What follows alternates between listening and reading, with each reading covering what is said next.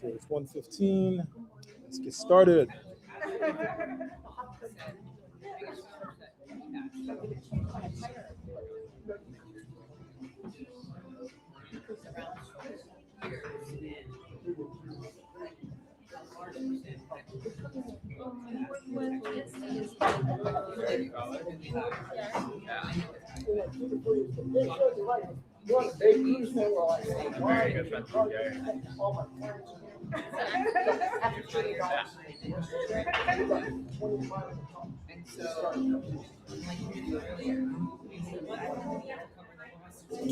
Yeah, he's actually here in the Bay Area. Yeah, he's basically a mom. Yeah, he's basically a mom. Yeah, I love it down there. Yeah, he's actually here in California now. I mean, yeah, he's actually. Awesome. All right. Yeah. Okay.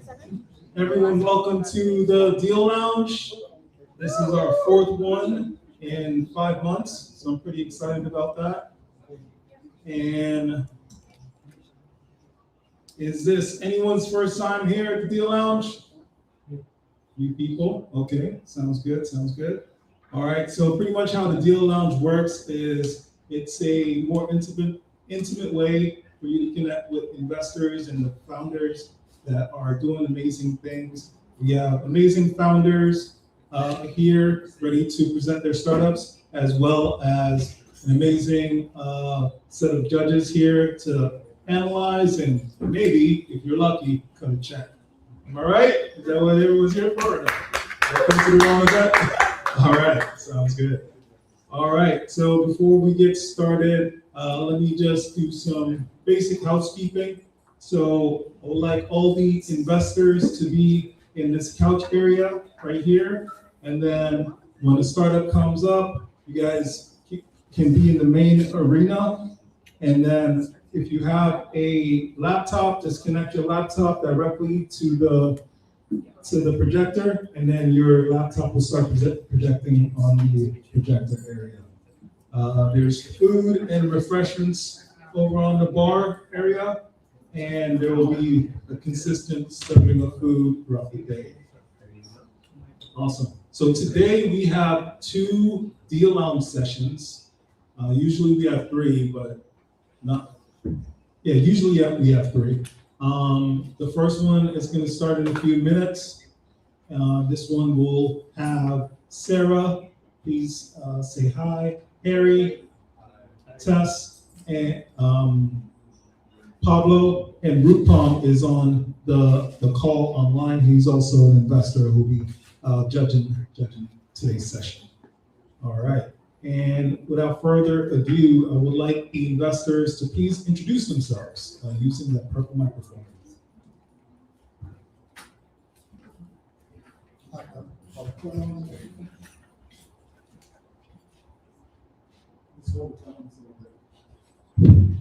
Hi, I'm Paul Grabnitsky. I'm the GP at Plus Ultra Capital Partners. We are a late seed and Series A investor. We do not have a strict technology thesis. We have a strict stage thesis. We only invest in companies after they reach product market fit. And we are a go-to-market operator fund who brings money and muscle, we like to think, into a company's growth, because we only invest when go-to-market is the thing between the company and greatness. So we're there to help in that process. We do due diligence and lead rounds and want to take a seat on the board to help and be there for the ride. So we're not a passive investor. Looking forward to meeting people who are at that stage or earlier, and we can help them develop our relationship. Thanks so much. Hi, everybody. I'm Tess Robinson. I'm managing partner at FTB Capital Group. We believe healthy founders make healthy companies. We are investing pre-seed to Series A in health, longevity, wellness. And we take our thesis that if you're going to be building a company, it's for the long term, long haul. And so you should also be considering your health as well. And so we've got some things that we provide to our portfolio. If you guys would like to know more, talk to me after. I'm looking forward to some great pitches. Hi, my name is Harry. I run Firehorse Ventures as one of the general partners. We're pretty agnostic with the type of investments that we're doing. We invest directly for companies above Series C plus, and also have another venture arm directly looking into pre-seed companies. And I also represent a couple of family offices across the ultra high net worth families. And if any of you guys are interested to chat about potential investment, I would definitely love to talk. Hey, I'm a boutique investing company that kind of connects the founders to the right investors. Short and sweet. Say your name. Oh, Sarah Hajipur. Awesome. And Rupam, are you able to introduce yourself? Yes, can you hear me? Yes. Fantastic. Hi, everybody, and Dwayne, thanks for having me. I'm Rupam Srivastav. I run Frontiers Capital. We are an early stage venture fund. We like university spinouts. We like a high amount of IP. We invest in AI, robotics, and some of the newer frontier technologies like quantum computing, blockchain, space tech, nanotech as well. But primarily AI. We write the first check, heavy IP. So think revolutionary AI rather than applied AI. And that's why we like university spinouts, because they are heavy IP. Glad to be here, and look forward to listening to all the great pitches. Awesome. Everyone give it a round of applause to our investors. All right. So everyone who is pitching today, if you guys could just be in this general area so that just one after another we can pitch. The rules are very simple. 5-minute pitches, 2 minutes to just talk about yourself, what you're offering, and then 3-minute Q&A with the investors. And then investors, your job is very important. After the founder gives a pitch, you'll either pass, follow up, or take them to the deal lounge. Now, I really want you guys to consider each option. And if you don't like someone, don't follow up, because they're going to be talking to me like, how? They said they wanted to follow up and I haven't heard back from them. So if you don't like someone, don't follow up. But if you do, we want the follow-ups to be serious. All right, sounds good. Awesome. And then this event is sponsored by my company, Medallion XLN. Medallion XLN is building. So much. Medallion XLN is building infrastructure for next generation creator economy, AI-powered media, and tokenized digital economies. Goldman Sachs predicts that the creator economy will be worth about $450 billion by 2027. So Medallion XLN pretty much pays people to post on social media, particularly our social media, and we pay them in blockchain tokens, Medallion XLN tokens. All right, sounds good. Oh, we're on testnet right now, so sign up for an account and see how the whole ecosystem works on medallionxln.com.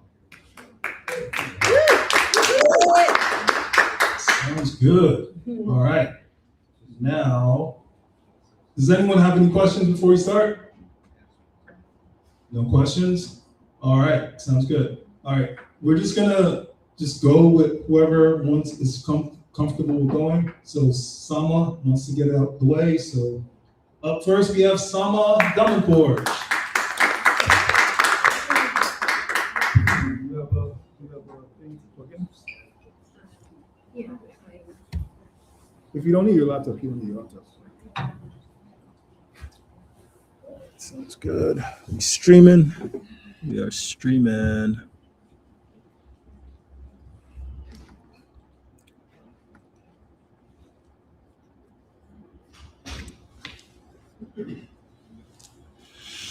All right. Ready? And go. It was 2016 when my father told me, come back to Saudi Arabia or I will know how to get you. Soon after, the Saudi government canceled my scholarship. and informed me that they would cooperate with my father to bring me back home under the male guardianship system. My world collapsed. Like millions of people, I escaped into an imaginary world because reality no longer felt safe. But those worlds gave me the tools to survive, heal, and rebuild my life. I went on to finish my master's degree, helped change the law where women right now are traveling without permission, became an American citizen, and worked at Apple, Meta, Genentech, and HBO. And of course, I founded Blendbound. In Blendbound, we are building Folded, what we believe is the first emotional sandbox game, a game where players don't just escape reality, but reconnect with themselves through creativity, emotional interaction, and storytelling. We have built a team from Amazon Games, Sony, Halo Infinite, Medal of Honor, Stanford, Emmy winners, creatives, and Gen Z interns who became emotionally attached to the project and never wanted to leave, which is exactly why we are targeting this audience. We have already traction, early validation, soft investment commitment, and a position inside a $300 billion industry. Because we believe the future of gaming is not just about entertainment, it's about creating a sanctuary spaces that help people become more human again.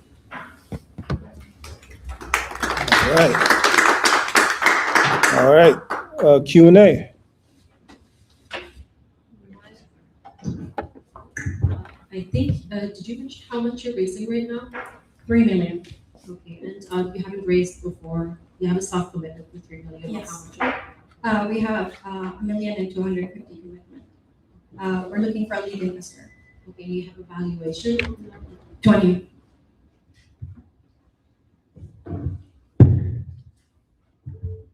I will say I like your pitch. I think definitely work a little bit on not reading. Yes. I know 5 minutes is a long time. I'm sure you didn't even hit it. Question: you mentioned potentially an emotional mental health angle. Yes. I think if that's an angle you'd like to approach, I'd like to hear more of that. Yeah, thank you for your question. So we built the game focusing really on emotions, but it has the potential to identify emotional intelligent data and use it for AI automation as well. So what would you say your, I guess I'm trying to understand, and I'm actually trying to see if you're fit for my thesis, right, on wellness and healthcare. So if you're gaming, just a gaming platform in your game, which is great, gaming is great, then that's not exactly it. If you're a game for mental health or in the wellness space where you've got that attachment, I need to understand that a little bit. Yes, it has the potential to go into wellness and mental health. The reason we started into gaming because of Gen Z, and that's where they live, and they are the best generation for them to express their emotions to both extreme. And we have a business model and an approach that really creates challenges and ideas and tasks that really identify first what is emotional intelligent data and how we collect it for other businesses. Okay, great. Follow up. I'll take a follow up. Thank you. So, listen, you have a very compelling personal story, right? And you did one of the things that we people who judge always recommend, which is start with why. But the issue I had is that your why doesn't tie back into the business, right? It tells us why you're standing here, but it doesn't necessarily tie into games, for instance, right? Or how you got the games. And it would be better to tell that story as to how you drove to emotionally intelligent games, right? So as an investor, there are also a bunch of issues that in a 5-minute pitch you should definitely cover, right? I understand your solution of what you're trying to build, a game or emotional intelligence. You didn't really describe necessarily the problem in great depth. You didn't mention the team. Is it just 20-second warning? Do you have more there? I don't quite understand how the company makes money. Is it a SaaS thing? Is it online? Is it something like that? Competition, market size, TAM, SAM size, all the standard kind of metrics that investors need to hear to say this is Time.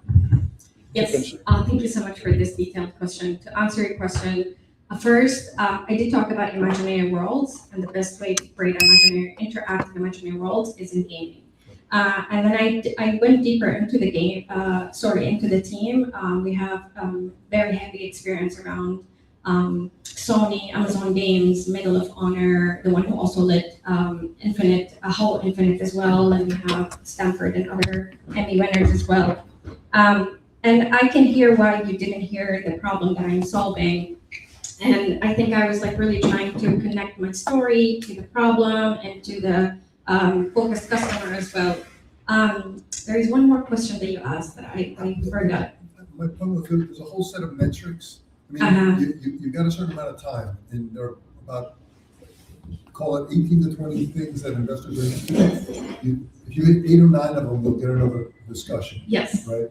And you told a great story and didn't tie in those other kind of basic metrics, CAC, LTV, what's your revenue, right?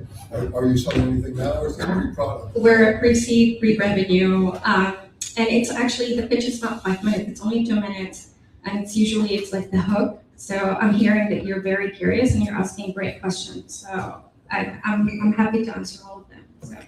All right. All right, everyone give Sama a hand. All right.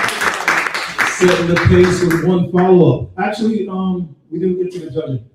Sarah, pass, follow-up, or take it to the deal. Pass, follow-up, or take it to the deal. Follow-up question for me is, if I were to show a game, if I were to build a game, I would show a demo of it, and I would just make a use case of it from beginning to end. That will explain it 10 times better than talking about it, you made a great story, but just show it to us. Absolutely. Is that a pass? Are you gonna? Oh, and then I'm gonna pass it, and one minute, sorry. Well, so the decisions are. You decided to pass. Oh, yes, pass it. Yeah, and I also agree with Sarah's point. I think as long as I can see like a demo of your product and kind of just showing like how the emotional side works on just like the psychological benefits that's kind of being shown, how the game works with Sony as like an A/B test, I think that would better help me understand the model. And I think I'll also pass. Follow-up. I'm going to pass because it's outside our thesis. We need $2 million in recurring revenue to be there, so you're just early for us. Okay, thank you so much. All right, one follow-up. Everyone give Sama a hand. All right, next up, who's next? Dwayne, sorry. Can we ask a question? We Sure. all thought it was a 5-minute pitch, but it's 5 total. Yeah, 5 total. Okay. So it's like a 2-minute pitch And then 3-minute follow-up. Yep, a 3-minute Q&A. Okay. All right, who's next up? All right. You presenting? You have a- I have a few slides. Do you have the deck? Did you get that? It's okay, I can do it without. Okay, give me a sec. Actually, yeah, just go. There you go. Hello, and my name is Amy Meadows. Thank you all for being here today and showing up and showing out for the startup community. Did you know that there are 3.2 billion people across the globe who want to be entrepreneurs, just like all of the people in the room? The question then becomes, how do we scale educating those founders? So I present to you Smart Her Ventures, a business accelerator turned reality TV show. Together with my award-winning team and Shark Tank casting director, we're bringing you 5 women-led companies through 12 episodes of lessons, games, and pitch competitions. What sets this show apart from other shows is the deep conversations, the real tools and software that they'll receive, and the end check in the demo day finale. So far, we have an MVP pilot episode live on YouTube. It's 45 minutes if you want to see it, Smart Her Ventures. I've written an IP script, which is 80 pages of teleplay script. We have guest experts and judges filling up our roster. I have 30 companies partnered with us to bring us their deal flow, and I have 2 streaming platforms ready to air our content.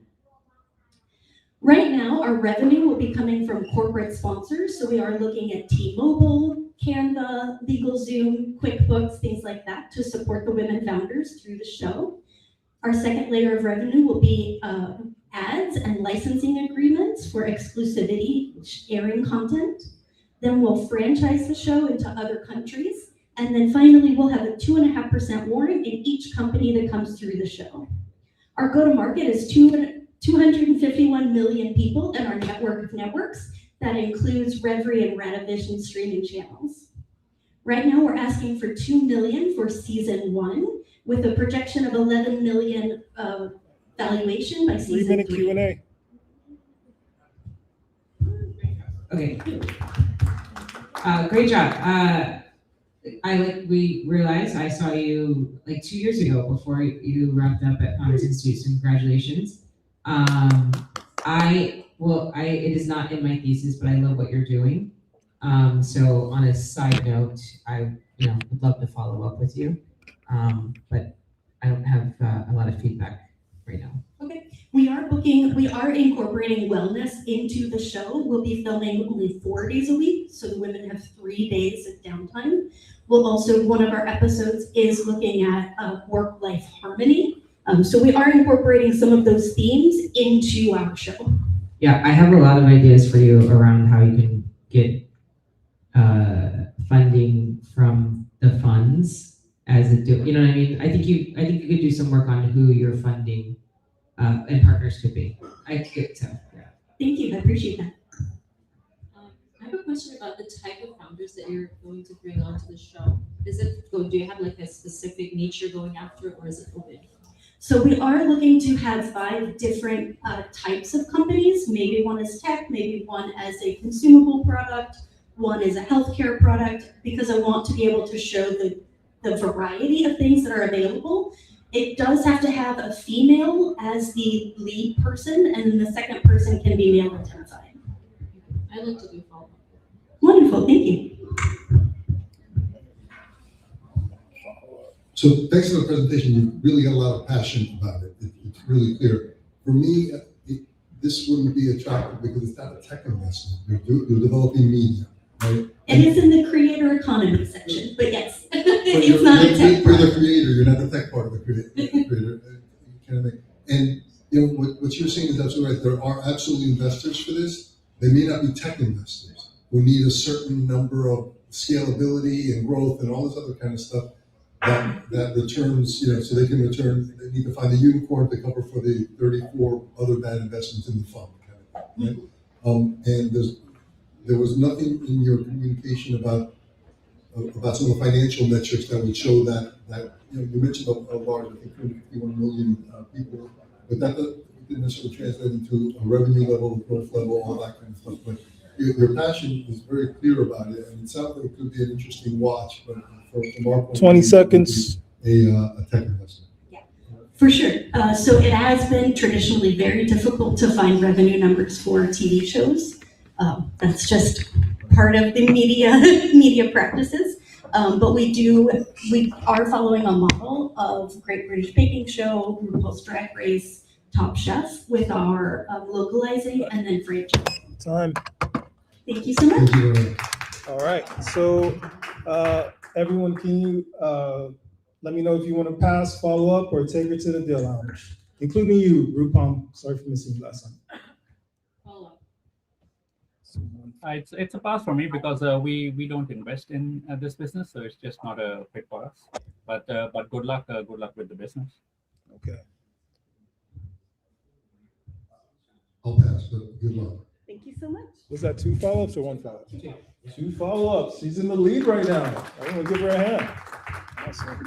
All right. Next up.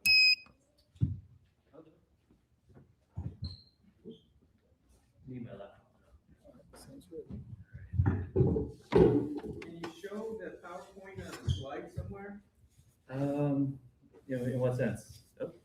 Yeah, he's gonna be Well, presenting there's his. a big screen there. Oh yeah. Yeah, he's projecting. That would be great, because right now, I'm hoping you see PowerPoints rather than reading them. Yeah, PowerPoints are optional.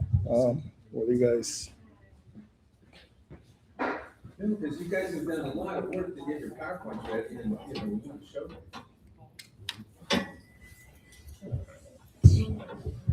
Thank you. Sean. Let's see. Turn it back on.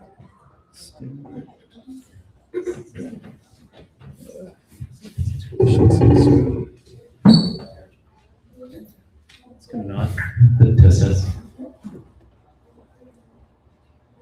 Maybe you can turn those other lights.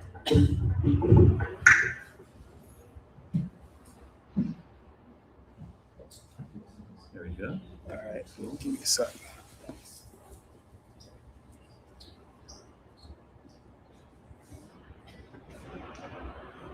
Yay! Let's see if we can get onto the right screen. There we go.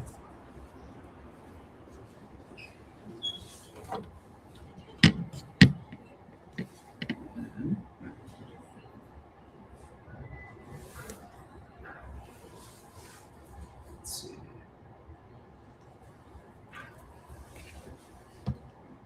Set up here. All right. All right, So I'm DH. go in the middle if you don't mind. Sure. Okay. In my script. Well, now it's blocked. Hold Hold on. I'm all right. Sounds good. That works. Make this a little bit larger for myself. Getting old. So I'm DH Wong, co-founder and CTO of NextUp. We're an applied AI lab for heavy industries. Today, I'll tell you a little bit about what we're building with, and why we believe we're the next decade of industrial software, which gets written by us. A quick word on who we are.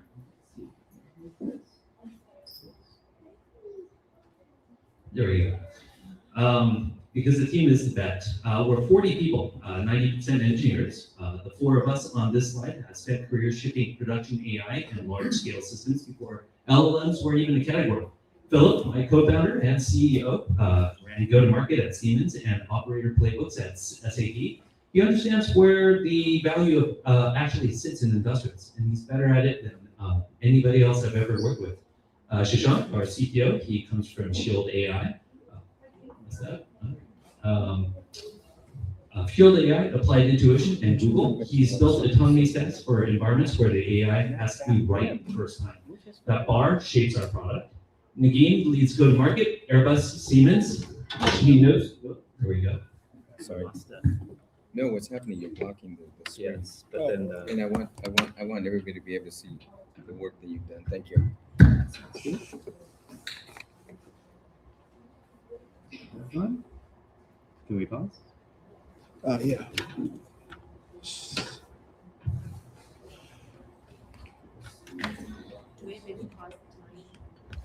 Oh, yeah. This time is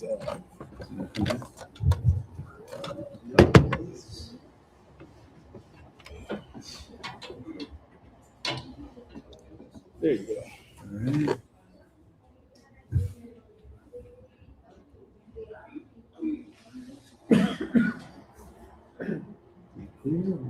Oh, it's super blurry now. There we go. All right. Shall we go? Okay. Shashank, our CTO, comes from Shield AI, Applied Intuition, and Google. He's built autonomy stacks for environments where AI has to be right the first time, and that bar shapes our product. Nagin leads go-to-market from Airbus and Siemens. She knows what it takes to get into these industrials. And I have a strong background in cybersecurity, working for companies that sold to healthcare, government, military, and also have built data and machine learning systems at Cadence IPG, handling billions of events and data each day. It was a different vertical, same hard problem. How do you make intelligence run reliably and securely on top of systems that were never really designed to talk to each other? And that's the team, and here's opportunity. Industrial software.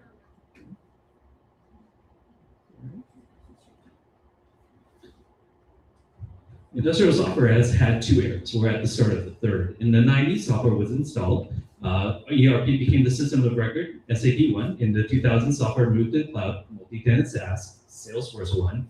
Each of those transitions created roughly $1 trillion of entrepreneur enterprise value, and the value concentrated in one foundational player. And we're the third transition. The software no longer just records the operation, it runs the operation. Our applied AI team authors specialized intelligence directly into the workflows of the business, and the system of record becomes a system of action. And history shows one foundational player wins each era, and we really intend to win that one. The gap is enormous in industrials. Here's the reality. Industrials, construction, rail, logistics, energy, manufacturing, these industries are the backbone of the global economy. Trillions in GDP, hundreds of millions of jobs, and they run on the most fragmented software stack in the enterprise world. Typical heavy industry companies runs SAP for ERP, a separate PLM, a separate MES for the shop floor, a CMMS for maintenance, custom tools for field service, and scattered spreadsheets. You're taking up your Q&A, son. All right. Well, the cost of stitching that together, the consulting spend, the integration speed, the army of people, is on average 7 times, and we solve that.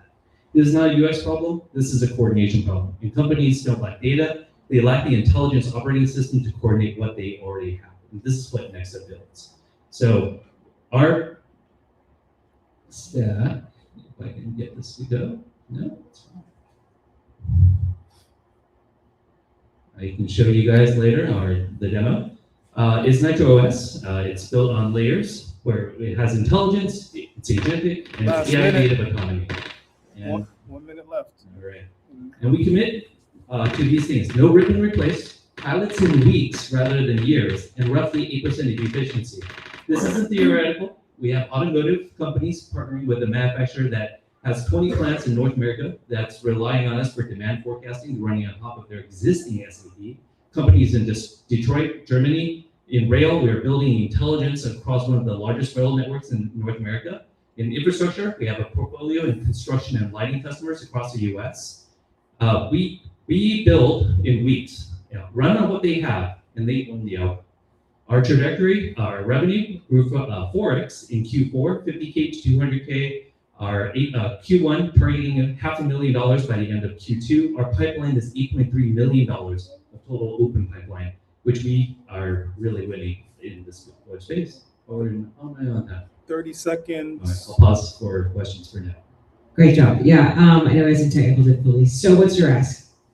We're looking for strategic partners, and to start the conversation, we actually just did a strategic round that closed last month. We've raised over 19 million so far, and we're just looking for people to talk to as we go into Series A. Great job. I love it's totally outside of my industry. I'm happy to make some intros, but I think you're onto great industries that they're not going to be replaced, and they need the attention. So good job. I think it's outside of mine as well, but you have done a lot of amazing work on the pitch, I would say. I know that investors like to see different versions of the pitch for 2 minutes, for 4 minutes, for 7 minutes. I was actually expecting a 10-minute pitch. That's why I was like struggling to shorten it down, but all right. Because it's obvious that you've done a lot of amazing work, and yes, hard to squeeze. Okay, thank you. So nice job, David. This is really interesting for what we do. And I know you were squeezed out of time, so you may have had it. You covered the team really nicely. I think I understood at a high level the solution and the problem you're trying to go after. It's a high vision, high ambition. Can you tell me a little bit more about competition and how you guys think you're going to position against them? Because what you notice is absolutely a right market, but there are a lot of people involved. Yeah, we see competition in 2 levels. One, you have the open AIs and the Anthropics wanting to try to get into the heavy industries. That's very clear, very apparent. They're at their $10 million consulting engagement fee. That's really high. Also, you have your Deloittes and you have your partners that will try to build consultative solutions, but they have no platform. So you end up spending a lot of money just getting a process built out, but no supportability, no platform to actually run on. We solve that and we play right in the middle. We hit these industrials where they can actually action and get results at a 200K sort of action. Whereas if they wanted to engage with one of those partners I just mentioned, they would have to spend a whole lot more, wait for longer cycles, and not have a platform at the end. So for us, we look at this as a great field for us today. An open field for us to tackle and be able to actually bring Palantir style deployment without being the cost of Palantir. Our goal is to take down Palantir. Okay, great. I may have missed it. Did you mention where your current sales are, metrics? Yeah, we're at $500,000 by the end of Q2. By the end of the year, we should be at $2 million. Great, thanks. All right, so, and Rupam, do you have any comments or anything? No, not really. I will have to sync up offline because I'm not able to hear everything and see everything properly. So that's just me doing it more. Set the conversation for sure. Okay, thank you. All right, sounds good. So are you guys gonna pass, follow up, or take them to the deal lounge? I think I'm good with this just because it's not. Great job, good luck. You've clearly got a great business, but passing is not for me. Sorry. I'll follow up. Sounds great. Awesome. Thank you. Follow up. All right. Who's next?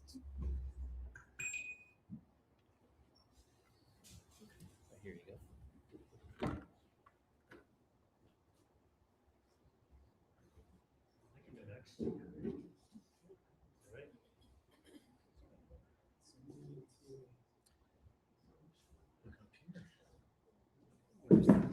Put it here.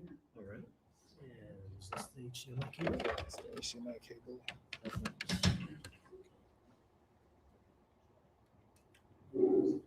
In Cassia, right? Cassia, yes. Alright. Okay. So good to go.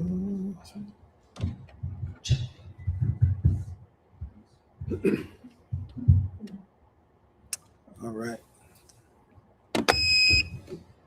Said. Yes, hello, my name is James Tan, and I am the CEO and founder of Cassia AI. It's nice to meet you. And I'm here to ask for $3 million to solve the AI power problem. If you're reading the news recently, there's a problem with AI sapping the energy and delays in the data structures, the infrastructure being built out, and it's because there's not enough power to go to these systems. Microsoft has chips sitting idle because there's not enough power, and you also have power grid problems from one state because there's a data center in another that's sapping all of that. So to solve the power problem, we have Cassia technology. On standard AI chips, you have this kind of math, and we make it 90% smaller. So it's a 10x improvement, and it improves the power performance efficiency by about 23x. Now, the nice thing about this is that if you have a 5 to 10 year lead time on a new power plant, you can instead implement Cassia technology on AI chips and deliver new chips to the data center within 2 to 2.5 years. Moreover, you've got a maximum amount of power that you can actually deliver. So it's growing exponentially, and AI companies want more compute, more compute, more compute. But how are we going to deliver that? Cassia technology is there. We've already got LOIs worth about $30 million over the next 4 years. And we are right now raising money so that we can buy the AI, or the IP rather, and also the connectivity, and also to build the partnerships, to build a system. And I'd be happy to answer any questions. Q&A. Did you tell us about the team? Yes, the team. Team right now, we have 3 core engineers. We are working with several teams over in Japan and also in the Midwest for doing back-end chip development and also for software development on a consulting basis. We have Mark, Simon, and Hassan, who are also previous executives at companies. Mark has 30 years in IP, Simon Marvell, 20 years. Hassan is a very experienced investor. Bonnie has taken people, or taken companies public, and Mike, Nehal, and I have over 100 years in AI, or not in AI, but in semiconductor development.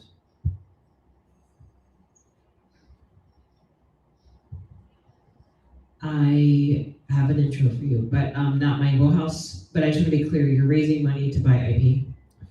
buy IP, bring the team on full time, also to build the relationships so that we can build everything around the secret sauce, because building a chip requires a lot, not just the core IP, but also processors, software, and chip-to-chip connectivity, chip-to-network connectivity, things like that. What was your friction when you've approached the developers and the manufacturers of these chips? So the primary difficulty is also in, well, what about the new technology? Because there is a huge risk in actually bringing it to the developers. So if the software developers bring this technology out themselves and they say, hey, we want to build 1,000 chips and deliver it, then chip makers will actually build that. What we have actually shown is that we're able to deliver tokens. We delivered this with Llama already. We're looking at another company has already asked us to prove it for DeepSeek. I just said, how much does it cost to prove it? Last night, we made that connection last night. And so the real friction is that it takes multiple years to license it to a chip company. Whereas if we build ourselves and build the relationships with the companies who are using the tokens, they're only interested in the tokens. They don't care about the underlying technology, whether it's quantization or calcium math, or if it's floating point 32. I guess my question is, if you're so heavily working in the chip sector, and this is about chips, 30 seconds. there's CDCs with those companies. Is there any interest, or have you approached them? Quite a bit of interest. So we have right now about 20 NDAs with companies. We've got 5 evaluation licenses with other companies who are building their own chips and are interested in licensing right now. So, a long time ago, I was at Intel and had, a long time ago, something up the background. My problem was I didn't understand what you guys actually do, because that picture made it look like a process technology improvement, but then you're talking about algorithms. Are you guys developing algorithms that improve Time. RTL. All right, let's go to decisions. Are we gonna pass, follow up, or take them to the deal lounge? I will follow up. One follow up, 2 follow-ups, 3 follow-ups. Thank you very much, everyone. I appreciate it. Hey, Rupam, are you interested in following up? Yes, yes. 4 Thank you. follow-ups. Woo! We got the Thank you very much, leader. everyone. You're awesome. Awesome. All right, who's next? Thank you. I'll continue the theme of AI and data center power.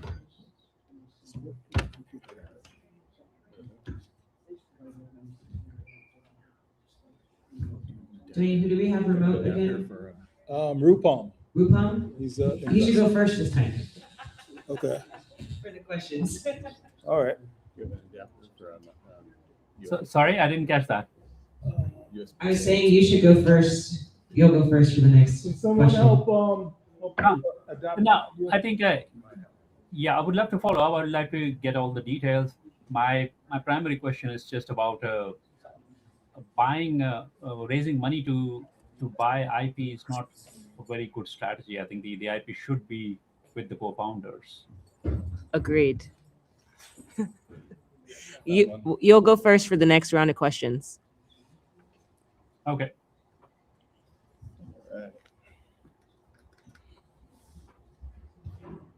What's your name?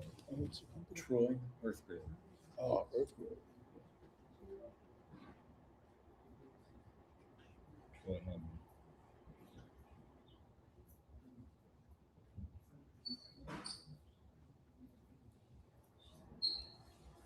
Two minutes, yeah. 2-minute pitch, 3-minute Q&A. Go ahead and start. All right, Troy Helming, founder and CEO of Earthgrid. This is going to sound a little bit like science fiction because it is. The tech here that you see are basically lightsabers, plasma torches. And we're going to be solving AI and data center power and water and fiber issues, among other things, and improving the grid. The way it works is we pass air through these tubes. Air is free. We pass it over an electric arc. We plug it into the grid, and it will remove rock or soil or anything else about up to 10 to 100 times faster, and anywhere from 20% to 98% cheaper. We're 9 years into development. This is not my first rodeo. I've had 4 exits, including a tech unicorn. In the interest of time, I'll skip through all that. We can look at that later. Aging grid, $20 trillion upgrade needed. We'll just go right to this. We have 2 machines, a tunneler and an excavator. Tunnel boring machine completed its tests in January. The excavation machine, which can dig trenches or ditches or big water ponds for data centers, is fully commercialized. We have a book of business of about $40 million over the next 3 years, including $3 to $8 million in the next 12 months. I already talked about this, but our patents and so forth were recently valued by Aon at between 300 and 600 million.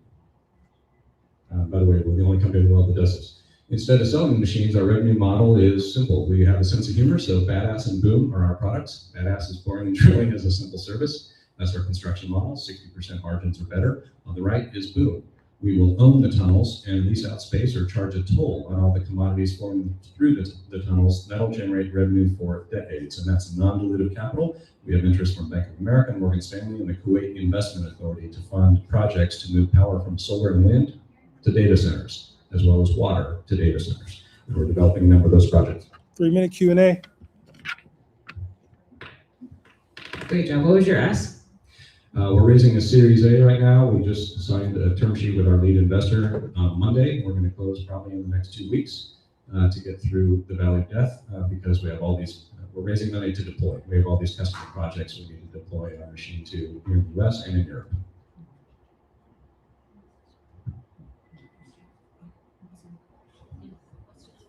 Okay.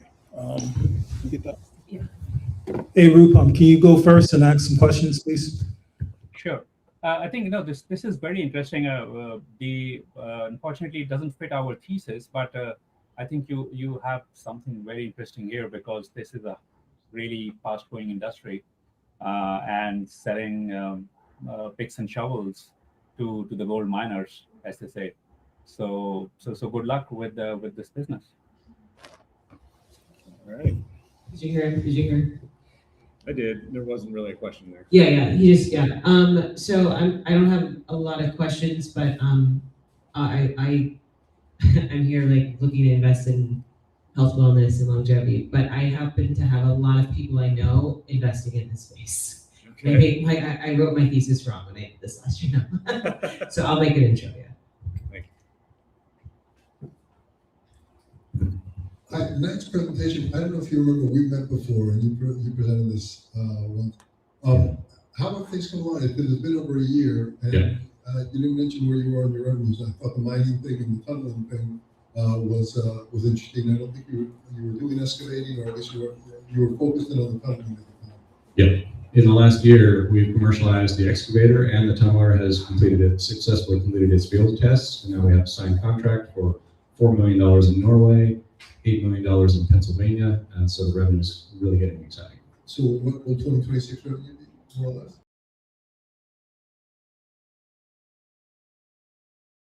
Between 3 and 8 million for 26, and triple that in 27.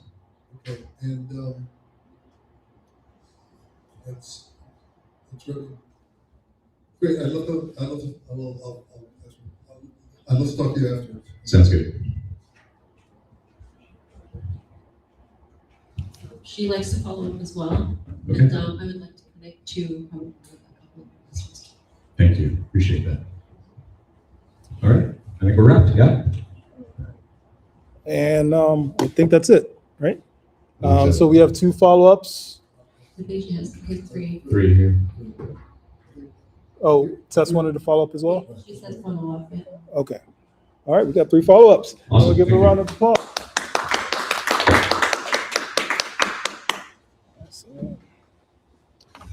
All right, who's next?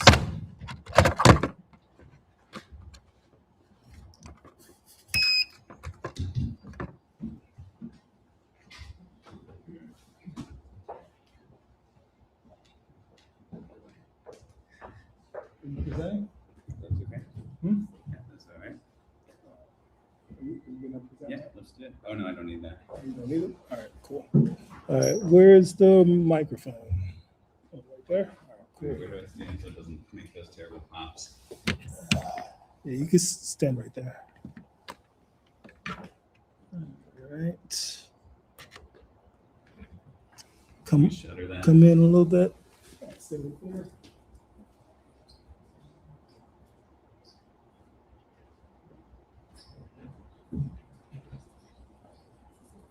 Okay, go. All right. I'm looking for connections and relationships as we build 3 seed stage companies into more growth stage over the next couple of years, and 1 nonprofit project that's my passion project. Nonprofit Urban Work Santa Cruz. We do recreational activities for people with disabilities. Our niche is that we allow all types of people into the events, so that we're developing actual sustainable communities among the population. We've seen extreme health benefits and improved health outcomes from this programming. Model City Solutions is my baby. I'm a minority founder. I helped start it. We do financial analysis software for commercial real estate development projects. We started in public incentives consulting. We have generated around $300,000 in revenue with our consulting. Our first client pays us around 130 grand a year. We've taken over the last 3 years. We've taken over 3 financial analyst positions within the biggest top university in Missouri. They love the product. It is 4 of the 12 modules that we will ultimately build out into the final product. Team is financial analyst John Ferry, full stack developer Stefano Chavez, myself, Stefano Chavez, and I are advising a lawyer in another industry for a product called Tenley, that helps people negotiate with debt collectors. We're seeing a lot of defaults in debt. That lawyer has identified this as a huge problem area, and we see a lot of potential in that. We have whatever, that's Tenley. The next thing is Elemento. They're out of Santa Cruz. They do inspection reporting software. They've saved, this company's been around for 25 years doing traditional inspection reporting for low-income housing. They've saved around 30% of time generating their reporting today. 3-minute Q&A. All right, what questions do you have? Yes, so what is your ask specifically? I'm honestly just looking for relationships in any of those projects that will lead to investment later down the line, because they're all seed stage and we're planning for growth 1 to 3 years out for each of those projects. If you want to say 3 categories of people, of the relationship types that you want to make with these type of investors, what would that be? Fintech, PropTech, and PropTech.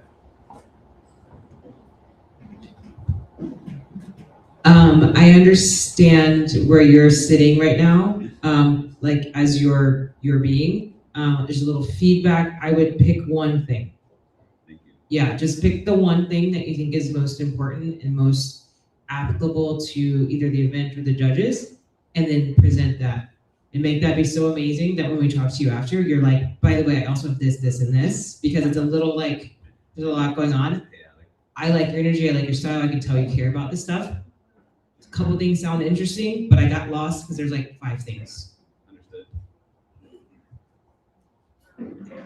So just building on that, you mentioned it yourself, you weren't really pitching a company or a product. You were pitching yourself, and you come across well and with charm and all that kind of stuff. But I didn't understand, a particular business you were looking for a specific amount of money for to achieve a certain goal in a certain amount of time, all that kind of investor stuff. So it really wasn't an investor pitch, it was an introduction, so hello.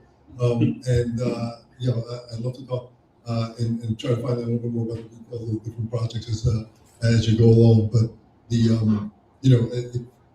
so let me leave it at that. It wasn't really an investor. Thank you. And Rupam, do you have some feedback or evaluation? Yeah, I would love to follow up. Not for us, but one of our investors is in real estate, and they are always looking for PropTech related investments. All right, sounds good. All right, so, and then Yeah, I would like to do a follow-up, maybe to. I feel like everyone's gonna say follow-up, but I wanna tell everyone that, it's only because we need to understand more, so don't take this as a positive sign.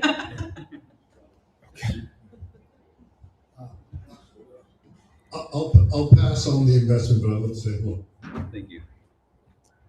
All right, sounds good. So that's 2 follow-ups. And Rupam, are you a follow-up or are you a pass? I'm a pass for my own fund, but if there is information that that I can share with one of my LPs, they may be interested. Okay, sounds good. All right, 2 follow-ups. Thanks, guys. What's the name of your company? Model City Solutions. I'll also have to sign off. I just had something else scheduled at this time. Yeah, no but worries. I'm glad to be here. And thanks everyone, especially the startups and also the investors. All right. Thank you so much, Rupam. Thank you for joining. Mhm. All right, 2 follow-ups. Okay, who's next?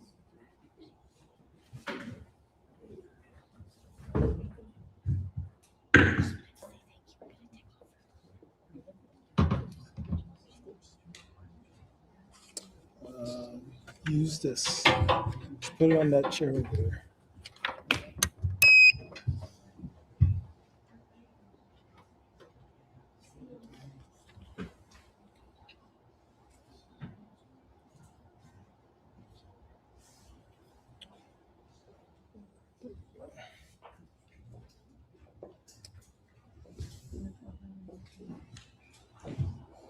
What's the name of your say? Luce? What's the name of your startup?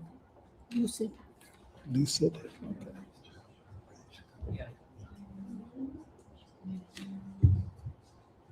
All right, and go. Hi, I'm Grace. Can you hear me okay? I'm the CEO and founder of a company called Lucid Act AI. Guys, we are at an inflection point in healthcare. Every day, there are 11,000 people are turning 70 years old. At the same time, the workforce of the nursing workforce is shrinking due to retirement and burnout. One of the fastest growing area in the healthcare is to deliver health directly at patient's home outside of the clinics through virtual care. Insurance companies are actually paying for these services, but there is a problem. The model has a fundamental problem. Insurance payment is strictly tied to billable minutes, while the service is very much labor intensive. That means every new patient we add will require more staffing and more administrative tasks. As a result, the margin is very, very thin and scaling is very hard. So the key challenge is knowing where and how to best allocate the nurses' time in virtual care. So what Lucid Act does is introduce an AI-driven operating layer to drive virtual care delivery. Our systems actually identify which patients needs the care more and why.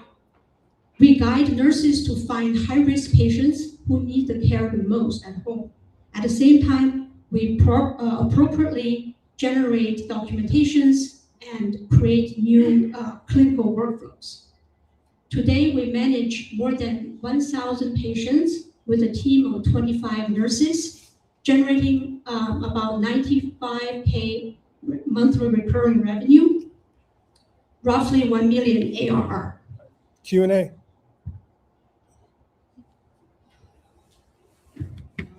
I think you were about to say the ask, right? Yes, I was about to say that.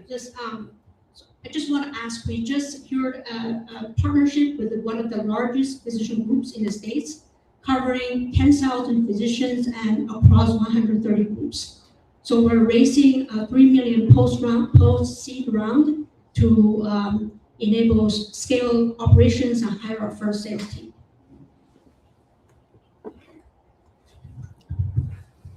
Well, I think it's great that you've secured a partnership. So that means someone understands what's happening. So if you can concisely, clearly explain the problem that you solved? Like, and I know you mentioned nursing burnout and this is a staffing issue, but like how you solved it in a like clear, and I don't know the answer, but I'll give you it in a framework that might help you while you're thinking through this. We help bridge the gap of the nurses' home care going to the right person, because I'm confused if this is home care or inpatient care. This is another part. It's virtual care. We basically help the nurses who are on the phone. We generate, we prepare the pre-call scripts, and after the call, we prepare the summaries to save them a lot of time from reading the charts themselves. Okay, so it's a virtual software system that helps assist virtual caregivers, Yeah, nurses, and the problem is right now they're not able to service as many patients. The problem right now, there's not enough nurses to serve these patients, engage them, and get it work and get paid. Okay, but that's a different problem than like your software is not going to fix staff like people working in this. You know what I'm saying? Like your software is not going to fix someone wanting to be a nurse and wanting them, unless if you can frame it that way for me. And I'm not telling you, like I'm not trying to poo-poo this, right? Like I'm just trying to understand a little better and get you to frame it correctly. I think you mentioned you had $1 million in revenue? Yes. Great. Right So, now. right now. And you're raising 3, great. I don't have any sense of the trajectory that you're, what do you achieve with 3? So we have already given 40,000 patients to enroll into the program, and if we just say you reach 10% of this population, it's a $4 million payoff. So please translate that into dollars for me. It's a Revenue. $4 million payoff at the end of the year. Okay, so 40,000 turns into It's 4 million. Sorry, 40 million. 40,000 Time. patients. Maybe I'll be more than happy to explain to you. All right, let's go to the decisions. Are we gonna follow up? I'll follow up. I'm passing. I will follow up. All right, sounds great. 2 follow-ups. Everyone give her a round of applause. Amazing. Next up, we have Sushi Data, also event partner. Thank you, Sushi. Thank you for helping us to make sense of the data that we get. Of course, yeah, absolutely. Hi, everyone. How's everybody doing? Let me go ahead and connect to this thing here.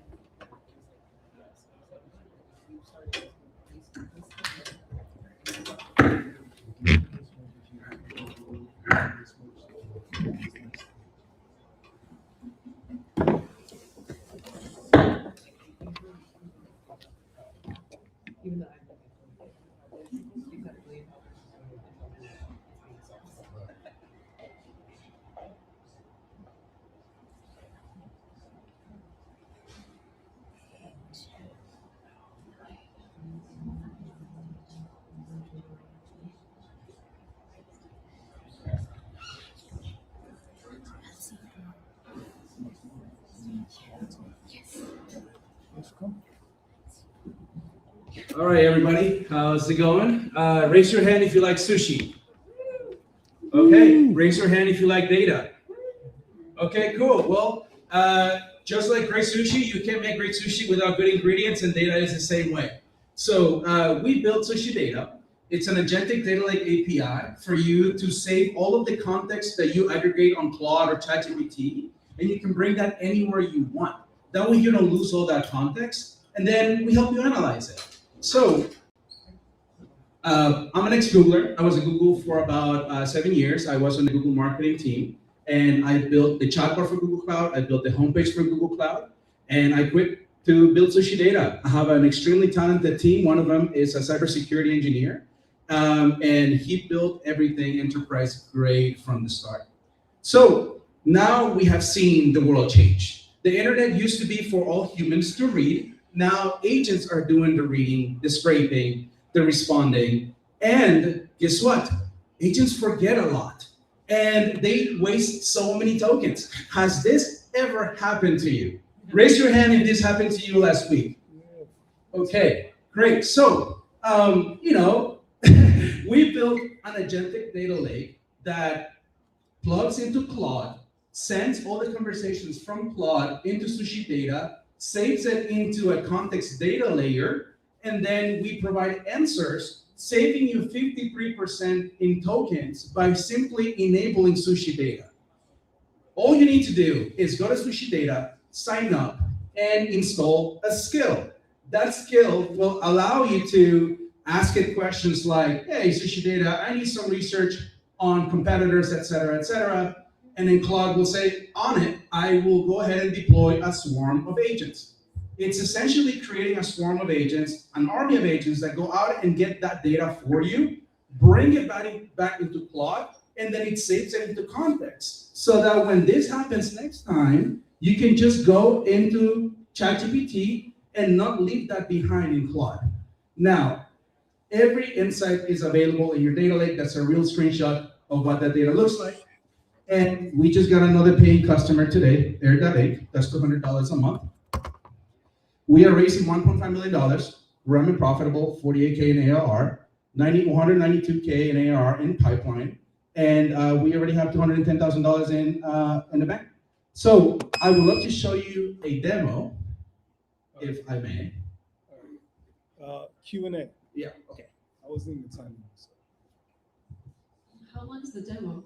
Oh, it's really fast, actually. So check this out. Within Claude, I literally went and I said, hey, can you do research on how much companies are spending in tokens? This is deploying a swarm of agents. So we deployed 5 agents and then all of them completed. And this is using Sushi Data within Claude. You don't even have to sign into Sushi Data to get this information. But look, it gathered all this information. It tells me that teams of 10 plus are spending up to $100,000 a year in tokens. We can cut that in half if they don't spend all that, if they don't waste all those tokens. And actually, I want to give something to everybody here in the room. Since we partner up with Dwayne, I actually analyzed every single investor. I analyzed every single founder. I did the TAM, the SAM, the sum for every single person here. I researched the minimum check sizes, maximum check sizes, all using my swarm of agents. And that looks like this. So now I know that for everyone that has a more than 85% match, for example, I should be talking to SV Advantage, EarthGrid should be talking to Legendary Ventures, and also you can look at that on the website. This is what that looks like. So if you want to get access to this information, scan this QR code right here.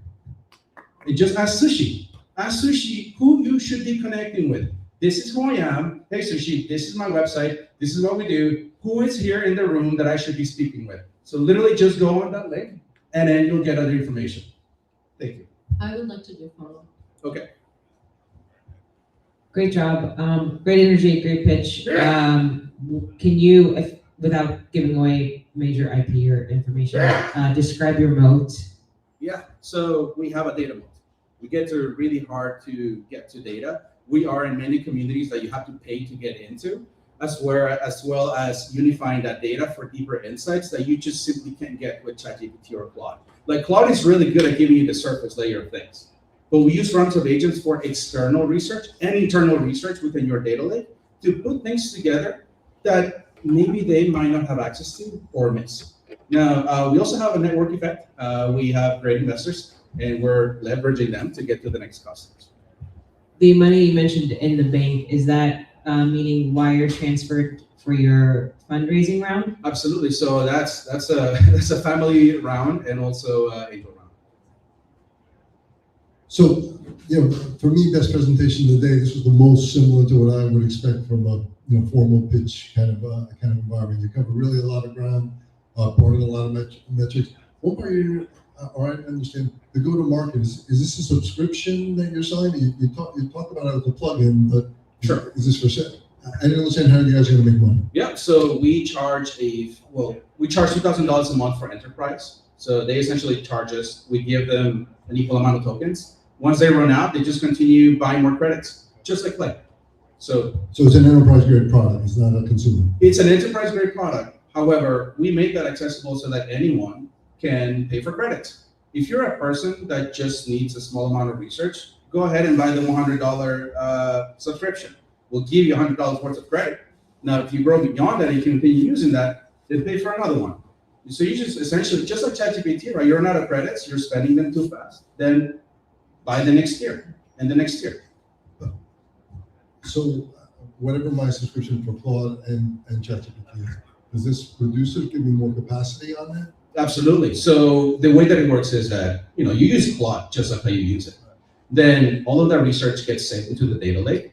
Then next time that you ask Claude a question, you ask it like, hey, Claude, can you do research on this? It's going to look in your data lake first and pull that instead of using your Claude tokens and your Claude research to get you more data.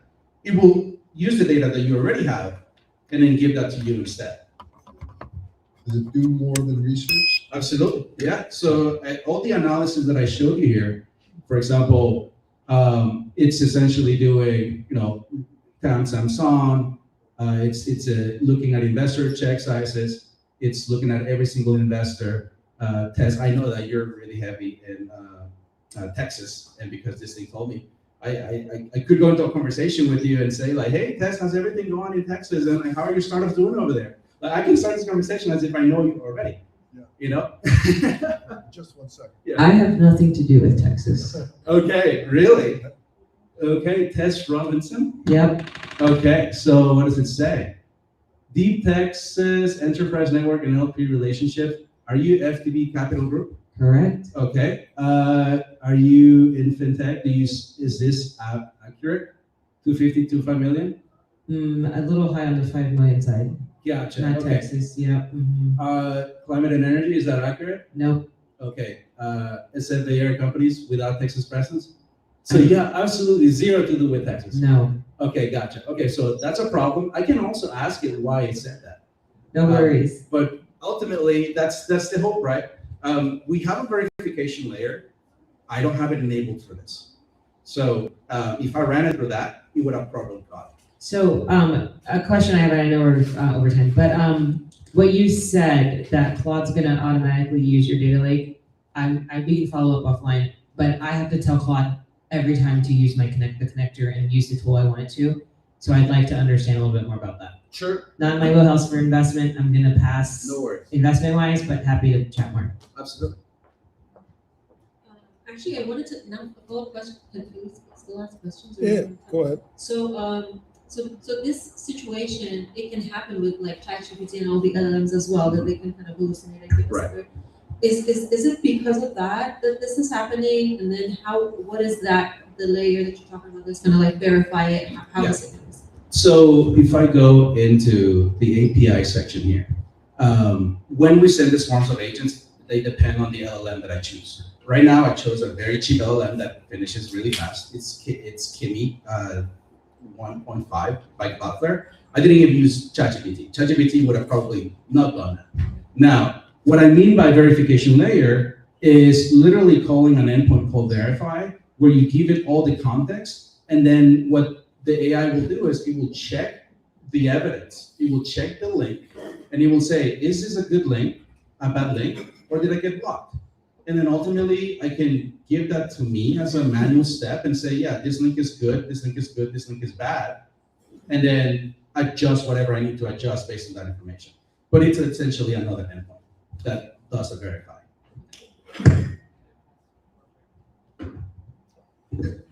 You guys are early in not raising enough money for a round from us, but so I'll pass on investing, but I'd love to follow up with you later and understand a little bit more about what you're doing. Sure thing. Thank you all for your time. Take care.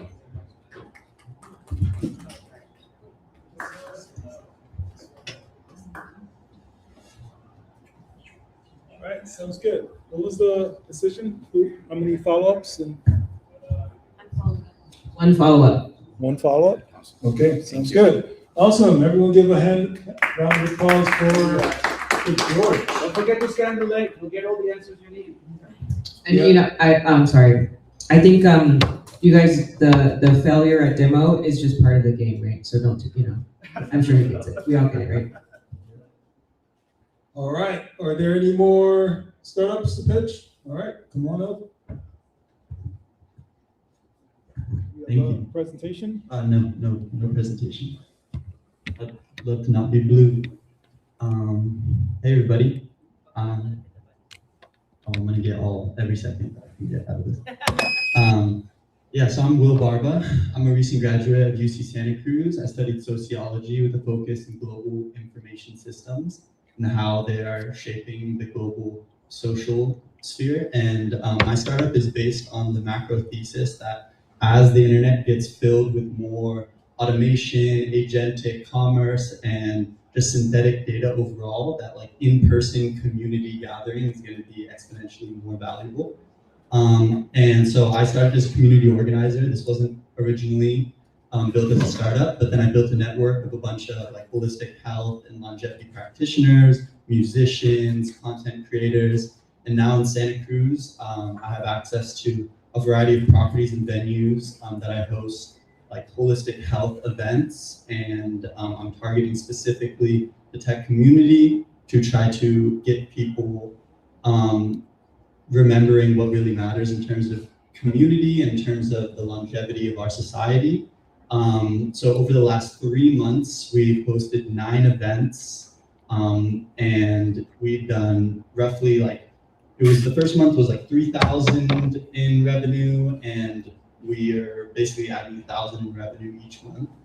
And we're working with basically expanding our concept into a pay-per-view digital platform and having like an ecosystem of highly curated health products focused on small businesses and authentic connection and community products. And so yeah, right now we're focusing local, like human-centric in Santa Cruz. And eventually this could be a model that we scale to multiple cities, finding small businesses and people who are interested in building community. But right now we're focusing in the Silicon Valley and Santa Cruz connection. We have a hub in Scotts Valley. 3-minute Q&A.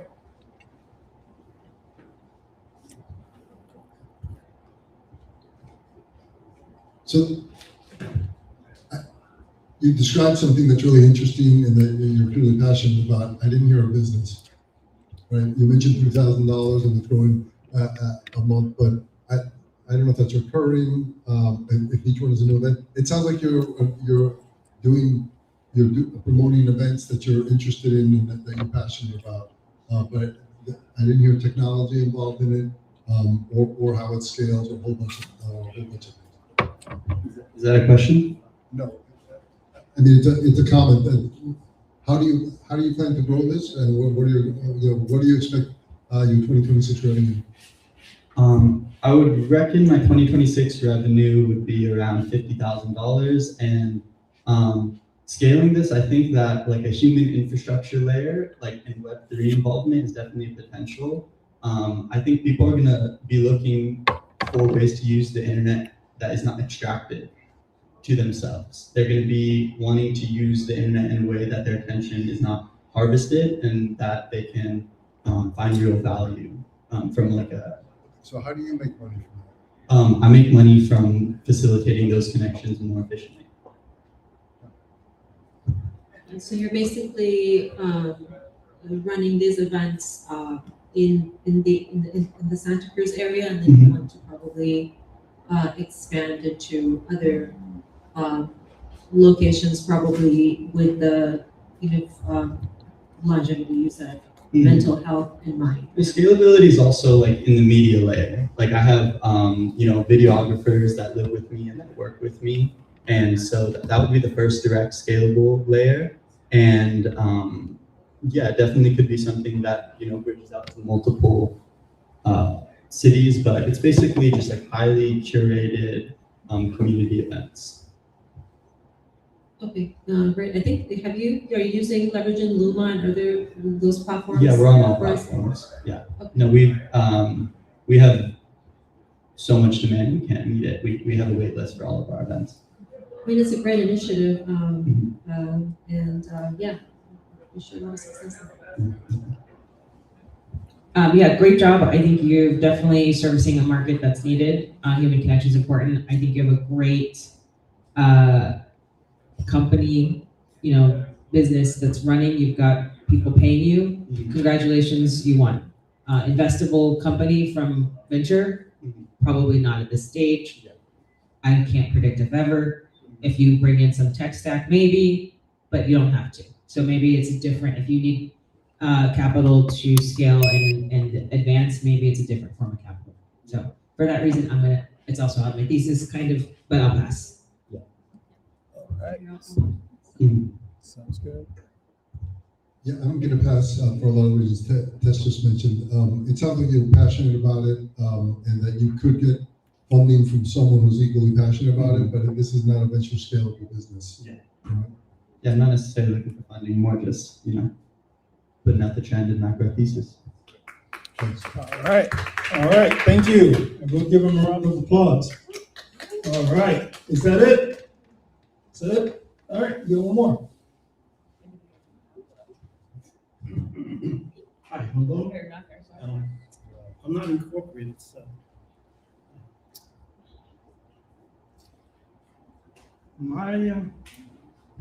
I'm trying to solve a problem. And the problem I'm trying to solve is, how do you fight dimensional?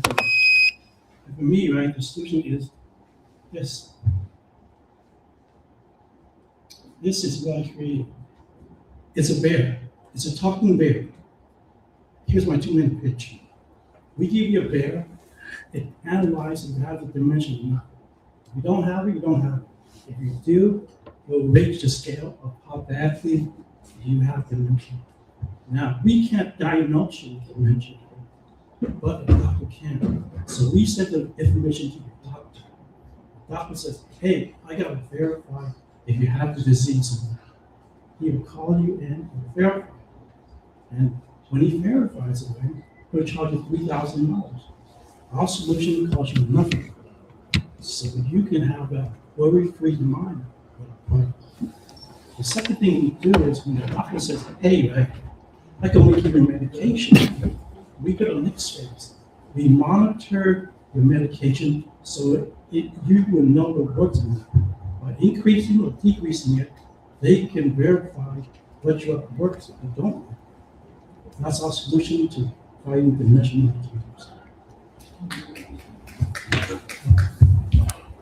Questions? All right. I think I understood it. There are some areas that really concern me. Are you trying to replace a medical diagnosis? I mean, you mentioned that the doctor costs you $3,000. The insurance pays you $3,000. I probably assuming you have it, right? But the way you positioned it sounds like you were trying to kind of preempt or somehow be associated with a doctor's diagnosis. And if that's the case, you need FDA, which makes it a lot more complicated. We feel it does not need FDA because a doctor can diagnose you with dementia. We only send information to your doctor to verify. We pre-screen you for the disease. So it's a pre-screen. Right. And now you need a doctor to verify. The doctor can only verify you have dementia so he can recommend treatment for you. How would you get this in front of people?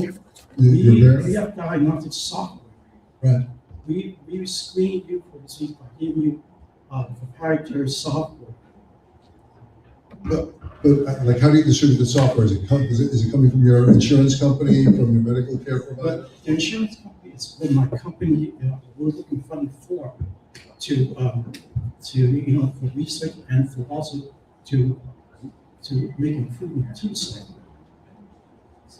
That's a talking bear. It answers your questions back and forth like we are now, which nobody's doing right now. I mean, a bear is a kind of avatar. Right? A lot of people are engaging others through some kind of avatar kind of creature. We have 20 different avatars. I just showed you one of them. Okay. His name is Sunny. He'll talk to you in Japanese, Chinese, French, Italian. Okay. That will make you another person. So the next step for you right now, what are you basically looking to do at the next step in your business? Our next step in our business is we feel that we have to make a show, half an hour show, so you know what kind of personality we pick to talk to you. we have to show we can hit our marketing goal. We can make a name brand too as a firm. Therefore, we get revenue to look for investors and say, hey, we have revenue, we have investments. You're basically putting it in front of people or clinics or doctors or? We're making a show first before we release the stuffed animal, talking stuffed animal, and the robotics. That's all we can face. Okay, thanks. I understand the concept product. It sounds like you've got a robust roadmap, and I think that's great. Happy to make some introductions. I think there's a lot. This is a space that's needed, and there are people that are working in the space, and so it might be beneficial for you to potentially partner with people who already have the end. I understand you want to make a show before you have the product, but you may be able to skip that route. For us, no, we feel the show is more important to us. We feel Teddy Ruxpin failed because he wasn't a show first. He lost steam. We plan to be around for a long, long time. Great, and I think just the other feedback, if you had revenue to go to investors, sometimes if you have enough revenue, you don't need investors. So I'm gonna hope for that for you. It would make it easier to talk. Yeah. So we can say to them, hey, we own the rights to our air. We also want to show them that we made it to show that we have revenue, that we can make a hit product.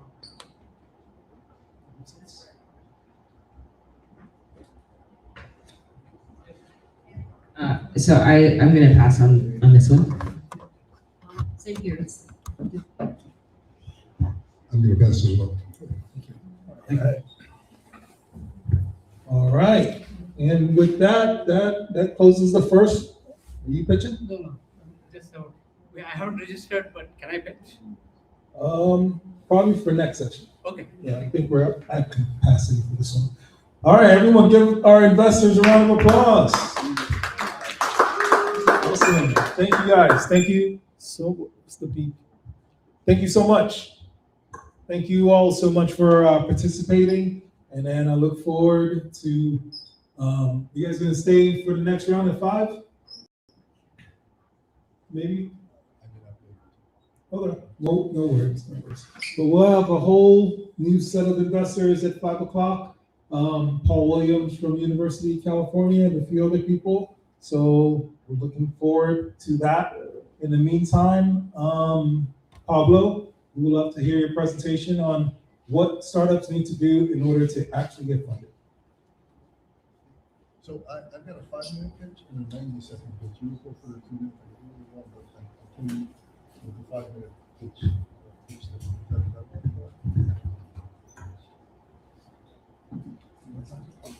I've got a 5-minute.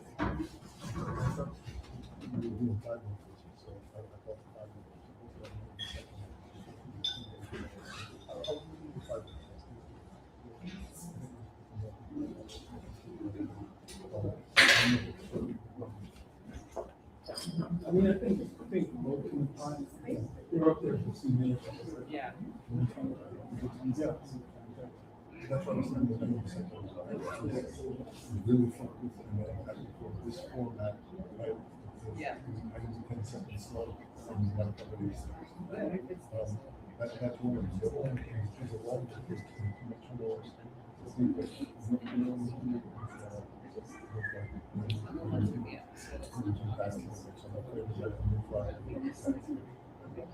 Yeah, everyone you think will be present. So feel free to just chill.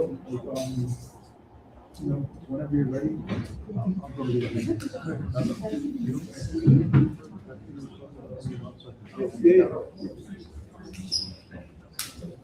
What's up, man? Good fun?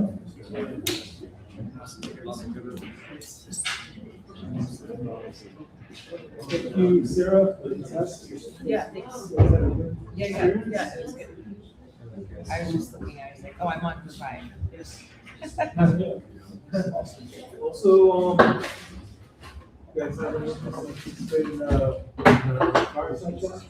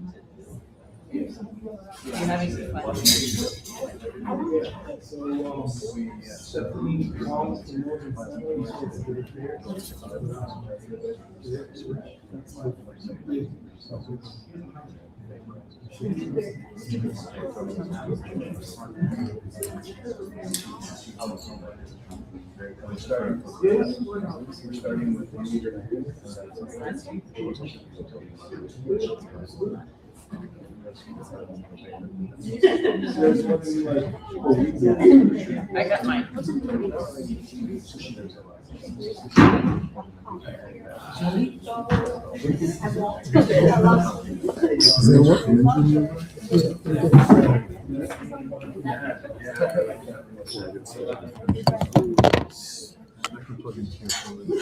Yep.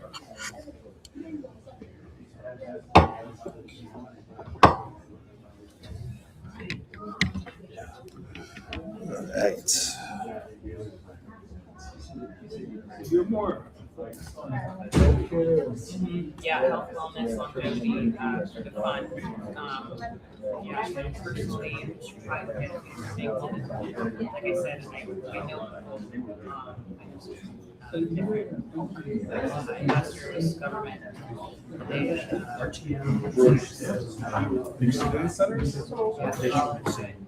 We're doing a thing with data centers.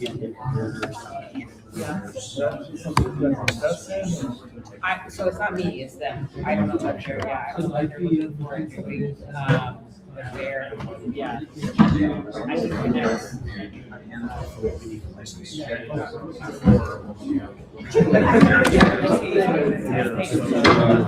Yeah, it makes it interesting. It's so funny.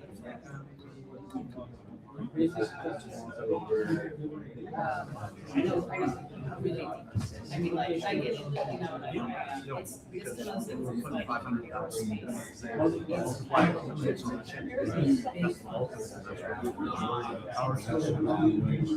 Yeah.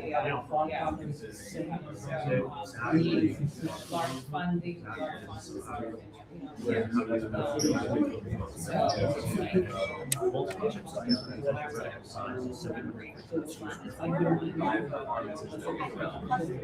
know, I get it, like, yes, there's.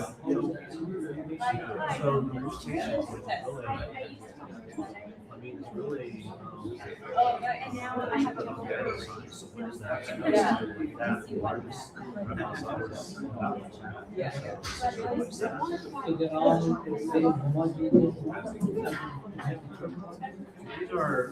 This is the.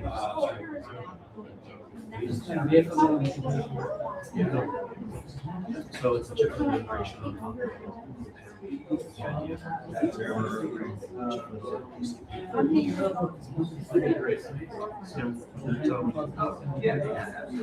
yeah, talk to their what are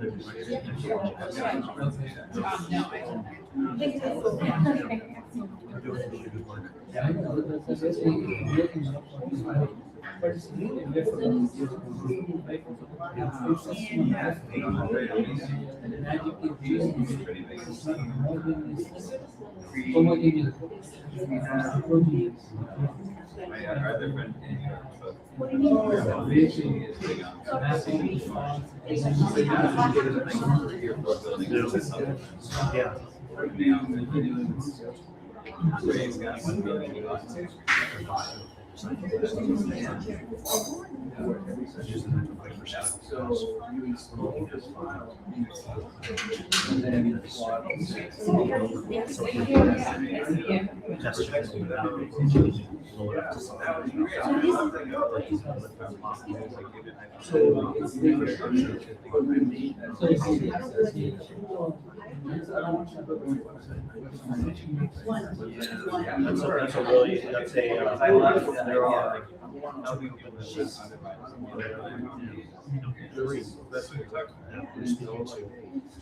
minimum price that I've budgeted so far is $500,000.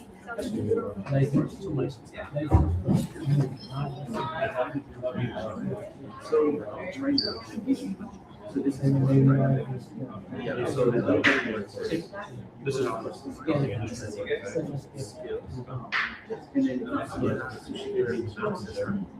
this right here takes about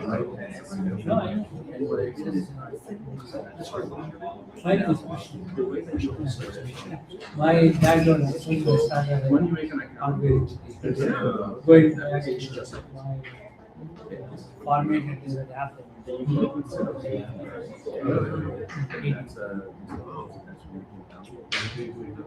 I have payment software. Payment process. Yep. Process payments.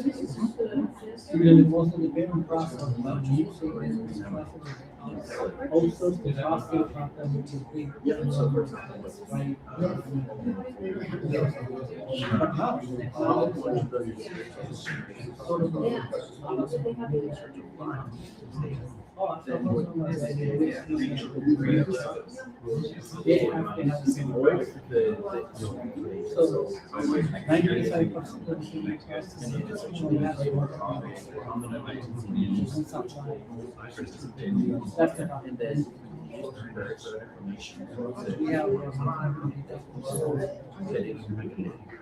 And then he gave me Yeah.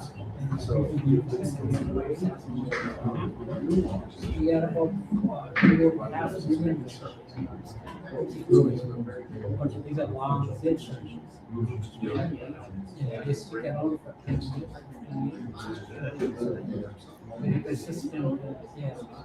But the only thing is it is scaling. PTC also has some challenges. Direct selling, we have challenges for that. So we are organic.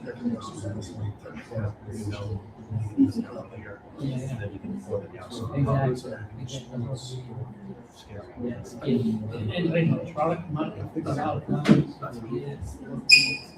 Probably our technology touches 20% of the global transactions. Because we are in the developing markets.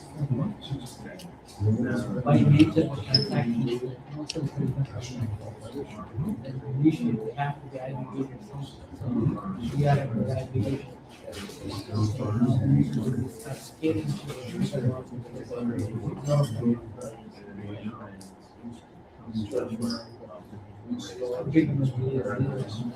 and right now, so where we are at our side, we are organic, we are yeah, it's great.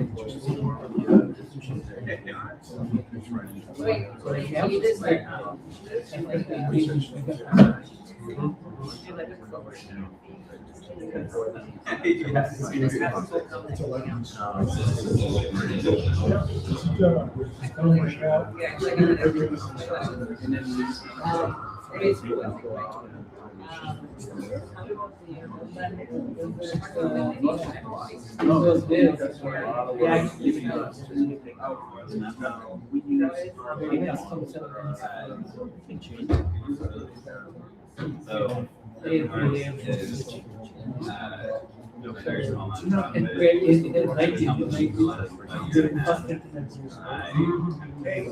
Where to really software and hardware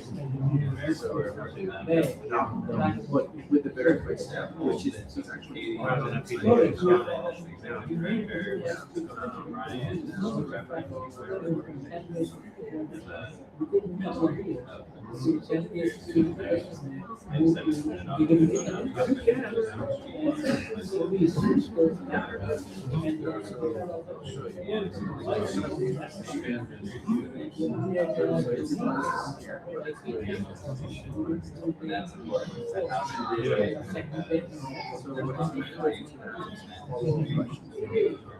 So that means the software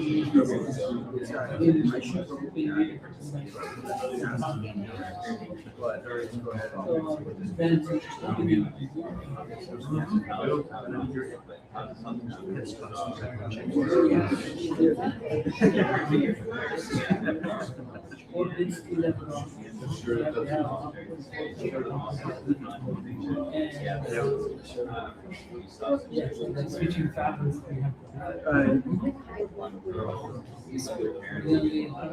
This is this part of my business.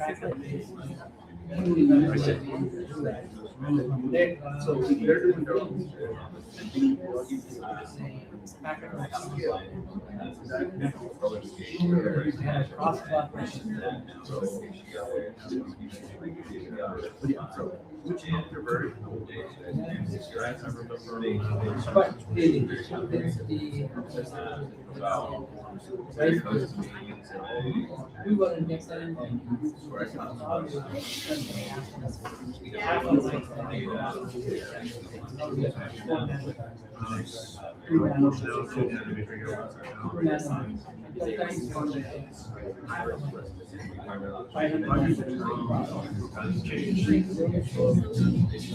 Intel has their strategic coming with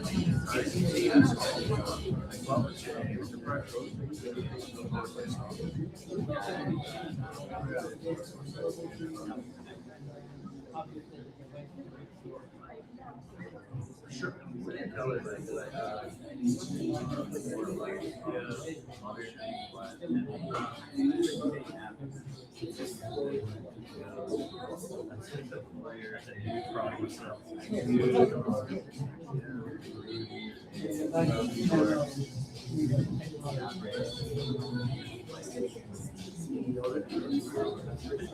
I just like that playing around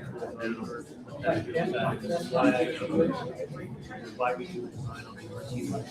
Yeah, later because we do design the process. Yeah, and then you have to handle all the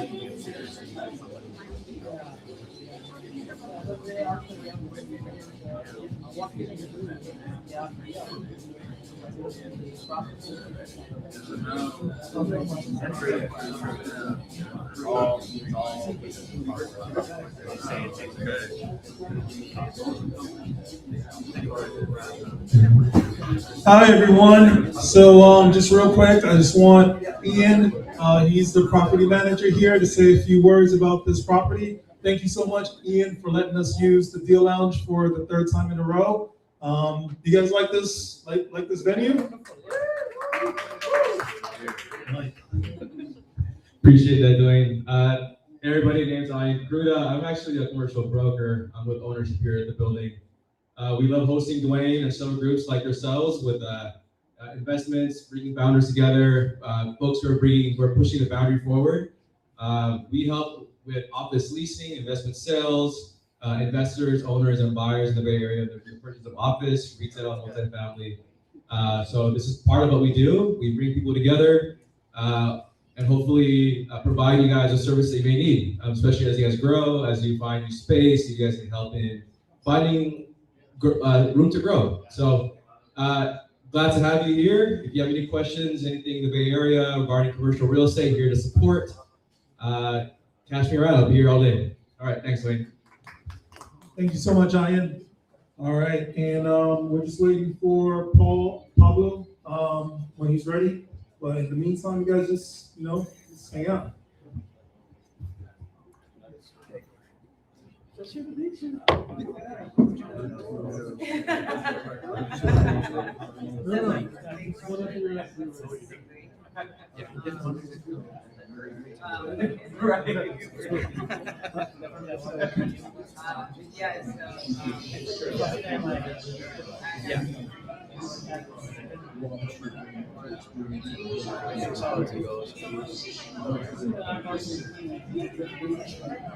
All right. All right. All right. So, may I have everyone's attention, please? We're going to get started with our next session. So, Pablo is a GP at Plus Ultra Capital Partners, and he is going to be giving a presentation on how we can all improve our pitches in order to really get funded. He has a long history of go-to-market strategies, and he's going to share some of his key insights with us right now. Aren't we so lucky? Everyone give Pablo a round of applause. Thanks, Ray. Hi, everyone. Good afternoon. And I hope not to interrupt your lunch too much. Quick show of hands. How many of you guys are raising capital in the next 12 months? And how many have pitched investors before? Great. And how many of you have had an investor tell you, this was great, let's stay in touch, and then they go?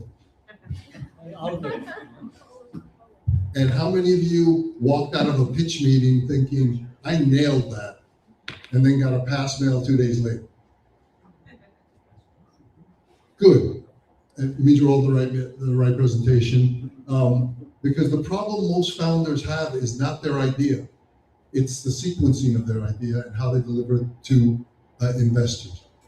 Because the sequencing determines whether investors lean in or mentally check out in the first minute. That's why we're here, and that's what we're going to fix today. So I come out of a long history of go-to-market operations, right? Our entire fund is a go-to-market operator fund. Everyone at our fund looks like has a similar kind of background, running go-to-market operations and marketing, sales, et cetera, right? I have had the opportunity to see hundreds of short pitches, 5-minute pitches, both as a founder, as an investor, and inside investment committee decisions where we decide whether to wire money or pass. Most pitches fail in the first 60 seconds, not because the company's bad, because the story architecture is wrong. And today's about fixing your story architecture.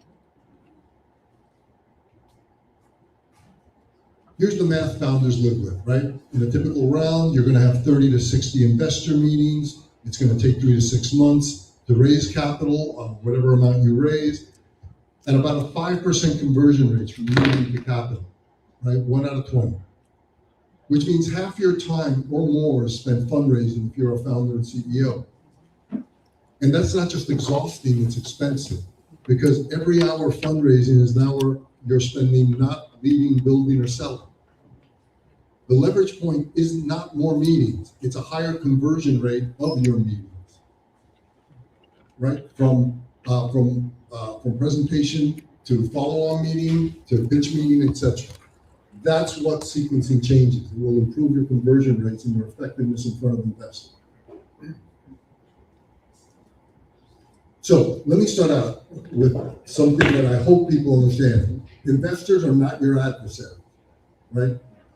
We are overloaded pattern recognition machines under time pressure. We see hundreds of decks a year. We have to make preliminary judgments on them quickly. And most investments fail even with our best efforts. So the issue is, for us, cognitive load management. Your job is to guide our pattern recognition. And here's how investors actually think when you're pitching. 4 questions are running around in parallel in their head. Does this fit a pattern I understand? What could go catastrophically wrong? Can this team execute? And is this market inevitable? If you don't actively guide those judgments for the investor, skepticism is going to win by default, because the baseline assumption of every investor is no.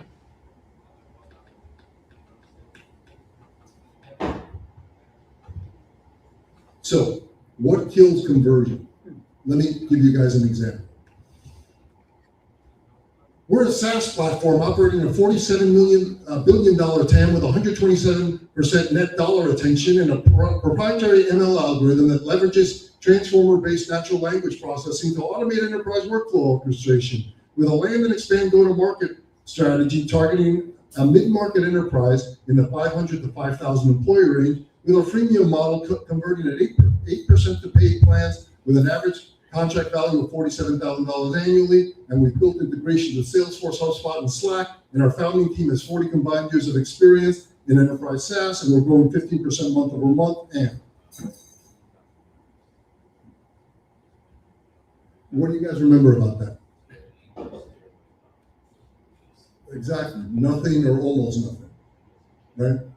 So you remember it was complicated, you remember there was a lot of numbers, but you don't remember why this matters or why you should care. There was no story, there was no emotional hook, there's no human content, it was just data volume.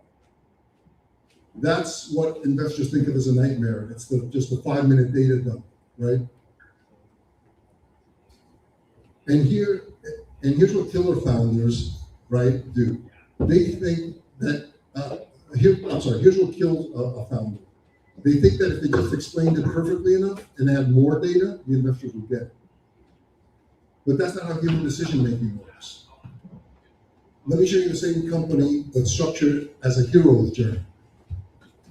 My co-founder and I spent 5 years at enterprise software companies, him at Salesforce and me at HubSpot, and we watched the same thing happen over and over again. Sales reps drowning in manual data entry, deals slipping through the cracks because someone couldn't find the right email thread, talented people quitting because the tools felt soul crushing. We watched managers spend 10 hours a week just making sure CRM data was up to date, not selling, not strategizing, just data janitorial. So we built our company.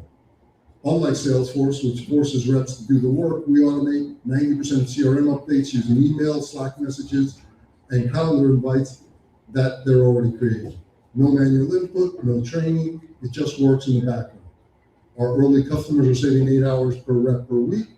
They're closing deals 23% faster because nothing falls through the cracks anymore.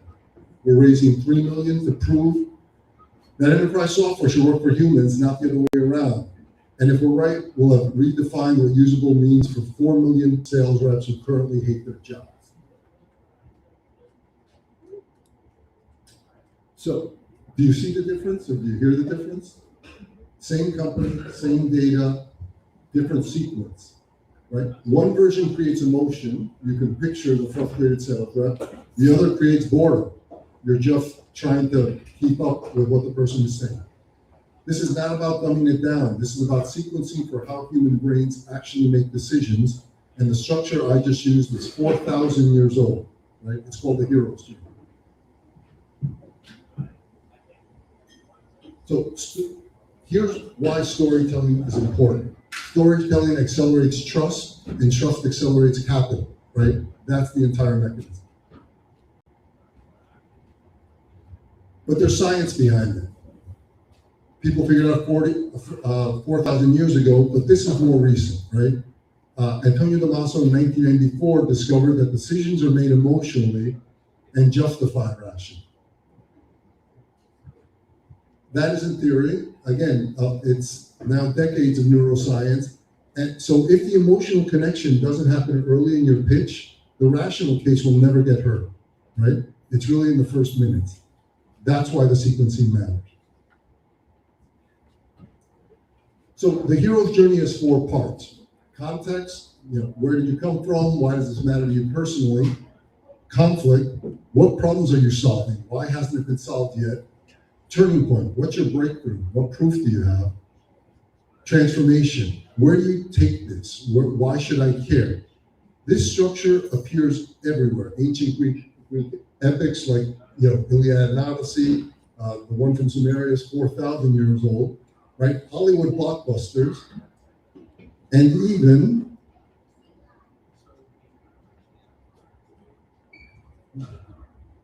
nursery rhymes, right? The itsy bitsy spider is a hero's arc. Same arc every time, but instead of walking through theory, let me show you how this works in practice. It's going to build one example pitch live right now across all 4 stages. And for each stage, I'll show you what most founders say and what really elite founders say.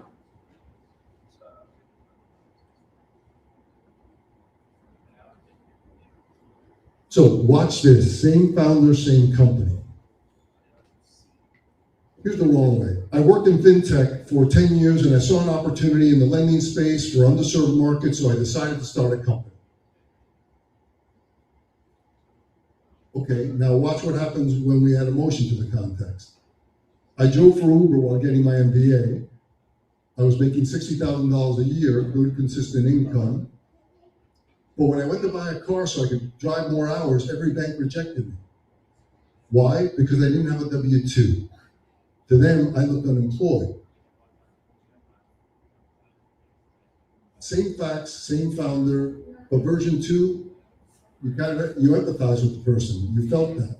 That's neural coupling at work. That's the investor's brain is now running the same experience you just described. It's a different impact. Version 2 created that empathy. Empathy opens attention.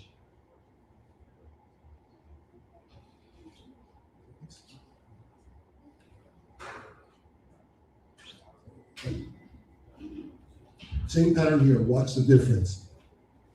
The lending market for gig workers is broken and inefficient. Traditional banks don't seem to serve this demographic well. So it's vague, it's forgettable. Now compare this.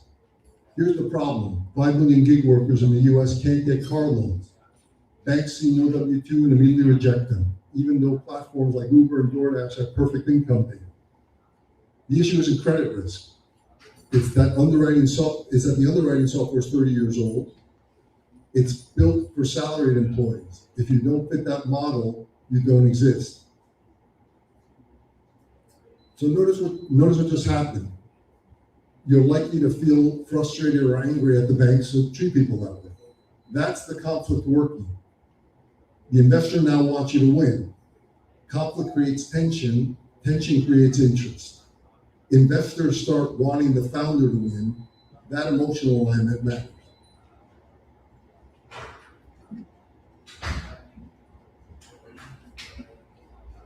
Turning point. This is where most founders lose it. They get vague, right? We built an AI-powered underwriting platform that uses alternative data sources. Okay, so what, right? That's buzzword soup. The investor has no idea if it actually works. Now, listen to this. We partnered with Uber and pulled API data on driver earnings, real-time trip data, hours worked, consistency over time. What we found was surprising. Drivers who complete 40 plus rides per week have lower default rates than W-2 employees earning the same amount. They're actually less risky, not more. We've now underwritten $12 million in loans with a 1.2% default rate. The industry average for that demographic, 2.5%. We're half the risk. So, do you see the difference? Version 2 isn't just claiming it works, it's proving it with data. The investor can justify to their partnership, we de-risk the bet now. This is where credibility lives. That's what allows investors to defend their decision internally.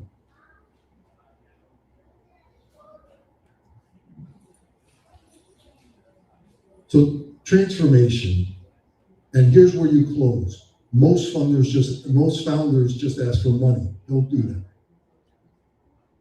We're raising $5 million to scale customer acquisition and expand our product suite. You know, that's a transaction, that's not a transformation. You know, we're raising $5 million to prove that gig workers deserve the same access to capital as everyone else. Here's what that looks like. In 18 months, we'll have originated $100 million in loans across Uber, DoorDash, and Instacart drivers. We'll have redefined how lenders think about income verification for 30% of the US workforce. We're seeing acquisition interest from Credit Karma and Lending Club. Both are watching this space closely. Recent exits in embedded fintech are in the $60 to $120 million range.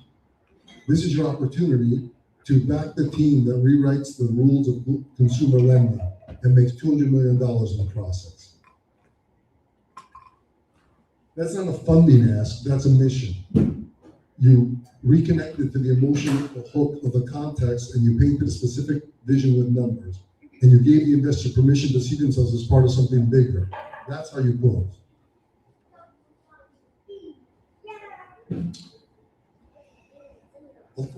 This is available, I'll skip this one, but this works on a human level too. If you look at founder one, right, they got the same trajectory, but different emotional access.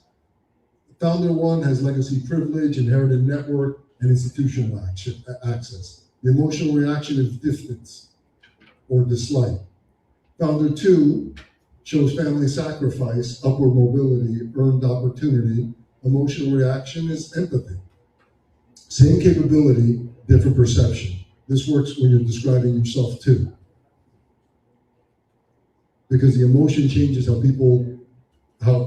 risk is perceived, and perceived risk determines capital.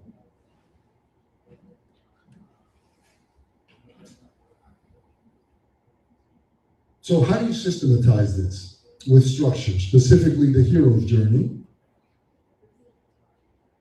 Here's the hero's journey applied to a 5-minute pitch. Context, conflict, turning point, and transformation.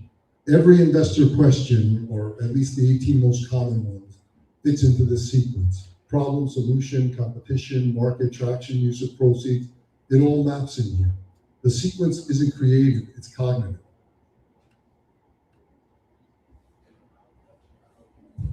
Now this gets tactical. This is the full roadmap. At the end of the deck are all 18 questions investors are silently asking when you speak. In the appendix, you can get sentence level templates for every one of them. Not just what you say, but how long you spend on them, how to deliver them. Because fundraising isn't improv, it's pattern management.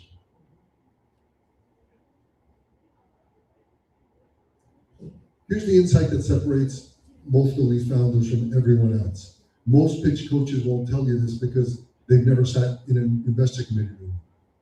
When you leave a room, investors don't discuss your vision. They discuss risk. What are the risks, and has this founder de-risked them? Investors aren't buying your company. They're buying a future version of your company that only exists if execution works. And every execution plan has risks. The question is whether the risks move from theoretical to operational. So, a framework from PUCP. Name your risks. Name your top 3 risks to your investors explicitly. Here's why this works. Most founders think admitting risk makes them look weak. The opposite is true. When you name risk explicitly and show what you've de-risked, you're demonstrating 3 things. Self-awareness, that you understand the business at a granular level. Operational maturity, you're not just a visionary, you're an executor. And capital stewardship, you know how to deploy money against specific problems. That's how you speak the language of capital allocation. And when you do this in a 5-minute pitch, you're not just another founder with a big idea. You're someone they can trust with their money. When risk moves, confidence moves. And when confidence moves, capital moves.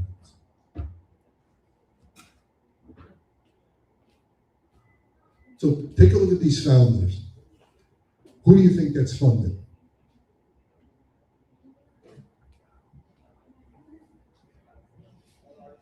Well, I think it would be founder B every time, because investors aren't looking for hype. They're looking for manufactured outcomes. They want to know, can you systematically eliminate the variables that kill companies at your stage? That's what de-risking shows them. Investors don't fund vision, they fund de-risked execution. So name your risks, show them what's eliminated, right? Tie capital to those known variables. That's how you speak the language of capital allocation. So 3 principles, everything reduces to this. Emotion opens the door. Investors are pattern recognition machines under time pressure, and if you don't create an emotional hook in the first 90 seconds, skepticism will win. That's not bias, that's cognitive load management. The hero's journey guides their pattern recognition. Structure guides belief, context, conflict, turning point, transformation. That sequence isn't arbitrary. It matches how humans decide. When you fight that structure, you're creating friction for yourself. When you follow it, you create clarity. And finally, de-risking earns capital. Investors don't fund visions, they fund de-risked execution. If you can't name your risks, they will. If you can't show what's eliminated, they assume nothing is. So name your risks, show what you've eliminated, tie capital to known variables. That's the language of institutional investors. If you master those three principles, your 5-minute pitch stops being a performance, it becomes capital formation.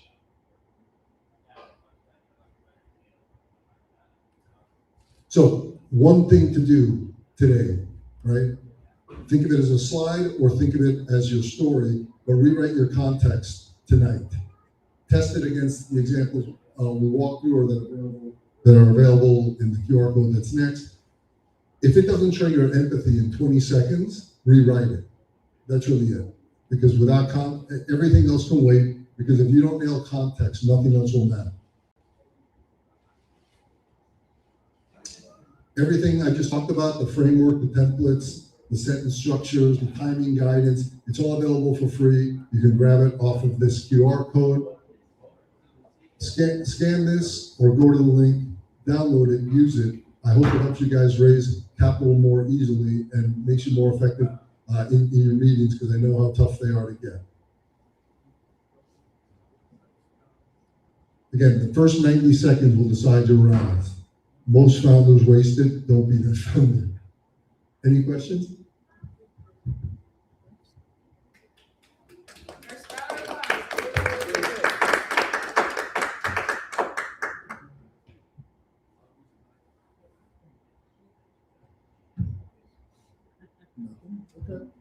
Question. Sure. Could you show us the previous barcode again? I didn't scan it. It's the same one as this. Oh, it's the same one as this? Same Okay. one.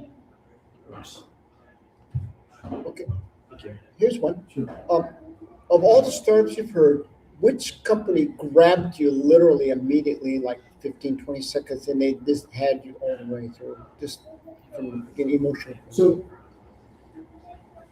there have been several. I mean, it happens with reasonable frequency, but no one feel intimidated by this.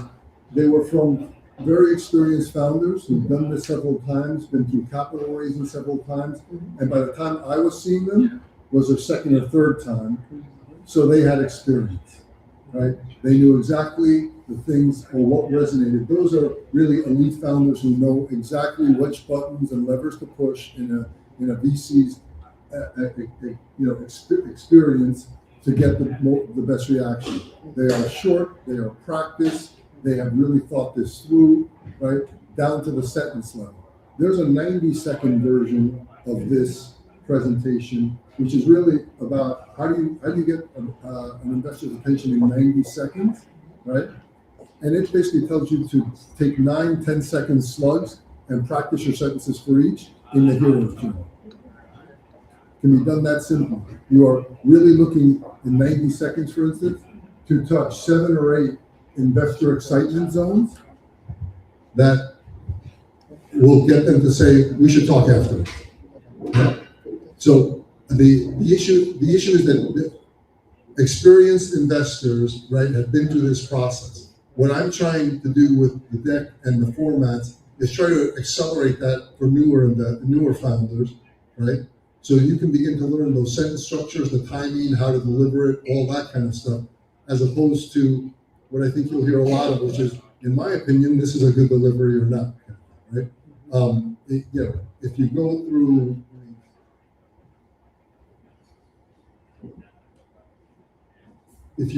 through, these kind of conflict, right?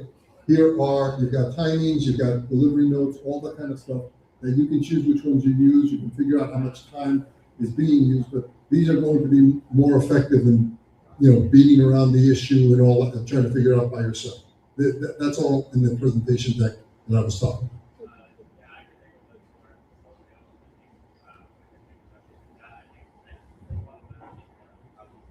Any other questions? Yeah, All right, guys. What's been your best investment, and what's been your worst investment? You know, I would say the worst ones haven't been catastrophic. I would say we're a go-to-market operator fund, so we do real diligence, kind of growth private equity diligence, and what we do that very few other people do, and I don't know, and I can't name them, is that we dive into people's pipelines and go-to-market operations that will tell us if they're going to hit their numbers or not. And we found people who, who presented themselves with all these spectacular growth rates, and they had some traction, but it was smoke and mirrors, and we picked it out immediately on diving into their pipeline. We demand a CSV file of someone's entire pipeline, and we know what to look for as to what's real, what's not real, and that protects our investors, right? Because we and look, founder enthusiasm, you guys are selling too, right? So there's always some exaggeration expected. We can tease out the exaggeration, and then we have a conversation about valuation because they are tied, right? But we've also teased out fraud, right? People who were just grossly misrepresenting, right, what they were claiming, meaning they had these kind of very famous logos that everyone here would know. And it turns out that they weren't really customers, that they had sold to somebody who sold to them, right? And so, kind of things that our process has prevented catastrophic investments, right? I would say the bad ones are the ones that disappoint because the market looked like it was taking a certain trajectory and things are happening slower, and those become just slow movers. We haven't had any one of these that's like a crater, but we're an emerging fund. It can happen to us too. So what are some of the, I want to take a minute. What are some of the signs you look for in like a bet? Because that's what you're doing, right? You're betting. No, you know what? We don't bet, right? We diligence, right? So for a lot of Silicon Valley, VC stands for venture casino, right? They are betting, right? There's a lot of stuff going on, lots of deals, and they want a piece of it. Those are the guys who, they don't lead, don't do diligence, and they try to get into be part of someone else's deal. They are what's sometimes called passive allocators, right? They write checks. We're an active allocator. We invest less. We find investors for every deal because we invest through SPVs, we invest based on evidence, right? Of thorough diligence as opposed to the field. We invest where we invest because Series A is where narrative goes to die, right? Series A is when the narrative part of the company's trajectory is over, and now investors who are writing larger checks are, looking for evidence. And so it's sometimes for inexperienced founders, it can be, the first Silicon Valley cold shower, right? Suddenly the narrative isn't working anymore. This was such a great story for the first 3-4 years that we did this, right? So understand that at a certain point, you are expected to understand how your business works, right? What are the unit economics? What's the growth, CAC, LTV per cohort, all that kind of detail, right?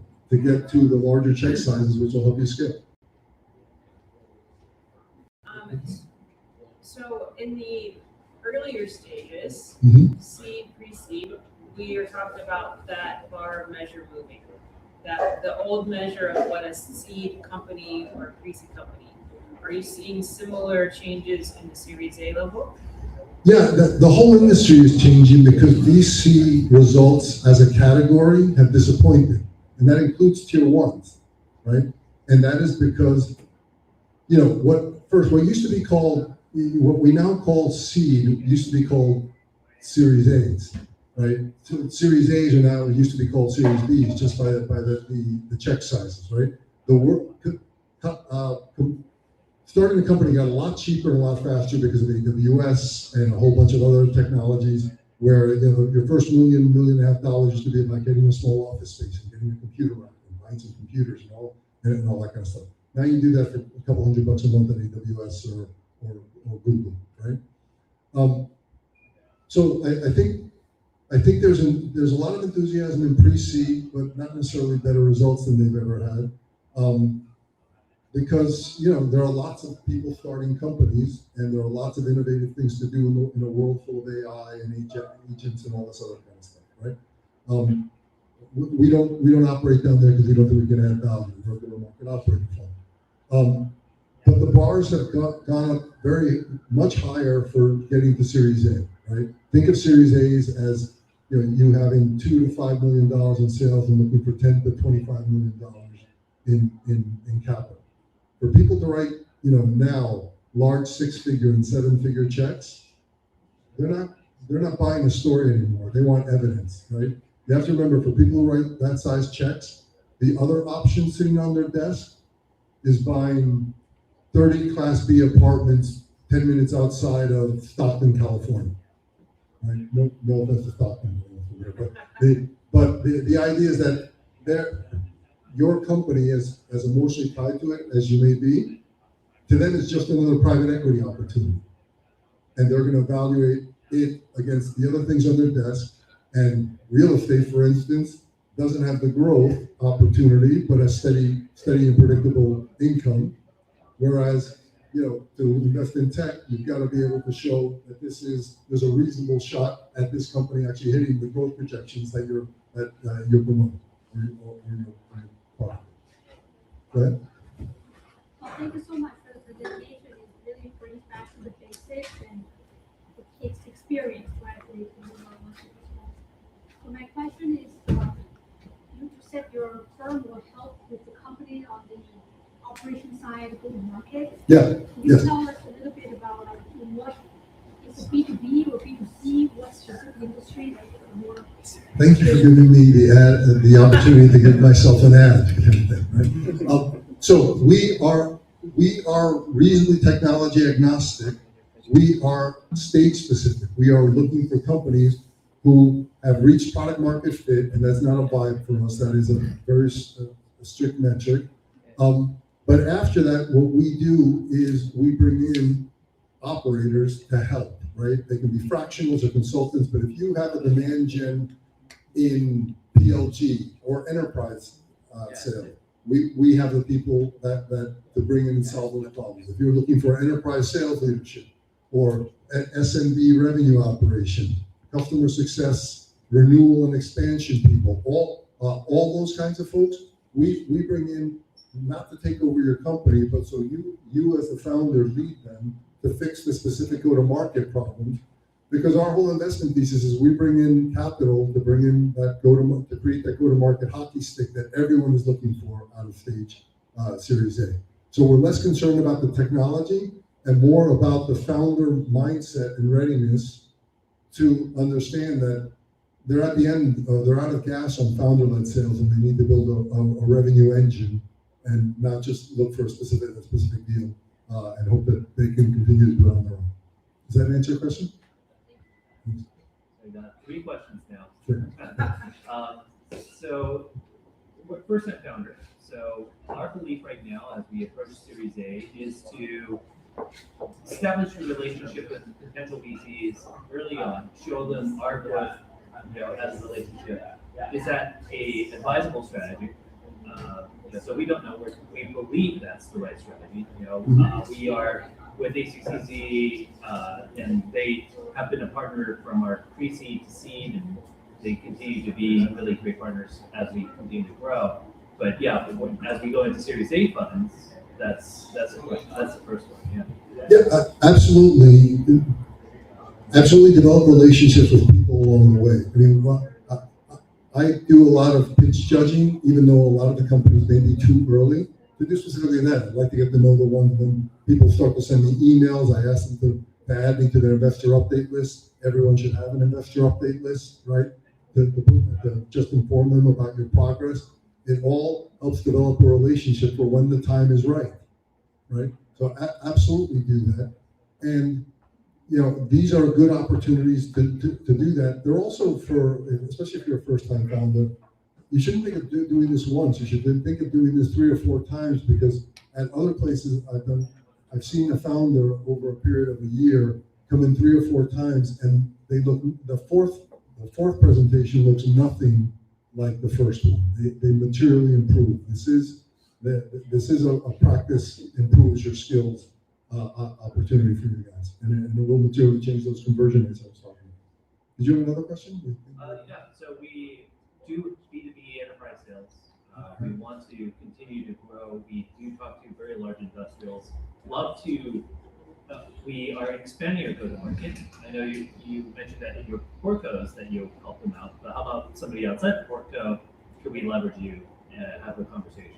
If somebody else has a different portco, or? No, outside of your portco, we need go-to-market people, more go-to-market people, right? Yeah. So I was wondering if you could. Yeah, I mean, I'm happy to talk. I mean, we're a group of people who've been around Silicon Valley and this industry for a long time. So even if I don't know someone who's done e-commerce in women's apparel, I'm not far from someone. I know probably a couple phone calls from someone who's done more of that kind of thing, right? So I'm happy to talk. All right?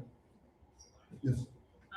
So I have seen an emergence of people discussing pre-Series A, right? Like bridge rounds. Mm-hmm. A couple things as a later stage investor and evaluator.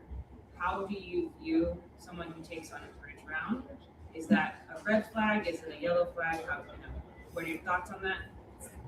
You know, it's a great question. So there's a name that people will call different rounds, different things based on their preference. So we've seen people pitch $3 million Series A kind of thing, right?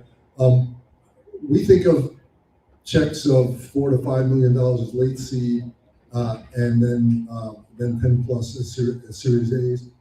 To the specific question, it is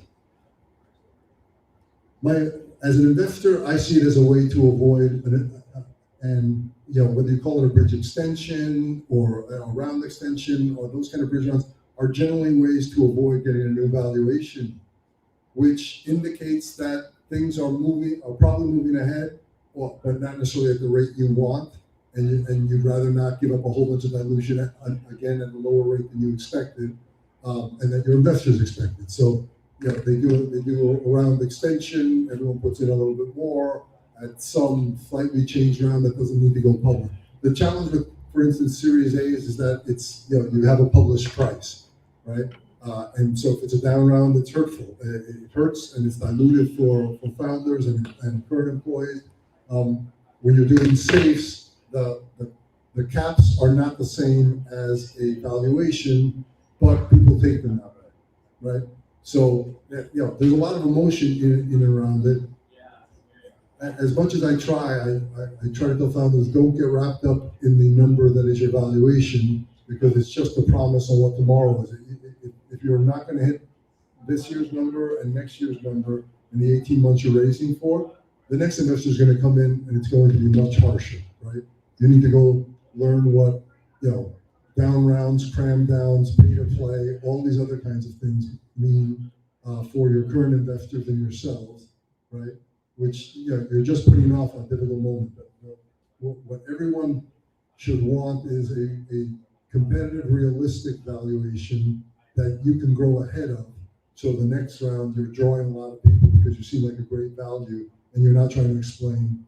There's a whole, we call them vintages in investing, right? The 2020, 2021, into 2022 vintages. Those, that was the end of what's called the ZIRP, zero interest rate policy era. And so you had guys getting $25 million valuations on $500,000 in sales, and now they're out again. And they have they've got $1.5 million in sales, and they expect the multiple up on 25. Those multiples don't exist anymore, right? The market has changed, and so suddenly that company at $1.5 million, maybe worth what's called 7 to 10, right?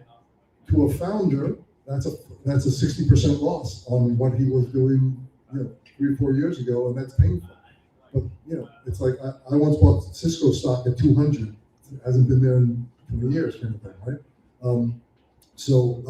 The market is what it is, and it will dictate. And getting emotional about it, being up or down, it's a formula for frustration for you, and for us, it's a formula As a founder, let me just say, when you're having valuation discussions, it's really an argument, but what the investor is evaluating is your ability to deal with reality, how you respond to marketplaces, right? If you can't deal with the realities of valuation, it means you don't know what's in your marketplace, you don't know what is happening around. It's an indication of how you'll react to pricing, salary, all kinds of policy discussions in and around how you steward capital, right? So, it's a much more important discussion than, he said 72 and I said 80 kind of thing, right? It's really about your reason. Like the Tam Sam Sam question, it's a bit of an intelligence test. We just want to know how you think.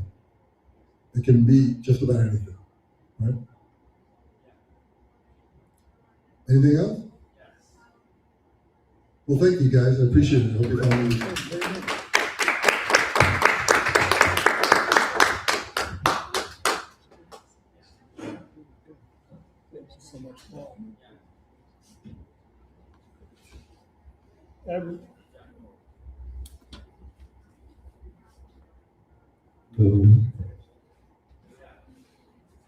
Is everyone enjoying the Deal Lounge?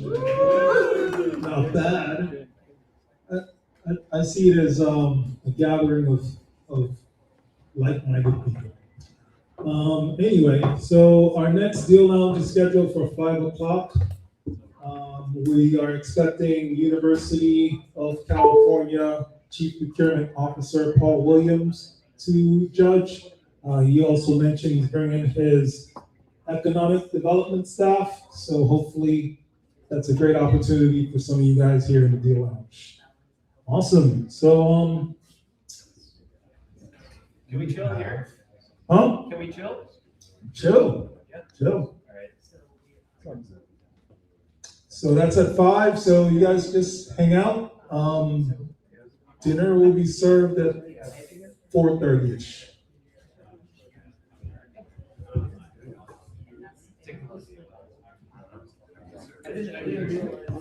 Thank you so much. The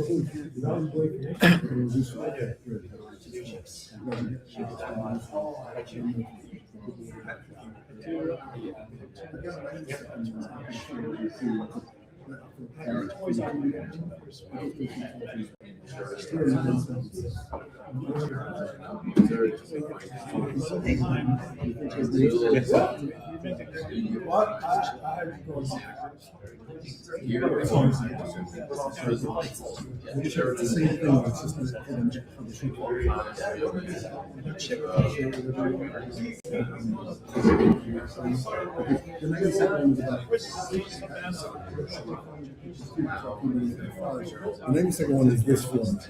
Yours is 120. It actually tells you what are you doing?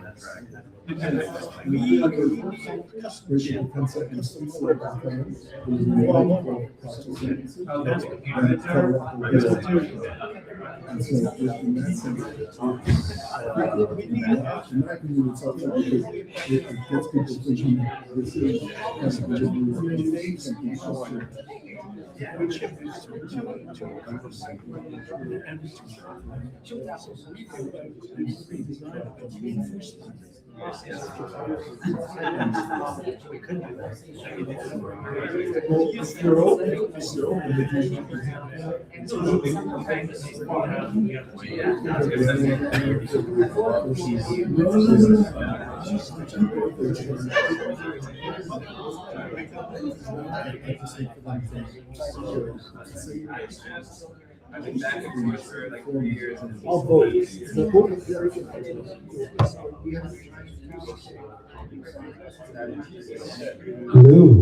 Hello. May I have you guys' attention? So we have a development. I wanted Pablo to go until 5, but he presented you guys the 90-second pitch. Can he present you the 5-minute pitch? Can we take a vote on that? I did the 5-minute. He did a 5-minute pitch. Oh, he did the 5-minute pitch, but he has a 90-second pitch that he thinks is more valuable. You guys want to hear it? Yeah, sure. All right, let's go. Yeah, so Pablo, take over.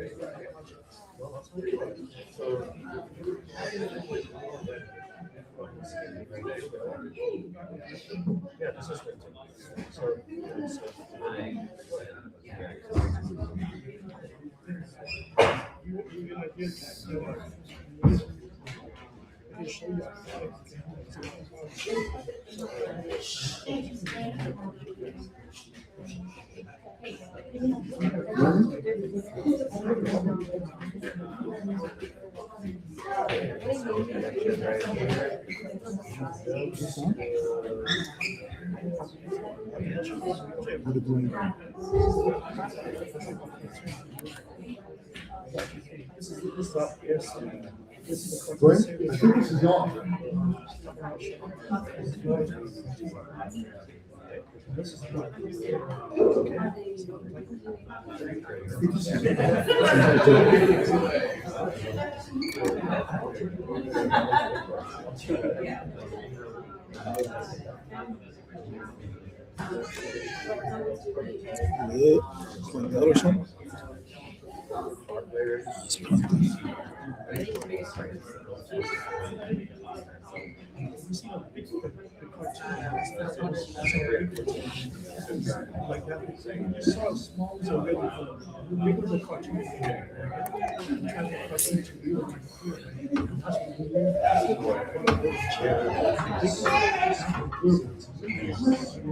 Or it went to sleep while we were getting started. I don't know how to sleep.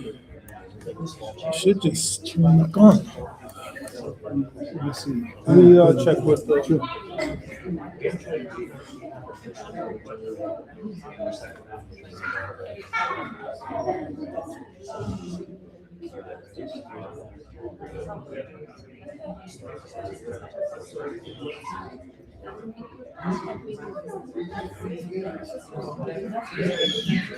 You connect with Pablo? Yeah, one sec. It looks like it's not.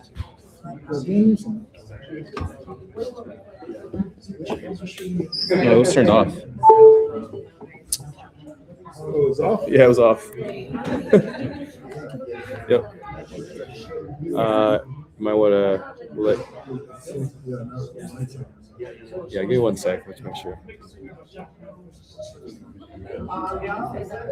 It's like when you call IT and they're like, "Did you try restarting it?"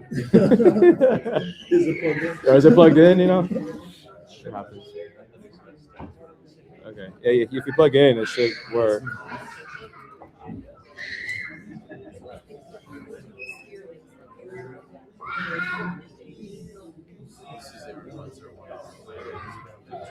Cool. Thank you. Thank you.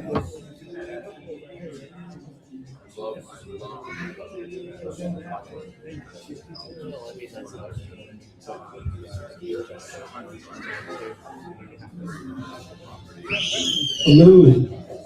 All right, everyone, please get settled. Pablo is going to be doing the 90-second tips and tricks for getting funded from an investor. So everyone, please get settled.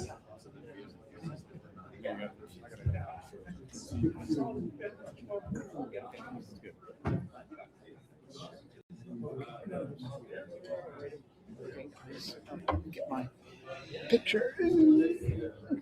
Hi guys. So Wayne suggested he's got a 2-minute format, and I have another deck that talks about 90 seconds and then 2 minutes. It is much more basic, and I'm not going to jump through the similar slides. But what I really wanted to is tell them why this right. This is a hallway conversation. Right? It's a little bit longer than an elevator pitch, but the goal is the same, which is to get an investor to say, let's talk some more. That's the entire goal, right? Which is always what a conversion to a more substantial conversation for both is. Here you've got 90 seconds, but what you can see is that the hero's journey of context, conflict, turning point, and transformation works just as well. And if you've got 90 seconds, what you should be thinking about is dividing that in 10-second slugs. So 9, 10-second slug of one sentence covering these things. These are the most important things most investors look at, right? Your why, problem solving, solution, differentiation, team, market size. If you can hit 8 or 9 of these in a resonant way, you're gonna have someone say, we should have a cup of coffee, at least, right? To have that 5-minute pitch. Or come in for discovery, I'd love to talk some more, right? And so same hero journey storytelling methodology, right? Just time and practice for, to deliver 7 to 9 high impact things that an investor's going to be interested in. Let's talk about the context. Here are 3 model sentences. These are the 3 classic ways that it resonates with people, right? A surprising statistic or fact, short relatable story, or the why now urgency, right? That's your first sentence, right? This gets them interested, right? Conflict, right? A concise problem statement, a solution overview, some unique differentiation you can talk about.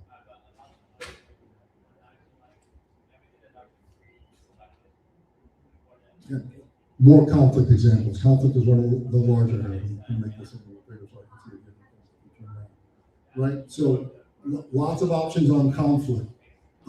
Turning point, right? Your team, your market size, your go-to-market strategy, just some model sentences. And again, the goal is to deliver them quickly, sharply, to get people, they're basically investor excitement zones. Get the investor excited and to want to hear more.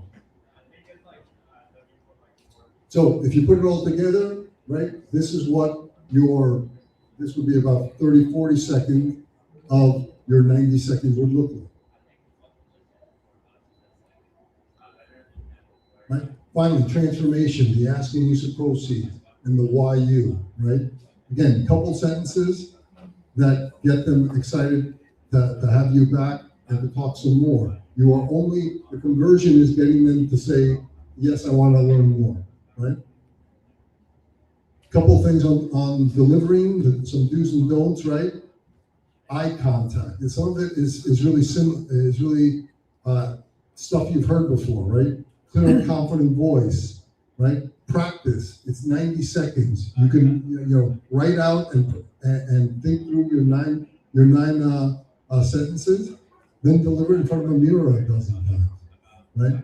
This stuff matters. It means if 1 out of 20 meetings is turning into capital, bringing that to half means you're doing a lot fewer meetings, right? Don'ts and some final encouragement on it. Now, here's a section that happens to be in this one. I didn't know we were going to get to use it. 120 seconds. This is relevant for this particular pitch, right? So once you have 9, what are things that you could add to it for the other 30? Because 2 minutes is also common for pitch contests, right? So some suggestions on adding competition and timing, and in different situations, right? So you can do one of 2 things. You can add new sentences, or you can go deeper into the ones you've got, if you've got good story about that, right? Use it wisely, but in the end, it should stay in the story arc. That you should deliver either the expansion or the new ones in the right section so it doesn't create cognitive friction for people. So I go through when to do either, depends on where you are, where your relative strengths are. Adding 10 seconds of more personal story and context, right? If you want to expand. If you want to add things, why now? Real customer proofs and stories, a future vision. But again, these are 10 second slugs of time. So, frankly, be ready for both. The additional time is another 3 sentences. It's worth the time and effort to improve your conversion rate, right, of these meetings to have these prepared. Again, 12, 10 seconds, and having prioritized. The rest is just stuff about it. You can, QR profile. I will share this with Dwayne, and he can get it out to everyone via email. But just a different formatting of the same heroes arc concept. This one is actually tough. Editing is much tougher than writing, right? In terms of getting down to 9, 10-second sentences and 12 strong 10-second sentences is much tougher than it looks. That's easier for you. Yeah. And it's worth it. It's worth the time to practice, right? And practice practice can be in front of a mirror, and it can also be coming to these and working on it. Right? So, I can tell you in this structure we didn't see one. No one was expecting it kind of thing. But you'll be a lot more effective in any kind of investor environment if you've got either one of these two structures. All right. Is that helpful? Very much. Thank you. Thank you.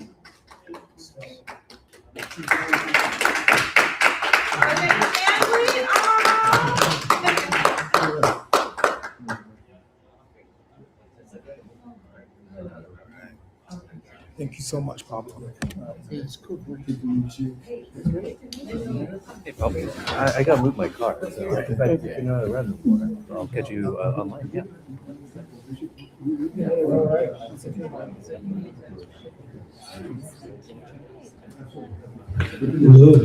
All right.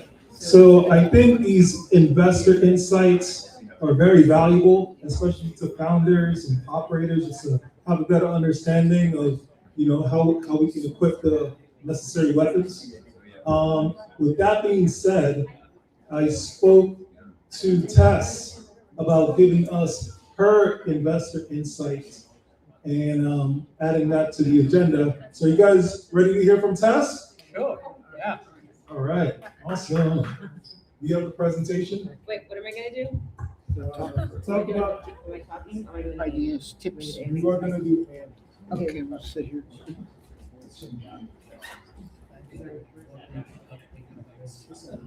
Check. Okay. I'm gonna get cozy somewhere. I don't want to stand. I mean, I do want to stand. I kind of want to walk around. Hi everyone. I'm Tess. I talked a little bit earlier. Give you guys a little more information. FTB Capital Group, healthy founders, healthy companies. I do believe in a balance of a healthy lifestyle and building companies. And from an investment perspective, if you burn out, you quit. That means when we invested in you, our money is now burned. So that's where I've got the support on that thesis. So I thought it'd be fun to do a little AMA series, kind of ask me anything.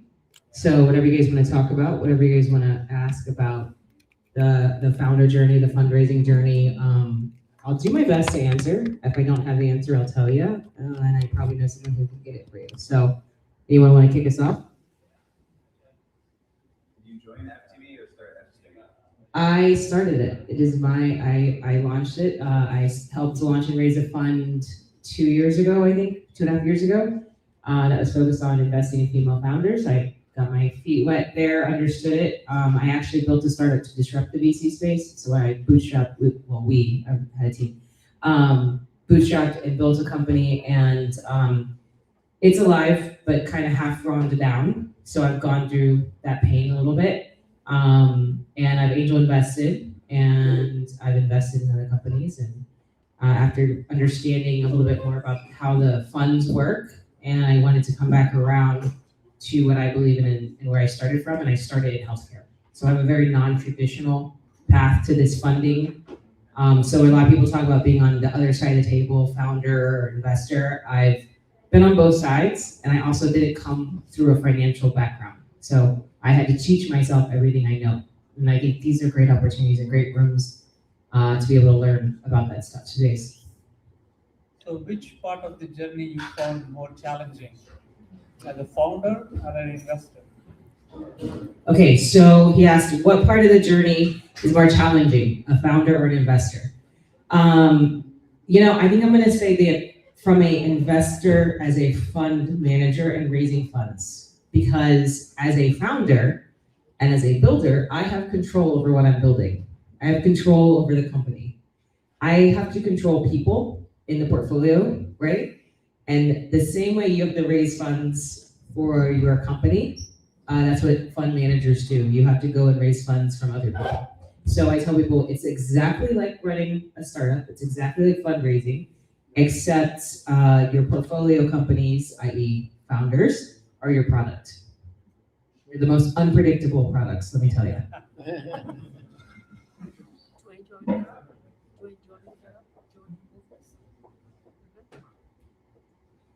Anybody else? I'm willing to go off script too, I don't care. What do you guys want to talk about? Is anyone watching the trial? Thank you. Oh, no, tell us, actually, I wanted to, yeah. I know, I needed the update. I actually asked the question hoping someone else would give me the update. Does anyone know what I'm talking about? Raise your hand if you know what I'm talking about by the trial. Couple people. It's Altman v. Elon Musk. Altman v. Musk, right? Last I heard they were selecting juries. They were selecting members of the jury. Process going on right now. The trial is going on right now. The trial is actively going on. I wish we could just zoom in. But can we is it open to public? Is it? I don't know. It's gonna be so much fun. What?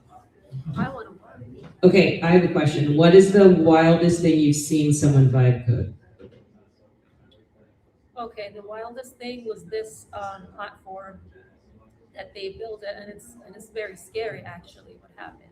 Oh, sorry. Before you answer, let's keep it like PG-13, okay? No, I didn't think. I just wanted to put that out there. No, it's a platform. They made something for to create safe space for women who are being in violent situations, and then all of the data they vibe coded, and obviously they didn't have any idea of how to protect their data, and then all of their information and where they lived, who their name was, all of that was all over there, and so I don't know what happened to those women. I hope they were safe, but it was very scary, and that was the time. I think they did it on Lovable, and I'm not 100%. I think it was Unlovable because it was Unlovable. It was probably Lovable had the big data leak about Lovable 4 weeks ago, right? What happened again?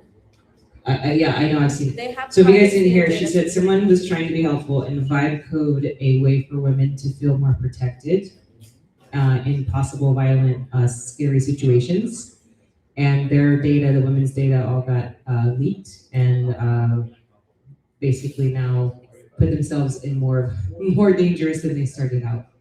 But I think that's a good example of where the prompt coding, the vibe coding, has a lot of potential problems and challenges. I think it's an exciting time.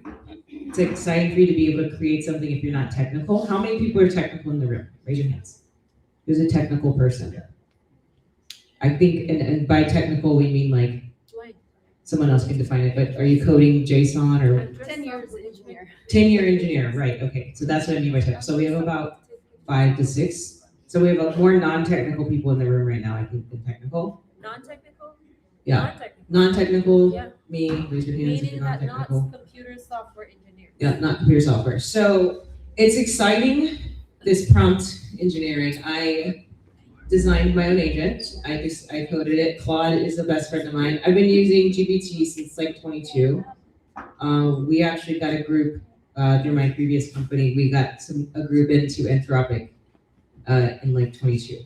And I will tell you, I thought Anthropic, my bet was Anthropic would be bought by OpenAI because I felt like GPT got the Kleenex moment. You guys know what I mean by that? Yeah, so the first one that went out was the brand now for all of the paper tissues. Yeah, right. And there's a name for it and I need to look it up. But Kleenex is what you call the tissue, but it's a brand. And so I feel like GPT got the market share for the consumer. Like everyone just talked about it.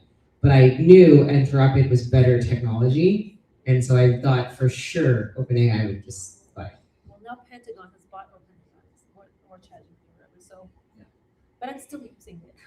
Yeah, so prompt coding, vibe coding, whatever you want to call it, it's been amazing. It's opened up a world of founders, a world of people to create companies that otherwise would have never done it.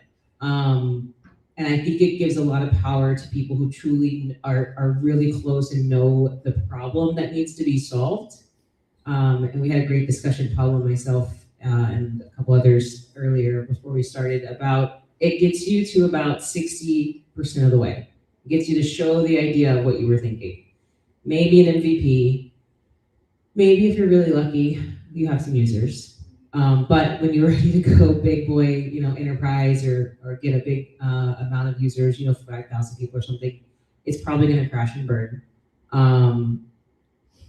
But it's still exciting. It's exciting. It's not going to replace the human touch. I was at an event last night, and there was 5 different people on the panel, ranging from investors to banking to all different kinds. And we all aligned. Something that came up throughout the night was how important, and even more important, is the human interaction, and the things that you can and cannot replace with AI, especially as founders. And so you can't replace the human action. You can't replace the customer feedback, especially if you're early. You need to be still having those conversations. You can replace, some of the workflows. Again, you can, spin up an MVP or an idea of a product and have this working feature. But you still got to do some of that legwork. You still got to have those connections. So we're doing AMA here, open floor. Anybody else? Any questions? Anything? Tell me about your shoes. I like them. Oh, my shoes. Okay, so these shoes, it's a kind of a joke. How many people were part of the blockchain crypto, right before AI kicked off? It was big. Yeah. I mean, depending on if you look worldwide, it's there. But so in the U.S. we had an issue with a lack of regulation, so we don't really quite have as much fun here. But I cut my teeth, if you will, in the tech space there. And so these are, I don't know, Nike something summer editions. And so every time I had a conference to speak at, I would buy a new pair of shoes. Wait, so these are originally colored, or did you? Yeah. No, I bought them just like that. So, and you bought it during the. Yeah, I was probably 22, when you were going 21. wild with crypto? So are those NFTs? NFTs. Yeah, 21, 22. So yeah, it was the crypto NFT bro, that vibe. DAOs. Yeah, and so every time I spoke at a conference, I became there was a joke that if you got into crypto, somehow you became a sneakerhead. And it's true. I think it's true because I really didn't care as much about sneakers until I started doing it. So what are some of the, if you could define a winner, if someone was to present at the next Deal Lounge, you're take my money, what would that be for you? All right, so we asked, what's a take my money moment? Now, to be clear, Dwayne, what stage of company are we talking about? Series A. Series A. Okay, shout out Take My Money at Series A. You're showing a certain amount of revenue, I would say. You've got your team, core team is in, and you have got a good solid customer base. You're continuing to grow month over month, year over year, and you have defensible. This is going to sound weird because by Series A you should already have the defensible moat, but you have your defensible moat. Just because I think there are some people that still sneak through, and you're able to have revenue and have some things, and maybe that moat didn't get broken all the way. I'll give you an example. There is an ophthalmology startup. She changed the way the eyedropper. I wanted her to actually pitch here today, so I'm gonna plug her. So she changed the way eye drops, the actual nozzle that puts the drops in your eyes, the way they were currently and previously created was overabundance, too much. There was a lot of extra waste. So what she did is she redesigned the eyedropper into a microdosing eyedropper. She patented it, and she's getting better concentration. She's getting better deployment. She also created and tested to be able to see. She showed how the actual absorption and deployment into the eye is better, and so she's like totally crushing it. She's got it. She's been in business, I think, 2 or 3 years now. And so I really like, she didn't just patent the eyedropper for the ophthalmology space, she patented the actual bottle, like eyedropper for that bottle, for anything that you put in it. Pablo, what do you think? I think Pablo's, I have not made as many, I'm gonna tell you guys, I'm not a big Series A, I'm just getting my little young feet into the Series A world. So I'd like to hear what Pablo has to say on that. So remember, we're a go-to-market operator from the, team has to be strong, not necessarily the final team, because between late seed and Series B is when they often bring in, much heavier hitters than the founders, or there's a founder transition, or the first sales guy isn't the right guy. For the, he could take it to 20 salespeople, but he couldn't take it to 50 or something, right? What we really look for is evidence that people can hit their revenue forecast, right? And so that generally means an understanding of pipeline, an understanding of unit economics, a whole bunch of technical financial things that aren't necessarily fun, but that they need to start. Certainly by the time you're raising Series A kind of money, you need to have some control over it, right? CAC or LTV by cohort, kind of thing, right? Those are the kinds of things that indicate. Those are the kinds of things that indicate that you've got control of the business as opposed to a vision and a narrative, right? So all those kinds of buttons, levers that are not the exciting part of this business, right? But they're the parts that allow investors to say, this person has control or doesn't have control, right? Along the lines of what I was saying, I mean, are they dealing, can they be a steward of capital? Because that's what you are once you're at a C level or above, right? Can you manage someone else's capital? If you're still like emotional about your valuation, or your answer to everything is failing is, but what about our culture, right?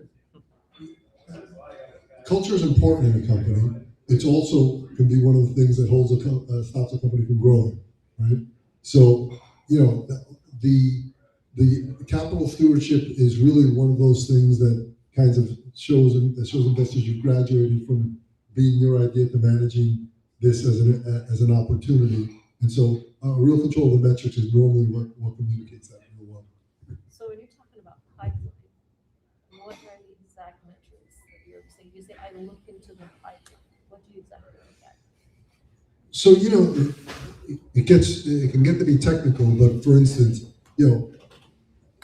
what's an opportunity? An opportunity is what you're selling to whom, for how much, and by when, right? So there we see people telling, we're going to close mega deal in December, right? Well, great. Except that you find out in their pipeline that the proof of concept, that mega company with mega deal, and is that finishes at the end of November, right? 30 days to close a mega deal just doesn't happen, right? Normally they close the proof of concept, they need to deploy the proof of concept. Then the customer needs some time to see if it delivers on what the proof of concept promised, right? All those kinds of things are things that people hide in pipelines, right?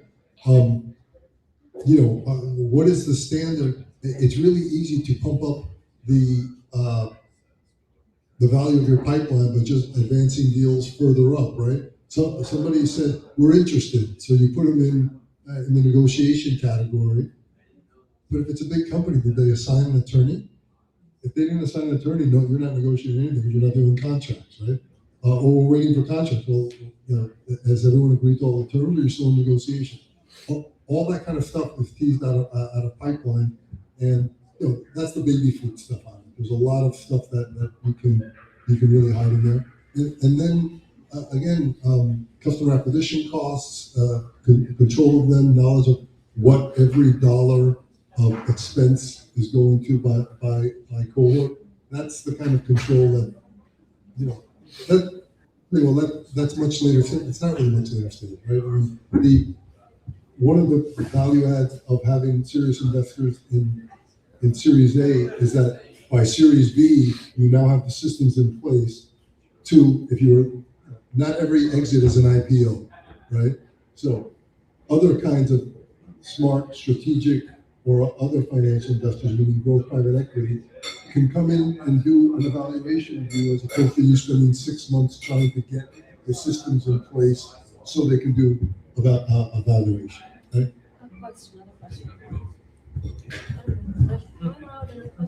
No, this is totally open floor here. We're just, I love it. I want to just know. So, in terms of investing, when you look at a company, it has a great team, perfect complement, right? The team is great. They may not have had exits before, but they look capable to be able to do this. The problem is a real problem because the founder has been in that space, knows that this is a real problem, and can show you. And the solution is a real solution, and they have traction. So all of these things that you look at in a snapshot, they look great. What could be deceptive that you don't see it? Because you say, maybe goes back to the pipeline, right? That, okay, everything looks to be working great, so we want to validate it, number one, right? Okay, all of these numbers that you're telling us is actually the numbers that, it's like comparing real income to just the gross income. Okay, my gross income is so and so, but what is your real income when you deduct everything from it, when you have inflation and whatnot, right? So validating that, what else would you see, in a snapshot before you go into the pipeline? Just recently, there's an issue of veracity. Are people telling the truth, right? Are people telling the truth in what they're saying? I mean, on that 16 to 20 page slide deck that every VC gets as their intro, right? If you discover that the logos they're promoting as their customers are actually not their customers, but maybe someone who's is doing a trial, right? And they're already claiming the potential outcome of a sale to those guys, even if they've done a download. Or, I mean, these guys, one company I'm thinking of really crossed over into the F word of fraud kind of thing, right? Where they claim 2 or 3 name brand customers that everyone here would recognize. They had no relationship with them. One of the founders said he was the chief security officer for this major initiative in security in the state of Utah. Turned out that he had been given the chairmanship of the go-to-market committee for that, and he was claiming that the $25 million budget that the state of Utah was going to be using for this kind of security was his deal, right? And other silly things like that, people don't realize that some people check. There are lots of people who will put up a Stanford Business School, Harvard Business School, some famous business school seal on their LinkedIn profile, right?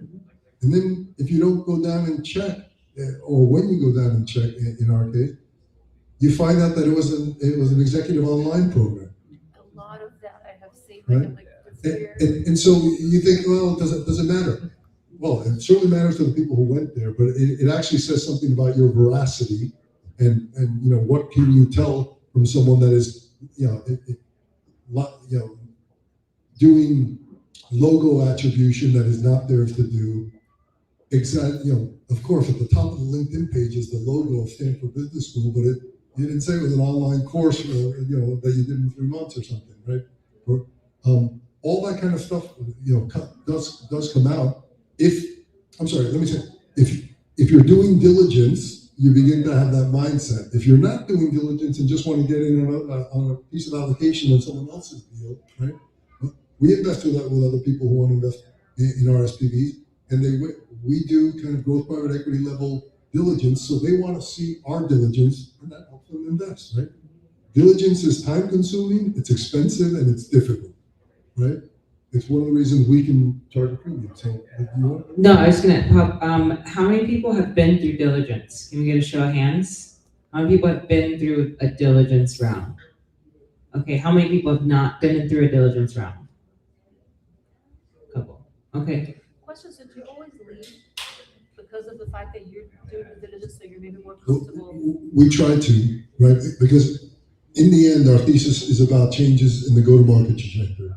And so we want to lead rounds, we do due diligence so we can get a board seat. Because from the board is where we can put our finger on the scale and go-to-market attention. You know, if we're not there on the board, and we do other technical things, right? We in our deal is a side letter where we come up with the 5 to 10 go-to-market priorities. That it's not a contract, but it's a recognition that 5% of our invested capital is going to go to these 5 to 10 go-to-market issues, because in the first 3 to 12 months, depending on the size of the project, because that's how you create a hockey stick, a change in trajectory of growth, right? It's very tough to drive that if you're just mailing in recommendations via text. Yeah, so I do really like where this conversation is going, because I feel like for the room we have the perfect combination here, where it's early stage and right into Series A. Like you've done diligence, maybe you're raising that Series A. So people who maybe aren't ready for Series A, I can speak to that a lot, but what's interesting is and then Pablo's got, he's very focused in on that growth in Series A. I feel as an early stage investor and as an emerging manager and someone newer to the space, I'm coming in with a outside of the Silicon Valley logical thinking process of business. And I see a lot more early stage fund managers and investors having the same, because if you were here earlier and heard Paulo speaking about the 2022 era, the raising a lot of money on an idea, high valuations, that's not happening anymore. And LPs are investors that invest into the funds that you need to return investments on. They're not getting their exits. And so the bar of measure is raising. So for a seed series as an early investor, I'm having a lot of conversations that sound like what he's saying. My previous fund, we were lead investors. My partner, she had a big background in due diligence. She would actually teach family offices due diligence. I have heard a Silicon Valley OG explain to me that seed diligence should only take 1 to 2 days, and I think that's an old adage. Because for me personally, like me spending a second time with you as just a human being gives me, I need more than 2 days of diligence. So before I'm going to write a check, I think I need more than 2 days. So I think having some strategic understanding of like the early stage to Series A, what you should be targeting. And Pablo, you mentioned one of the things that you look at heavily is the team, and that the team is a good steward, or the founder, the leader is a good steward of capital. And I think one of the best ways to disseminate that into action is how, as the founder, how as the business owner, are you allocating your funds, whether it's your revenue or your seed investment. And I wanted to hear specifically from team hiring, where do you see the most impactful team hiring? Like, what do you expect to see in that team?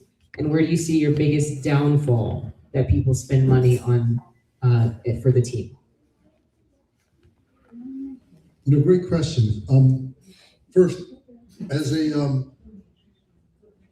avoiding the most common traps, right? The people, especially in an early stage company, on your team you have to choose them because they bring material skills to to the Mount Everest you are about to climb together, right? So that is not about the school. If somebody has a degree from famous engineering, your favorite famous engineering school, right? But it's something unrelated, or you would much rather have the kid, the person from the less famous engineering school, but who's got a very specific skill that can help you now, right? So overweighting on famous degrees, right? Founder from Stanford, a technical founder from MIT, except the Stanford guy has no experience in this business, and the MIT guy was, in geology, who knows, or whatever it was, right? So you're doing something different, right? Really, a understanding that you need specific skills to get to the next stage, right? Then a little bit later comes the inappropriate for the stage effect, right? A lot of people come with halos on their career because they come from a famous company, right? So, hiring a guy who used to run a $250 million division of something for your $5 million company is a gross mistake. That guy is used to large company infrastructure. Marketing is done. The market is proven. There's no MVP or product market fit for a $250 million ARR company, and that's not even that big, right? Compared to Salesforce is at 30 billion, right? But the person who comes from some big company like that comes with proven product, proven company, probably some level of competent management. And a whole RevOps, marketing, customer success infrastructure that help the company do that. How is that relevant to you who needs to go from 2 to 8 SDRs layered on to your 3 or 4 salespeople layered on to your 2 customer success people, right? So when you begin to see those kinds of 2 things, right, over focus on degrees, or I guess it's similar, over focus on that kind of large company halo effect because they're going to bring something magical to you. It means you're not really thinking through the problems that you have right now. You're hoping it's more narrative based kind of decision making as opposed to evidence based decision making. We'll pause there. Any questions after all that? Anybody have any other questions based on that? I guess my question is, but usually at certain stages, they want people that come from big brand company name, from Google's, Apple's of the world, just because that also makes it likely that they'll raise the next round because you have these big brand name people that are leading teams at your company, and just kind of puts you in this category with the big leagues, the big boys. Yeah. So I think that's a well-known problem that happens after we invest. That normally starts to happen in Series B as they're looking to Series C, right? So they use Series B money to begin to pay larger salaries and try to pay recruiters to rip somebody out of Google or Salesforce or whatever you think is the hottest company in your sector to prepare for Series C, where they go for something much bigger. Until you're at Series B, remember, Series A is scaling, right? Series C, Series B and C are about scaling more and growth kind of thing, right? Series B is going from a process that was running 20 to 60 salespeople, right? But 20 is not easy, is not a small amount to manage, and that's when the sales manager from XYZ big company matters. That happens a little bit. You're absolutely right, but I think it happens a little bit after the stage we're talking about.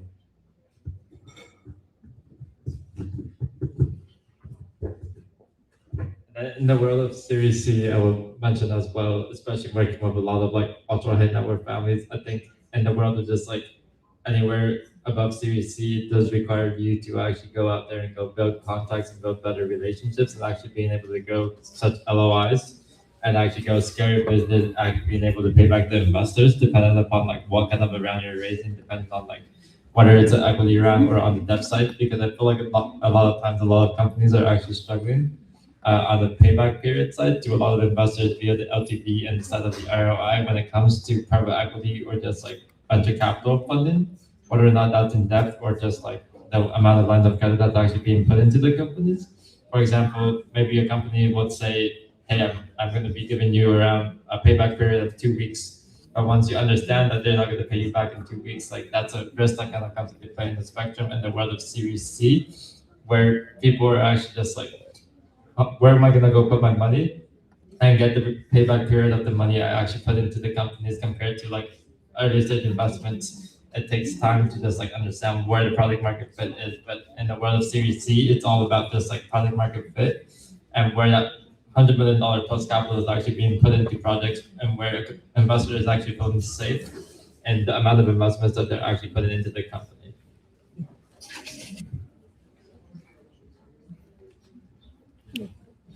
I have a question. Yeah. How about the relationship selling? In B2B, sometimes these big guys coming in from big companies, they bring in significant relationships with enterprises, and they should be able to add some value. But again, it's a very measured kind of move to hire those people, right?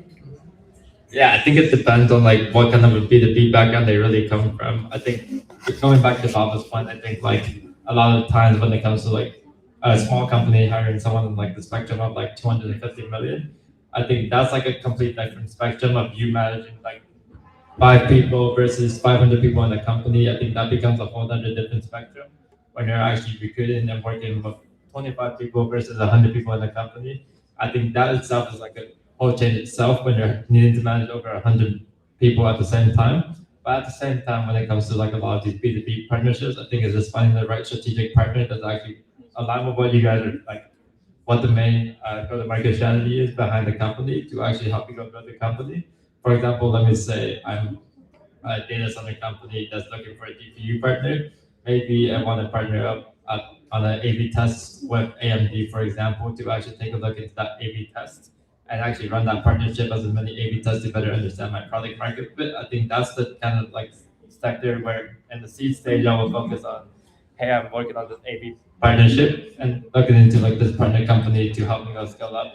Because Series C is when a lot of companies are actually more solidified now, looking into potentially government contracts or even into the world of different investments to actually help them get into the world of bigger investments. Yeah, I think your question is important because I think people, I'm gonna hear Pablo's too. I'm gonna give my little input here.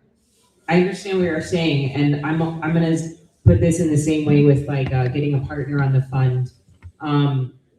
Instead of paying that person a salary, kind of get them to make the introduction. I don't know exactly what you're talking about, but it sounds to me like I hear when people are looking for a co-founder.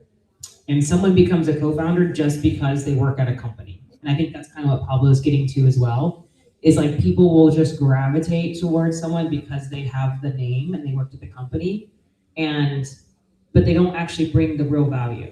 And if they have the B2B connection to make for you, make them make it. It's just like what I propose, what I champion to founders when you're investing. You should have investors wanting to invest in you. We should be coming and trying to get in with you, not you convincing us why. And it should be this. It's like a reverse. If you think about flipping the script, we should be pitching you on why you should allow us to write you a check. That's the position that every founder should be in. It's not about, you trying to sell us. We should be selling you on why we get to be the ones. Yeah. So I understood your question with a slightly different nuance, which is, there's a time when people want to begin to pay big dollars for very experienced sales guys who claim to have a relationship. I sold to JP Morgan Chase or this bank for many, many years, right? And for some reason, they think that that's like a guarantee, that they hire the guy and get an order. I can guarantee you that unless, if the guy really could guarantee you an order at the big relationships that he's talking to, or that he's claiming, he wouldn't be your sales guy. He'd be your consultant and take 10%, he'd be your marketer. He'd take 10% off the top because he's got that guaranteed. He's not going to take a sales rep salary. what their relationship can actually do for you is get you into a conversation you don't belong in, right? You know, you are the new LLM on the block that's being evaluated as a technology, and they've already, and Anthropic and, you know, all the big guys are there, right? And you're the new kid on the block, and you may even get a chance to present because of that guy's relationship, but then your product has to hold up, your company has to hold up, a whole bunch of other things happen. So, you know, relationships do matter. They certainly matter for getting in the door, they matter in negotiations, they matter for keeping you in places longer than you might have competitively been able to stay if you didn't have a relationship. But paying big dollars because you assume that the customers that guy had before are going to follow him. Nobody's I hope most people are not in a suicide relationship right now. You know, people will listen to you and give you a better airing and give you the benefit of the doubt if they've got a relationship with you. They're not going to do something that's risky for their career or is going to hurt, especially at the senior levels, because they've likely been there a long time. They're going to do something that's going to hurt them. So that's another one of those hiring decisions and strategies that kind of begin to reveal how it's a common short way people think they're getting a shortcut, right, to more sales, as opposed to building a good sales process, you know, understanding the market nuances and speaking to them, right? The easiest thing to say, I'm just going to go get a guy who sold to JP Morgan and he'll sell my stuff to JP. Is that what you were talking about? Yeah. Got it. So, like I mentioned earlier, we at the early stage, I feel like I'm having a lot more conversations like what you're mentioning, Pablo. So, when do you? We're talking about a hiring team, allocating capital, and being good stewards of capital. And what you just mentioned, and he just described in this scenario, you're getting into rooms you probably shouldn't be in if you're having a partner that gets you in with like a giant enterprise company and your infra is not ready for it. And so then what happens is you end up talking to trying to raise a seed round, and you say like let's just say this company hasn't raised before. So now they're trying to raise a seed round, and they're like, we've got interest and we need to fulfill this. And when you do the diligence, to Pablo's point, for the people who do it, you're going to realize that you need so much more capital and you're so far from delivering the product that's going to keep them that your company's not going to make it. You're basically you're going to fold. And so while it's exciting and it's great, the savvy investor, and I'm not saying you can't get checks, I'm not saying it doesn't happen, but the person who does understand this type of flow understands that it's not a good deal, like it's not good, you're not ready, and you've got some more work to do. One of the other things that you see early stage, and I want to ask Pablo from the later stage with capital, is a lot of times the capital raise is to, in seed stage and early stage, to fulfill salaries. And I don't really like that. I don't think it's a good signal. Personally, I understand the staying focused on the problem, and it's hard. You should be 100% focused on the problem to solve it as fast as possible. So if you've got a full-time job, then how are you going to focus on it and build? But then there's people that chunked away a savings, they have a savings, and they're living off, or they're being creative, whatever it is. And they take all the capital and put it into the infrastructure, into the business to provide the solution to the paying customer. There's a lot of things there. So I guess my question, Pablo, is when you're starting to raise Series A, where should you expect the profitability to be in a company? Great question. We don't necessarily expect Series A companies to be profitable, right? They have to be managing money responsibly. So if you're investing capital in growth and delivering growth, right, through a series of conversion rates and all that kind of stuff that look like it's a rational decision, right? That's why, fast companies, now usage-based companies, they can lose money for a long time if their unit economics are in line, right? And are justifiable, right? payback periods, all that kind of stuff you have to know. That's why you need to know them, because you're asking investors to have you to fund your losses in exchange for growth, right? If you're not, people will do that all day if you can understand that. Now let me also say, by the time you're at Series A, people should be on salary, right? I mean, there's a stage, when we run into late seed companies where people are still not on salary, that's when we get suspicious, right? I mean, is this now such a passion play for you guys that you've been eking out small checks for a while and doing, prior round safe extensions and all these other kinds of things, right? To try to keep existing. Is it a passion play, or why are you still at this if you can't get some traction or enough to pay yourself, right? So yeah, people should be on salary. That doesn't mean they should be extraordinary salaries, right? But they should be on a salary. You have to remember, if you're an early stage person or a founder, your ultimate compensation is the stock, right?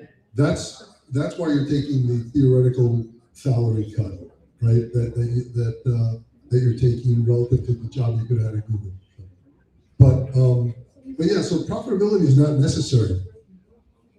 Responsible capital stewardship is. So that's when people ask you by cohort, right?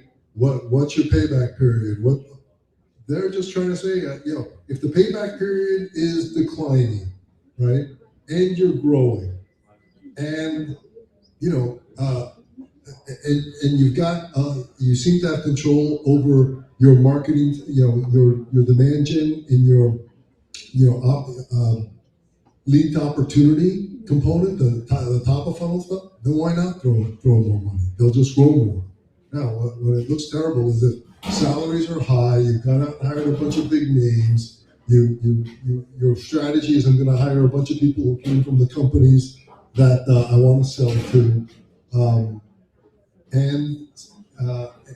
and all those kinds of things, and you don't have control of your metrics.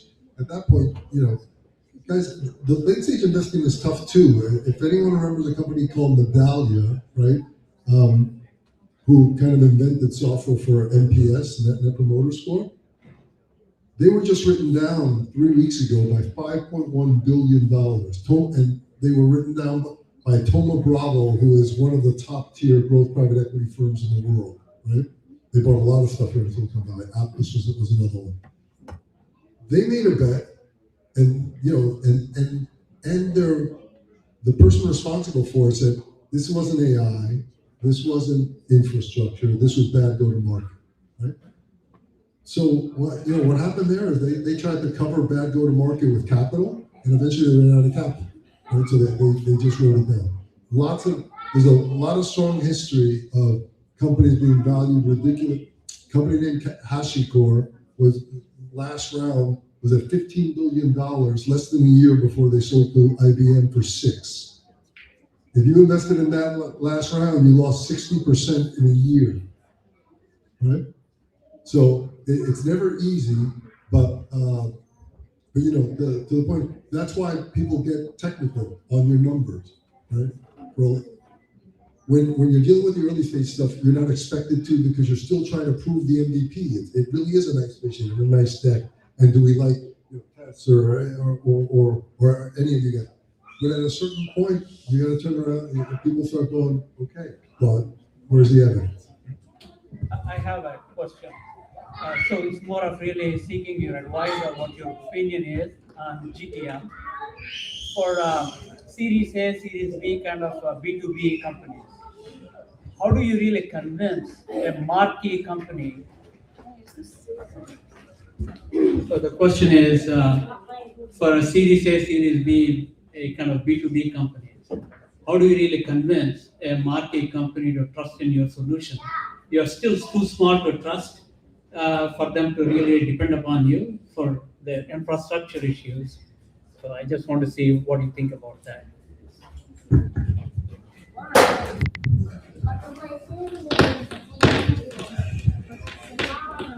So I just to make sure I understand, Series A, Series B, you feel you're still a little small for the large enterprise contract.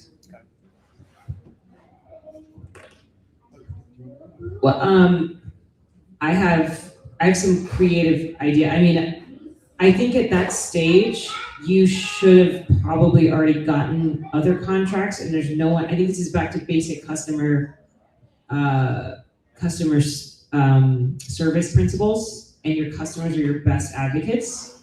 And if you have, so I think one of the big things you have, especially if you're in that B2B space, so you're not in a consumer space, you're not having large users, right? You've got smaller user numbers, but larger contracts. Your number one goal is to service every first early customer 1,000,000 times over. And so they do nothing but go out and champion you. And so no matter how your size seems, like people should be shocked. And you see this happening now. I just read some article the other day of a company raising a series like B or C, and they only had like a 10 or 12 person team. I think people should be like shocked at the service you were able to provide and the infra you were able to provide, and think that you are a super large company. And then that's how you would leapfrog into that. That's what my personal kind of. So there's a long track history of small companies selling to large companies. And it's not true that they won't buy from them. They may not buy commodities from them because it's safer to buy the commodity from the larger provider. But if your product or service provides a unique or highly differentiated value, and it's sold in a way that a large enterprise can deal with, meaning contractual terms and the right level of support and all that. I mean, I think what you're talking about, I've seen be very difficult if you're a small company that's already trying to move from SMB to large enterprise, right? You don't have the infrastructure, you don't have the team, you have field architects and sales engineers and sales people and all the kind of technical infrastructure that they all require because the risks of them, the large companies screwing it up as well. If you started out with that, or you do something that they absolutely need and no one else is doing, or doing in a way that is markedly worse, they will absolutely buy from you. They may be more cautious, meaning they'll start with a proof of concept and then do a pilot and then do something department or division level. That's the ladder. But what that's saying is right. By the time a Series A company is post Series A, you're likely to be crossing. You get to Series B, you're likely in that $10 to $20 million range in revenue, right? And if you've been selling enterprise, you've got more than enough, references, right, at that level. So they may still be cautious because you're small, but I would say what you're describing is more someone trying to move into enterprise from something less rigorous, right? But I wouldn't be afraid at all. There are lots of great small enterprise companies delivering great value to large enterprise, right? Because of a business model, of a set of technologies, a set of all that. So I don't think it's as big an issue as you're thinking about. And I think that out of that, there's an interesting point is when you talk about, especially the B2B company, if you're running a B2B company, is how you define B2B. And so if your definition of B2B is only, and your definition of is enterprise, like a Salesforce, then it's kind of like you're going from 0 to 1,000,000. And Pablo just mentioned SMBs. I think that market gets overlooked a lot. I think that the SMB market gets overlooked as this B2B opportunity. And to be honest, you might find a lot more blue ocean there. Right, they're not getting pitched to you as much, depending on the product, depending on if it's commodity, right? You know what I'm saying? You might get a lot more traction, and then you can show, then when you have that pilot opportunity, when you have that division opportunity with Salesforce or the large enterprises, you can show where we've serviced, 50 SMB companies in this sector, in this thing, and this is what they've seen out of it. Here's 5 references, I think you get creative like that. So I think we're about 10 minutes away from 5. If we want to take a little break, and the next lounge starts, right? Yep, next lounge starts at 5. Thank you guys so much. That was really, hopefully, valuable for you guys. I hope you got some value out of that. I enjoyed it. Thank you, Pablo.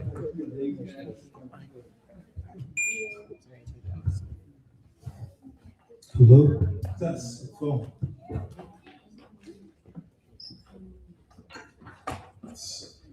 All right, so we'd like everyone to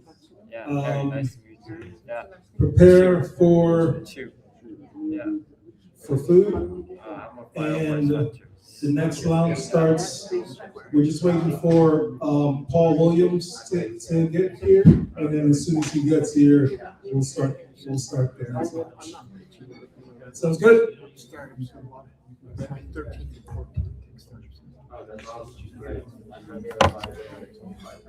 Oh, wow.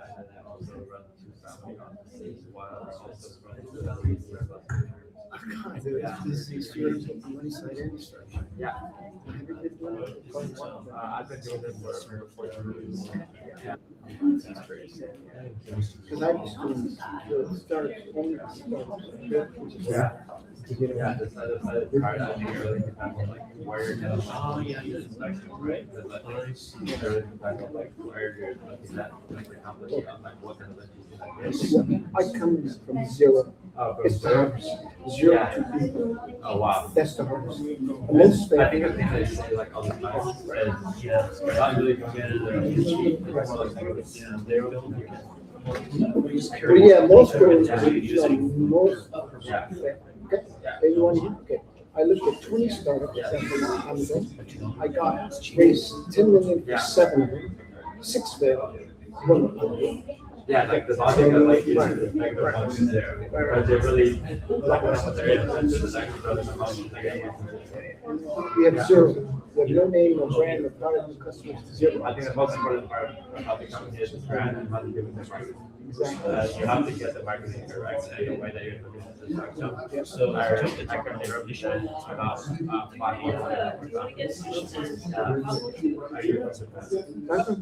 California. I speak fluent Japanese, so our company is my Oh, okay.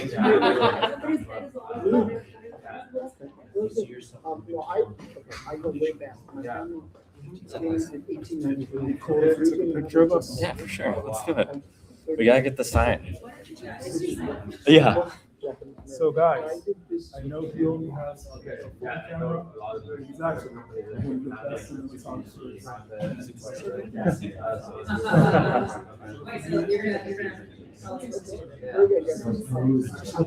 Yeah, a little bit. Squeeze it out. Yeah, squeeze a little bit more. All right. Say money. 3, 2, 1. Boom. You get sideways. 3, 2, 1. Good job, man. Does everyone want to come in and take a picture? Hey guys, we're taking a group picture. Let's get everyone in. Let's take a group picture. So what is that company? Oh, yeah.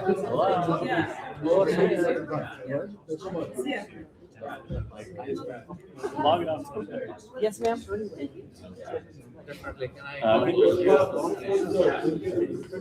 We have very good panel. I want to talk to you. Because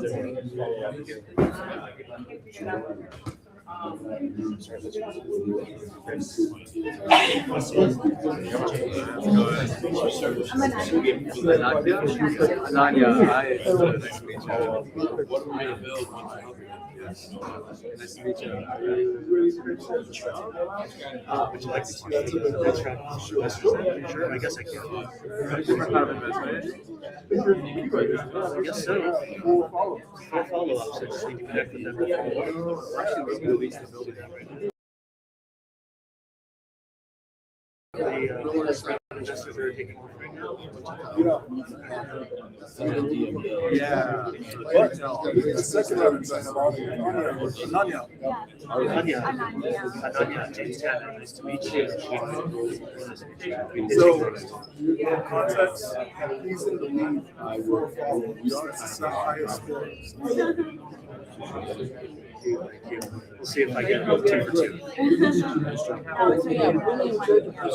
Yeah, that was the 1 p.m. session. So now I'm I've realized now I'm pitching again, so part of me is going, yeah. Are you an investor yourself? Yes. Which fund are you in? Westbridge.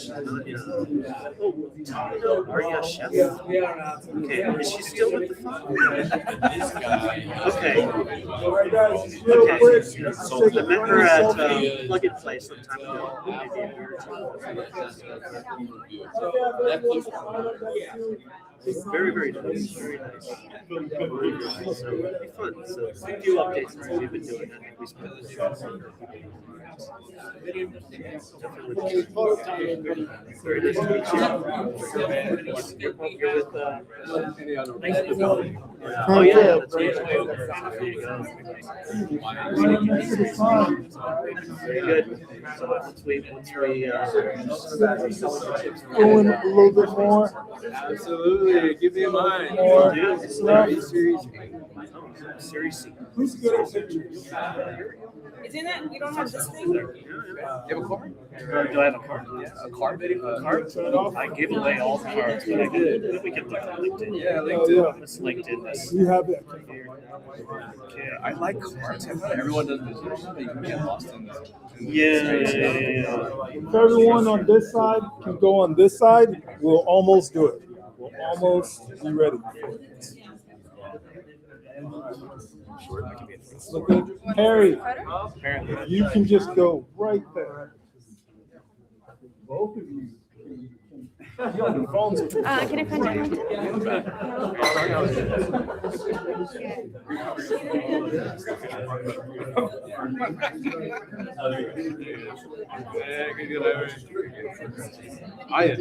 Yes, Xander.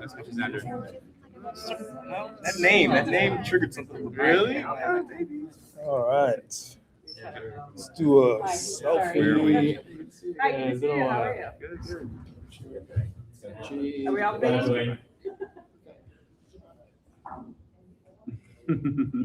there's a lot of you guys.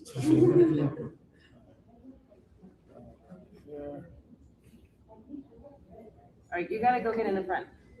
Yeah. Here, give me your phone and go just get in the front. We gotta get a tripod. Selfie. Yeah, we gotta get a We're gonna hold hands. Yeah. There you go. Who knows what it looks like? I don't even. Who's got the longest arms? Who tried it? Says make some money. Deals. You can do this. What do you want to do? Oh, I got it. Oh, he's got the fancy folding. I know, Let's do okay. this. Multiple screens. Oh yeah. Screens on both sides. Oh my God. Counter energy. Look at that. Problem solving.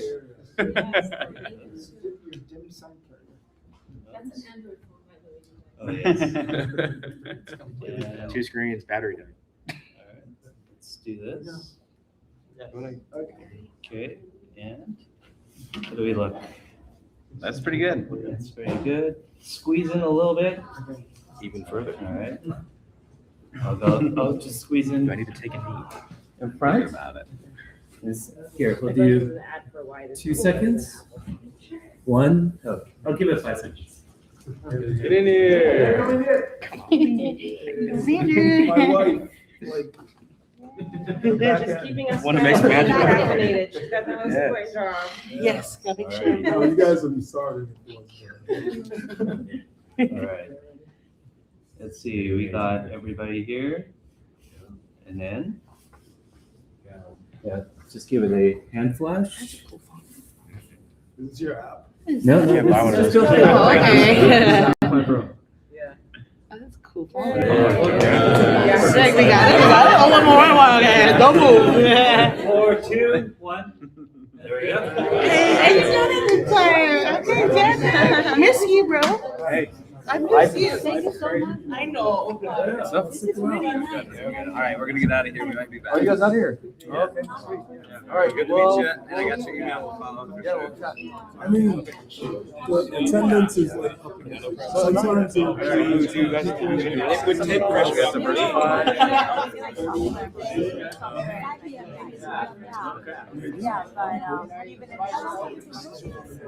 I was actually an engineer in my past life. Yeah, I was like, civil engineer for 10 years. But I've always been a real estate, like on the side, and then decided to. Yeah. So what does that look like now? So we do, so I do both.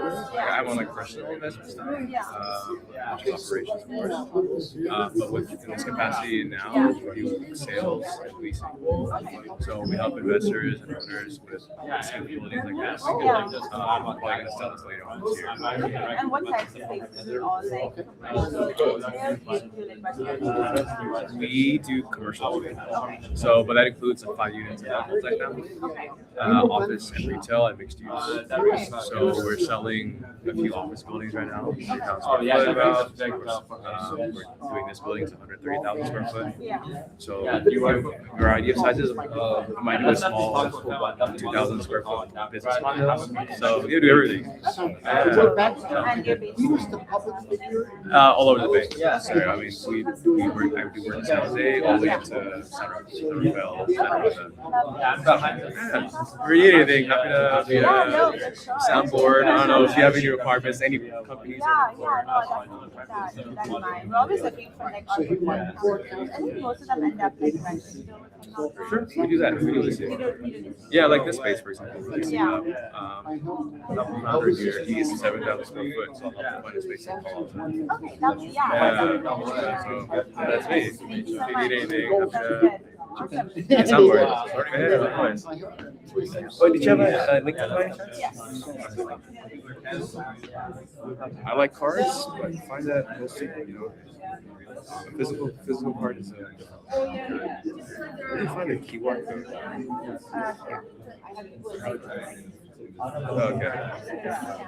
Okay. That works. Sweet. All right. Great. Awesome. Cool. Thanks Nice to so meet much. you. Enjoy. Thanks so much.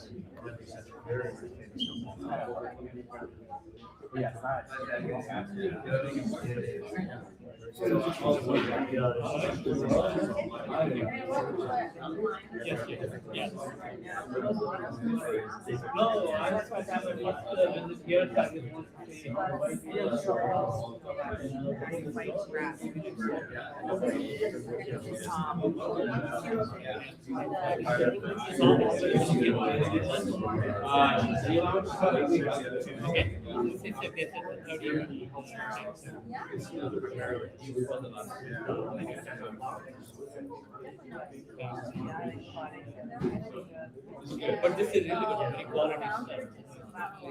I really love even when you start. So I've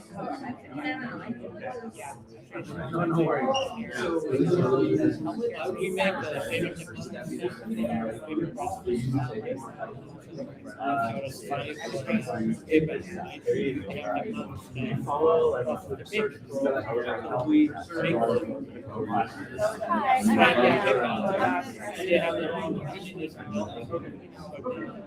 the devices like that I saw being utilized.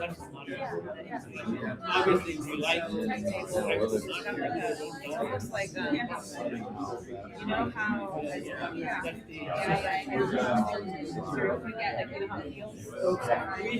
right? That's what and it's like yeah. And so when you go down the airway, we have like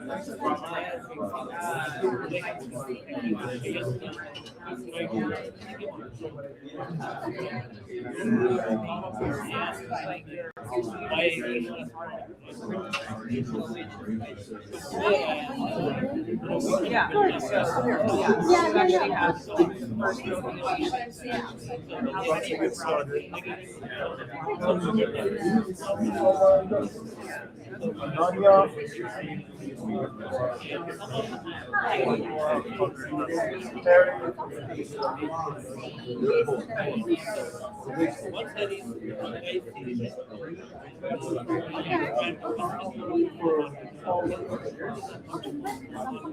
you so much.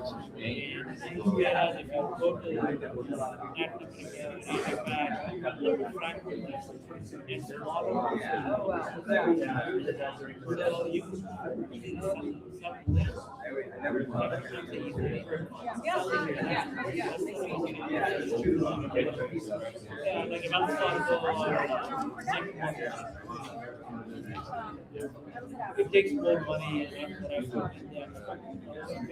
obvious it's like buying an elephant. There may be a benefit to having an elephant, but if you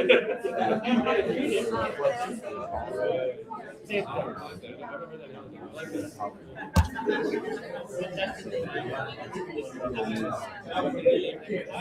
Right.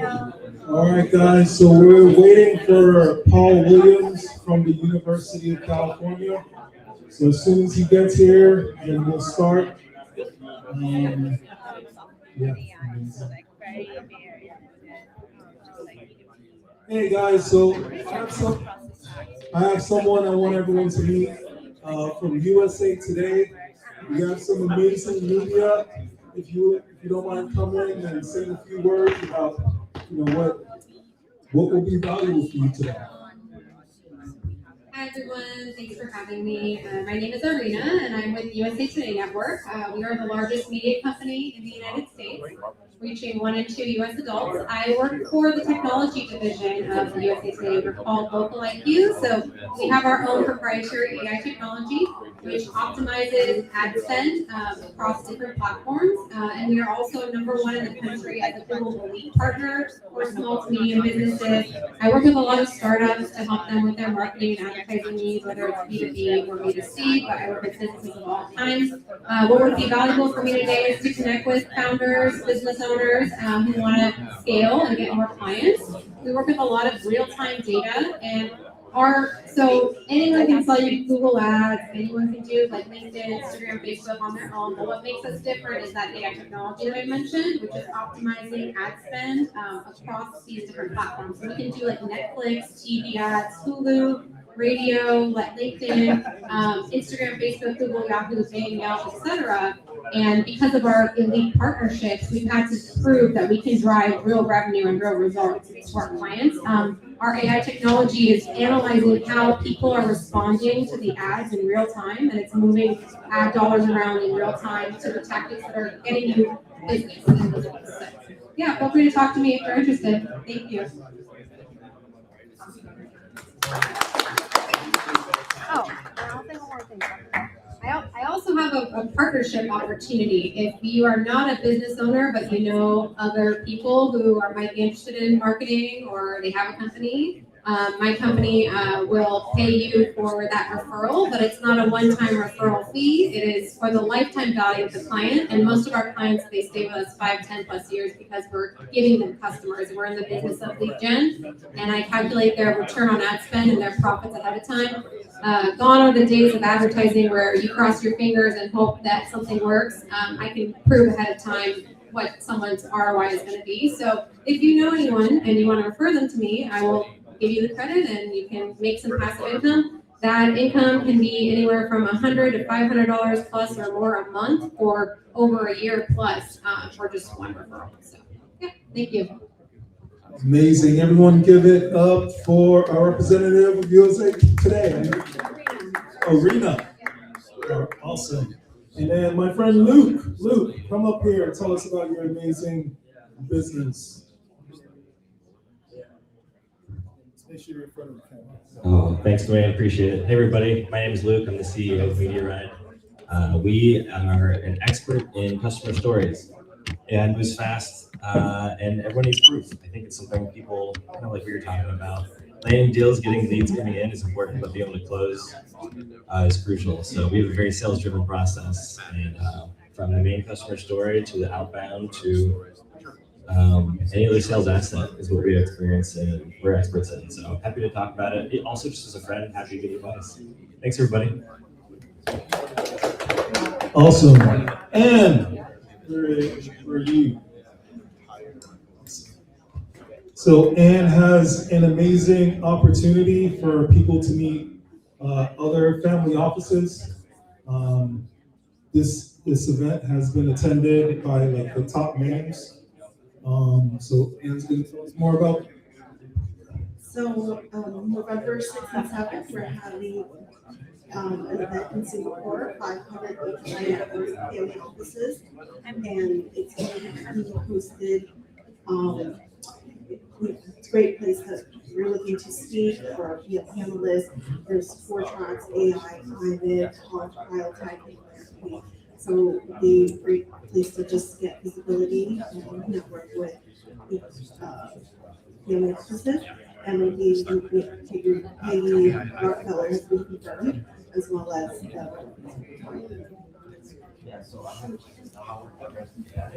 Yeah, so just to repeat, this family office place is a great way to expand your network with high net worth individuals.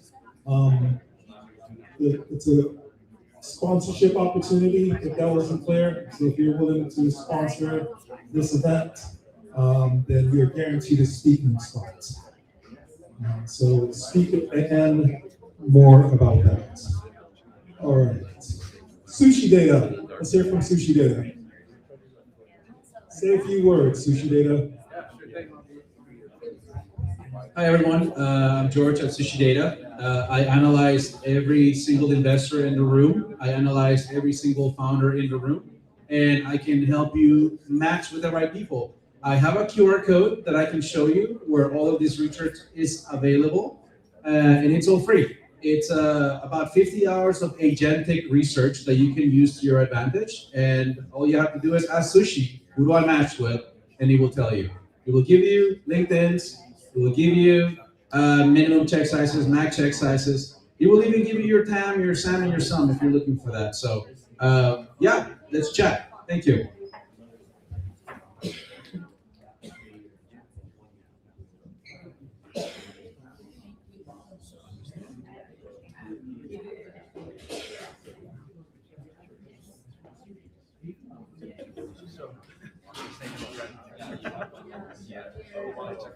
Finding that right.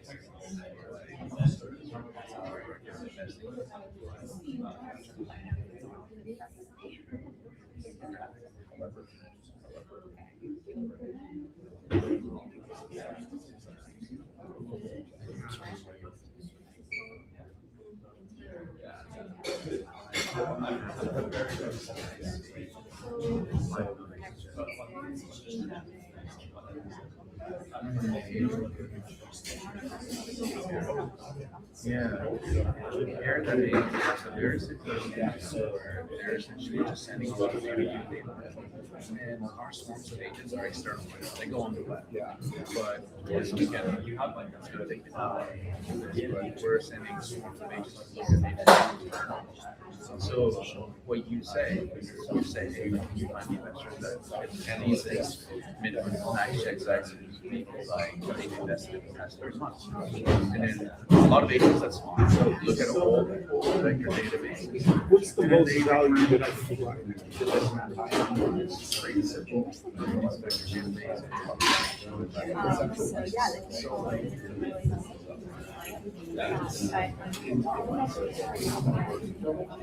Let me introduce you to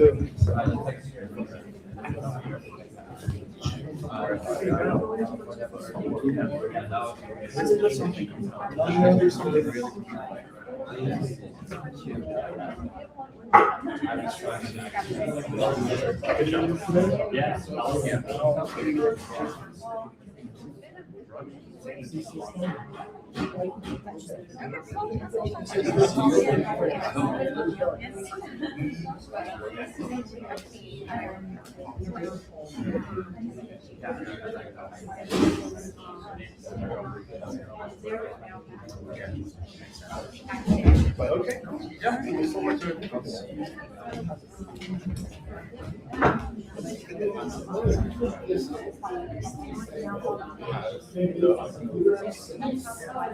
Everybody has their own data.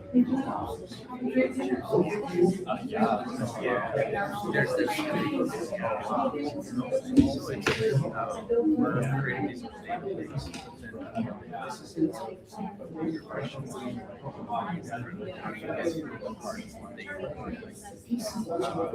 data? It's an intervention. They bring it into the data.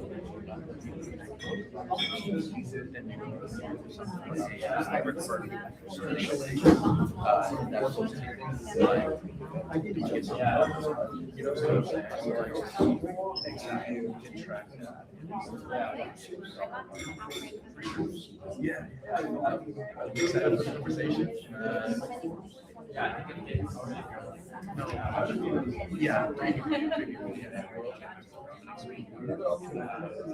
Conversation. Yeah. He's part of T-Stock, Arizona, red team in Series A.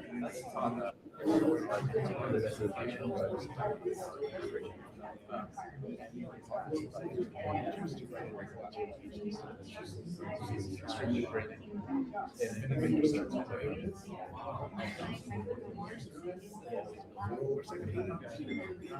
We exited the back in we grew up as a patient fast, we sold it. So I have conversations with a lot of these. So yeah.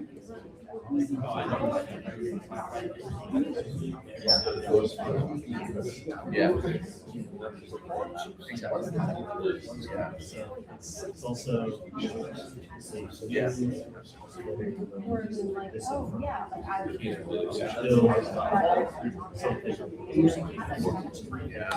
Okay. Wow. I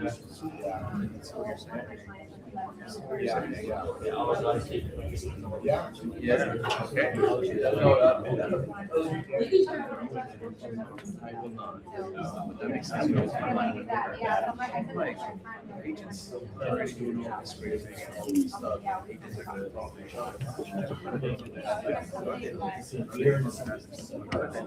I didn't have the agents. I have these people. Be like, hey, yeah. Yes, oh, they're agents. Okay, I will. Wow. For sure.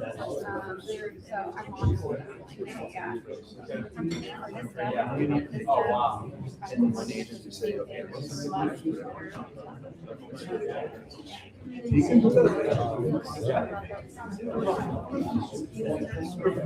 sure. So we all wow.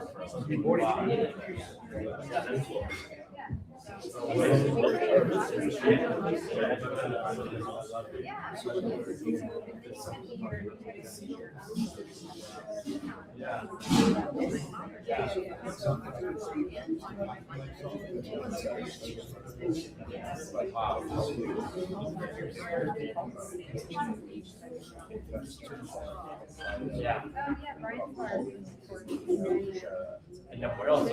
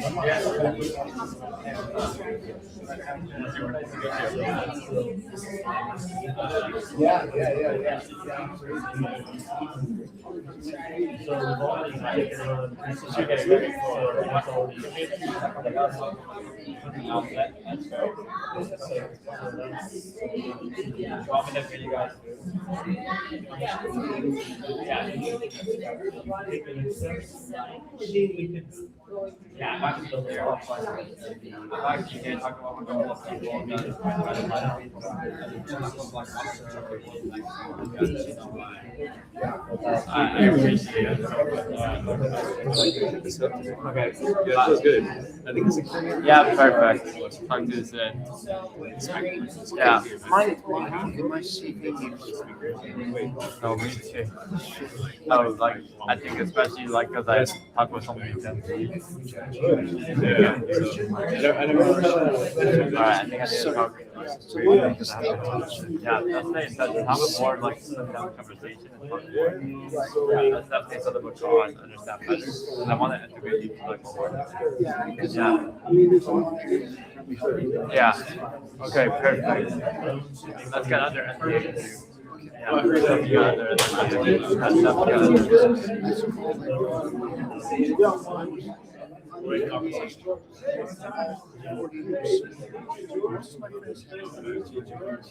no one knows who I am. Because I can't. Oh, I can't talk about that. I can't talk about it. So I just have to say that.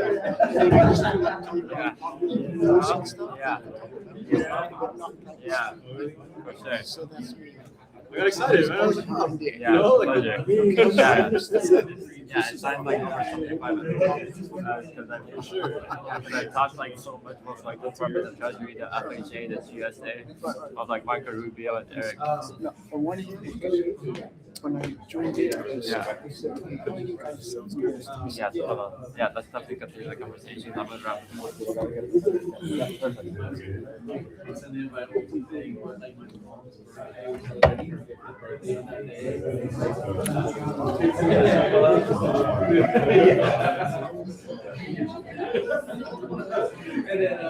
And then we were spending the whole day like in a train.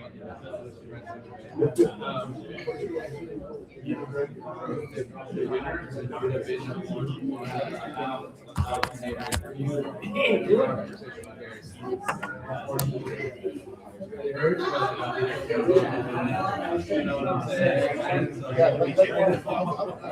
But yeah, man, it's good. I wish that was last year. Yeah. Oh, it is. Oh, yeah.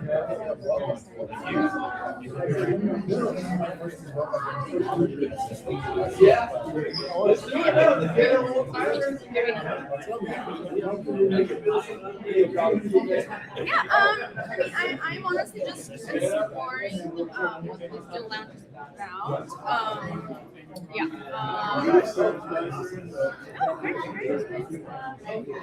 I think it would be cool. What I'm finding is that there's a lot of startups, but I think honestly that's like every a lot of startups, very few investors. You agree? Oh, sounds good. Yeah. That's Ananya, she's vice president. Or not, the captain. That's Tess. That's Harry should be around here. He does management. And we're waiting for Paul Williams. He manages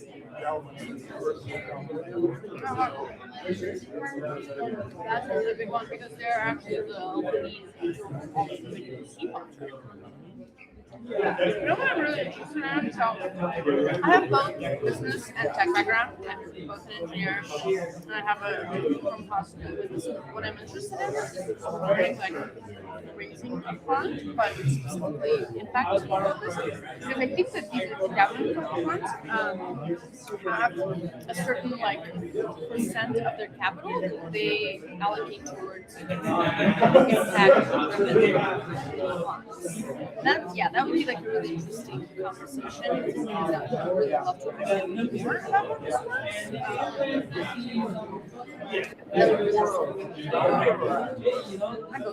I mean, I've been in tech for 14 years, and I was most recently at Apple, and I've worked in engineering. Like speaking from the perspective of the investors. See, I've only done angel investments, bonds, and stuff. I don't know if I can really like. I'm not a professional in it. I have an angel investment. We're not asking for policy.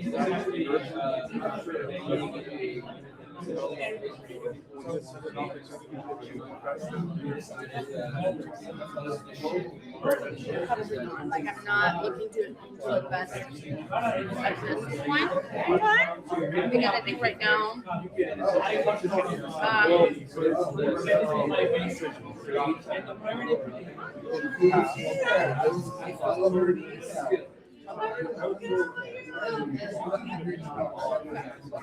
Follow up.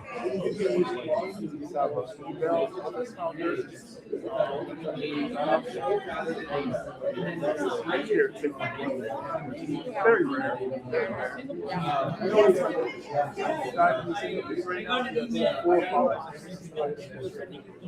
No one has gotten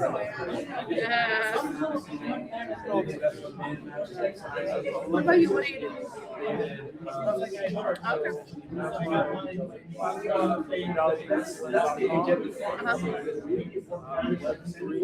Platforms that allow you to own your data. Okay. You know, like what Facebook, make it very enforceable, like US share with this only because like you have these tokens you spend every time you take action on the platform. So already like logs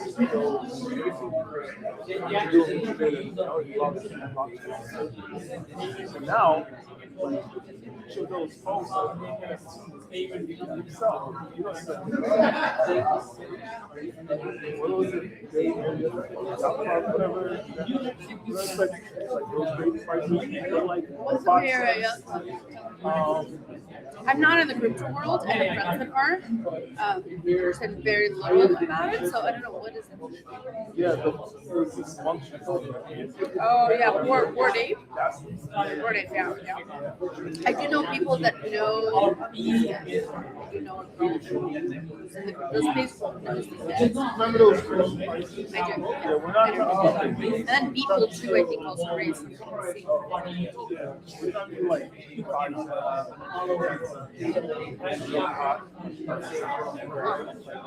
stuff like that, but imagine using Facebook and all your actions and stuff.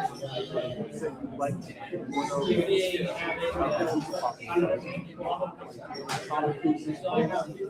does a lot. So on our platform, you like you're an investor, you have assets, right? So We're gonna have to by the time like Tom Cruise. It's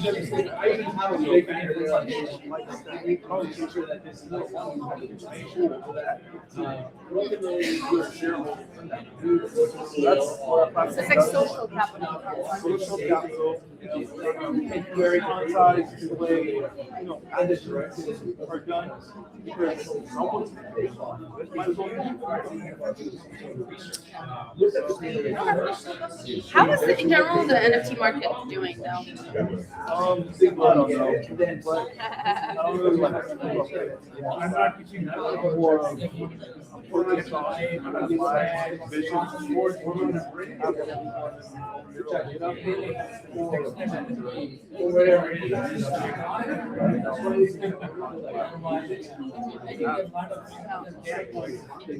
So that makes the artist actually own his IP, right?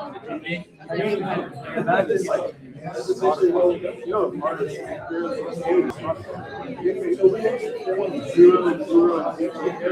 Yeah, for each stream, right? Yeah. So you gotta have like millions of streams to be paid. Amazing. Pretty long, yeah.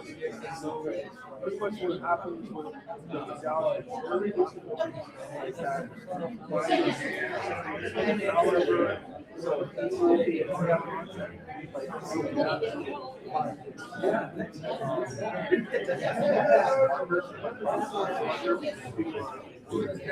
it's like how much would you pay to stream on Michael Jackson? Bring legendary songs. That's what Michael Jackson costs like 30 cents. It goes directly to the Michael Jackson estate. That's the value. Other artists, like new artists, will probably be like, probably Spotify. But it has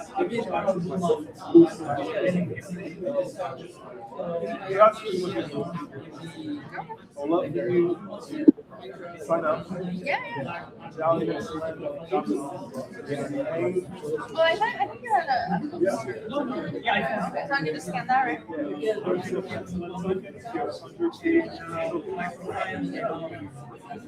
Well, let me also add you. Oh yeah, let's do LinkedIn. All right, Paul said he's almost there.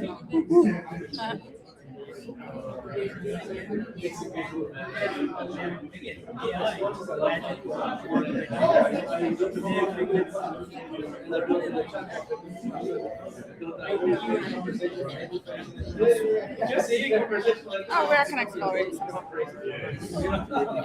Send me a message. Yeah.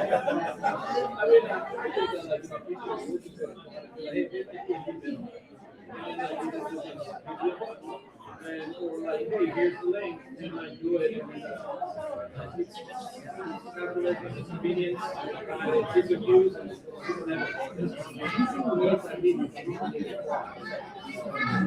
that's what I'm doing.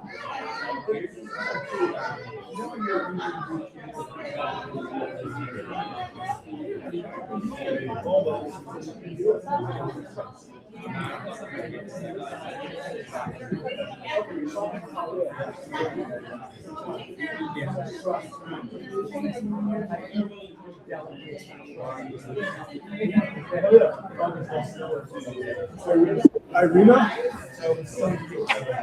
Yes, that's me. Love for you to meet Harry. So Harry is pretty impressive. He works for you. Oh, what are you doing? I'm from California. Oh, hi.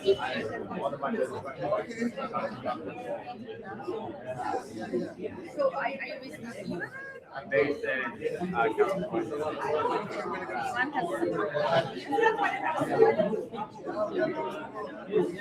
Do you do private I might also like, I think a lot of the time it's where it's like, And then, so basically like the organization. How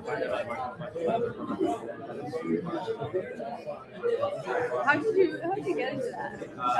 Yeah, so I actually started my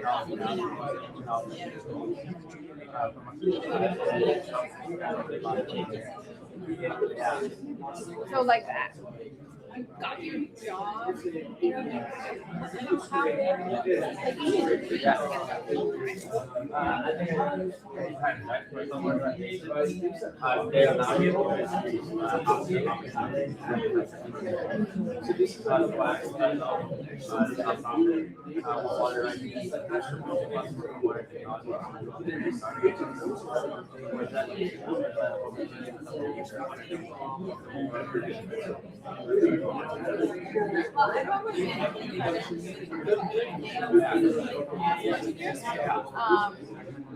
yeah, I'm really fascinated because it runs this large financing muscle behind it. Exactly. So like how do you connect and why are you here? Here, private industry side. Do I want to be a company? So I also have another company where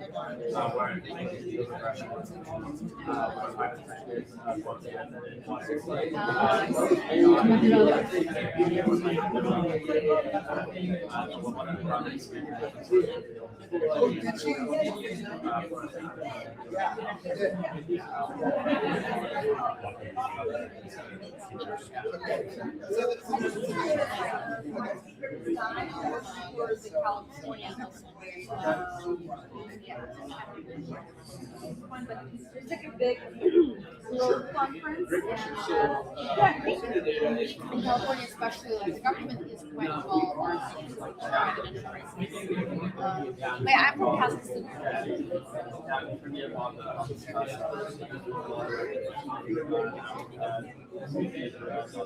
What kind of work are you doing in Kazakhstan?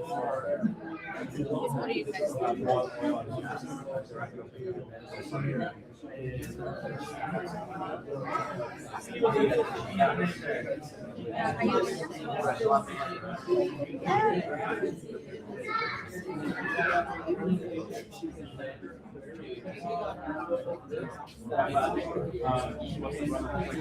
you work a lot with like African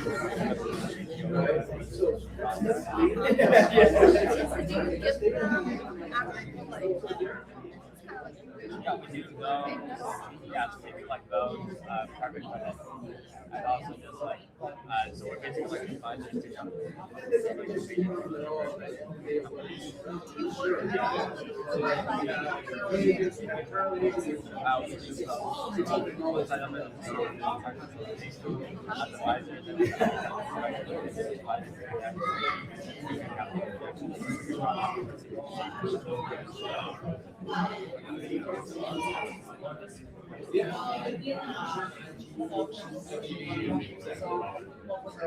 So it's just very yeah, so I think it's really like very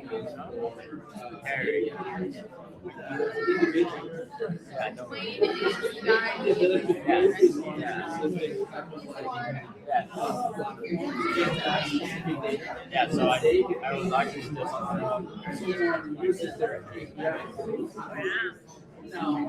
how do you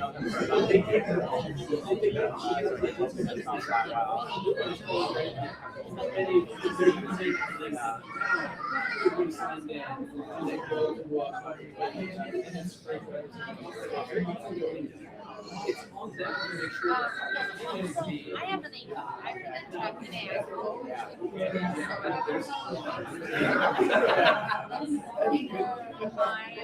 See what I'm saying? Right now it's just kind of boring because if you really want to, yeah, I think you're from God. I think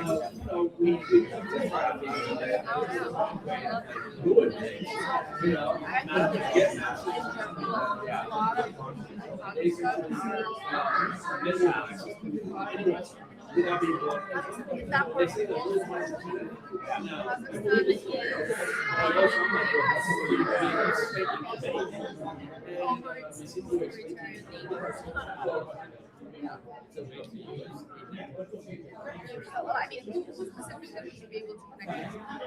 Yeah, I think my guy that runs directly with the he's never been on top of stuff. So I was about But like, on the financial side, I think are you on with I have it, but I rarely use it. I have it.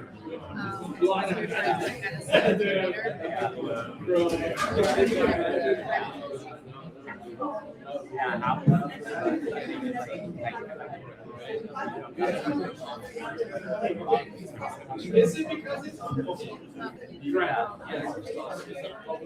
Can you actually like represent Yeah, I represent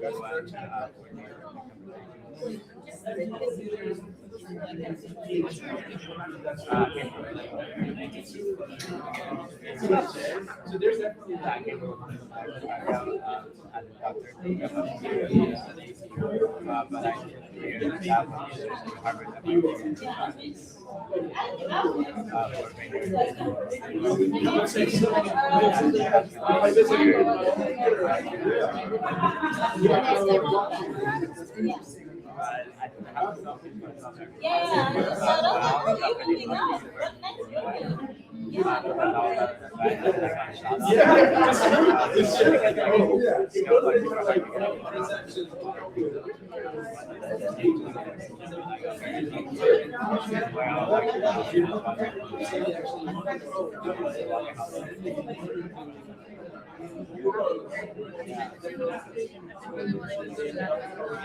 but yeah, it's a tough world, but like once you get into it, it's like very,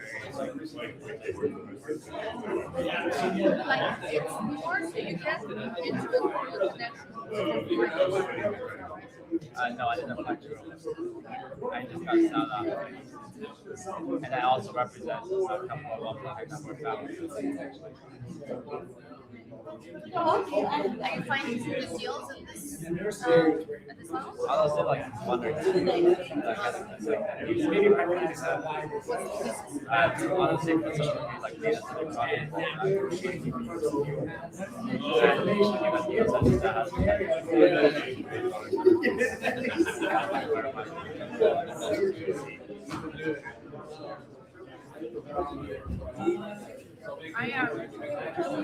company with the they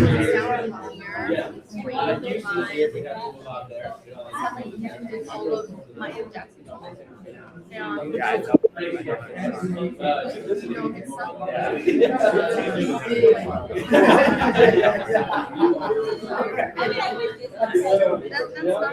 that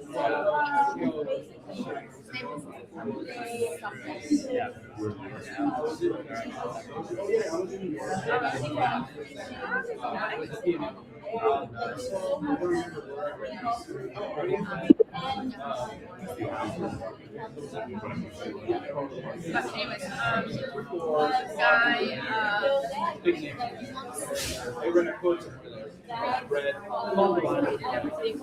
yeah, I can take a look at that.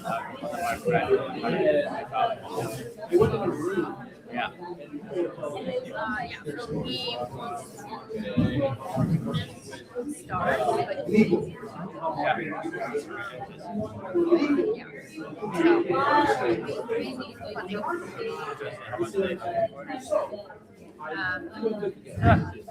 Yeah, but if you get that, someone pop like that information, yeah,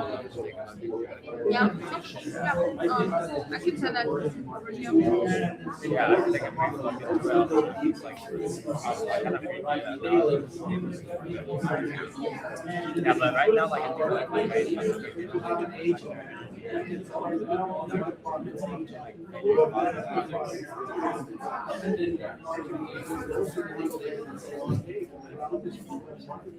And then the people goes, no, I should change that to this. And then it just goes back and forth. Hey, thank you so much for coming. Yeah, thank you, sir. Yeah, he invited me, but what are the assets? Before you head up.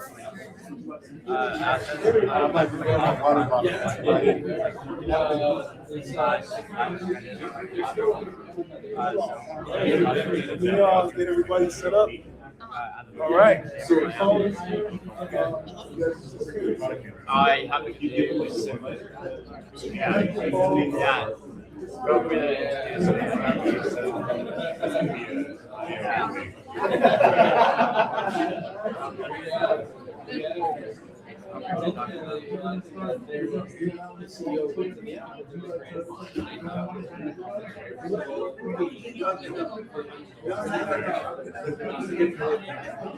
That's so good. That's so good.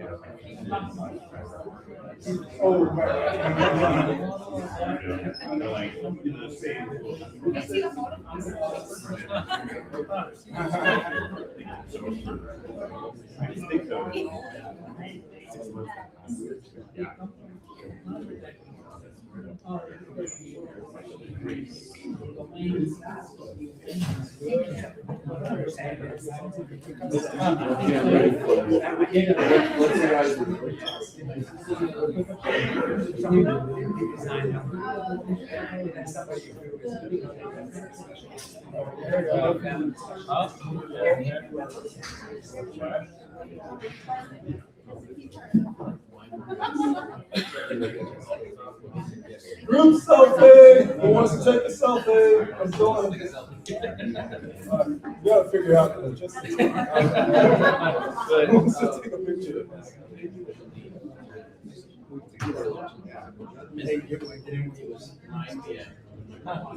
Group selfie. Gotta be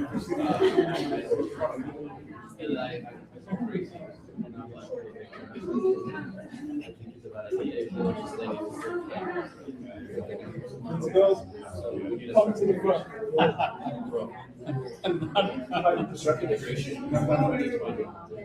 It can be 3 days to figure out. How long do you think it is? How long do you think? We need something. But still, like, good job. Granted, man.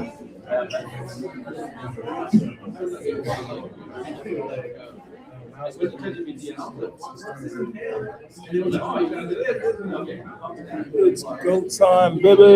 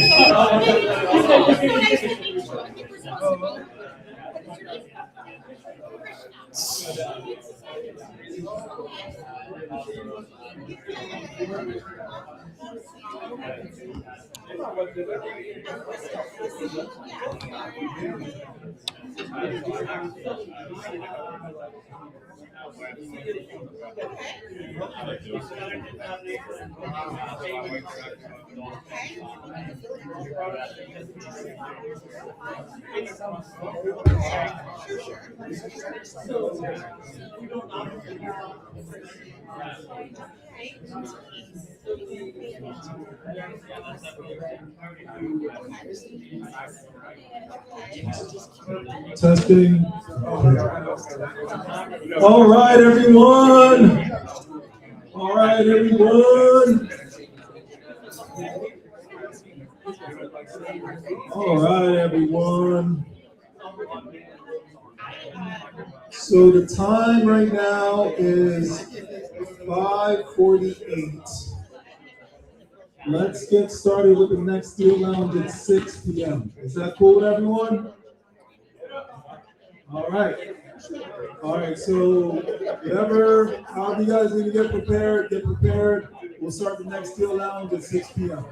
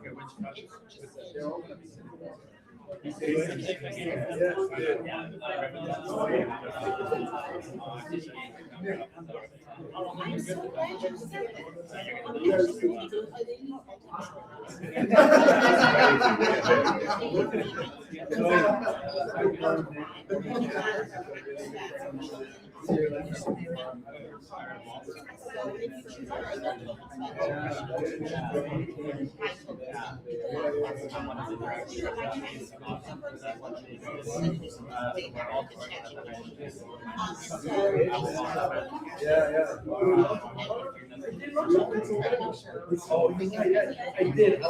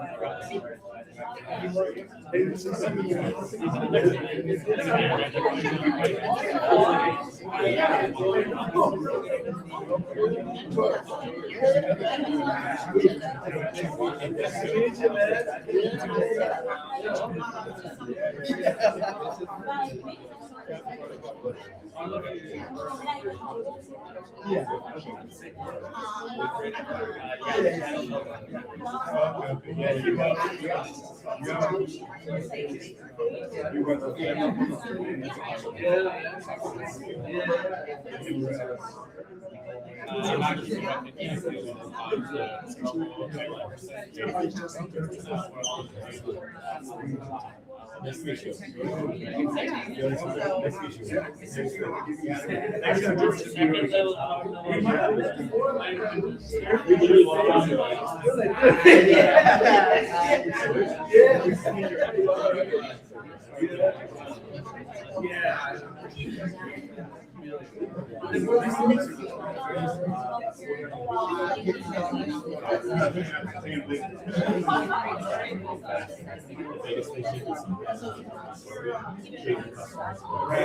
meet you.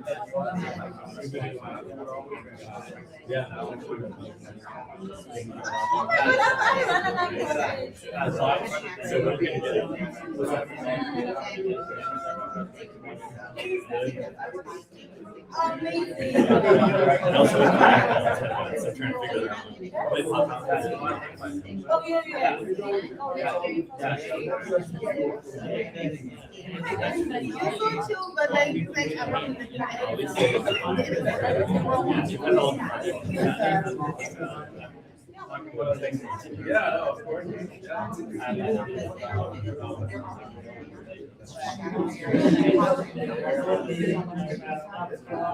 are you like super busy or so what are they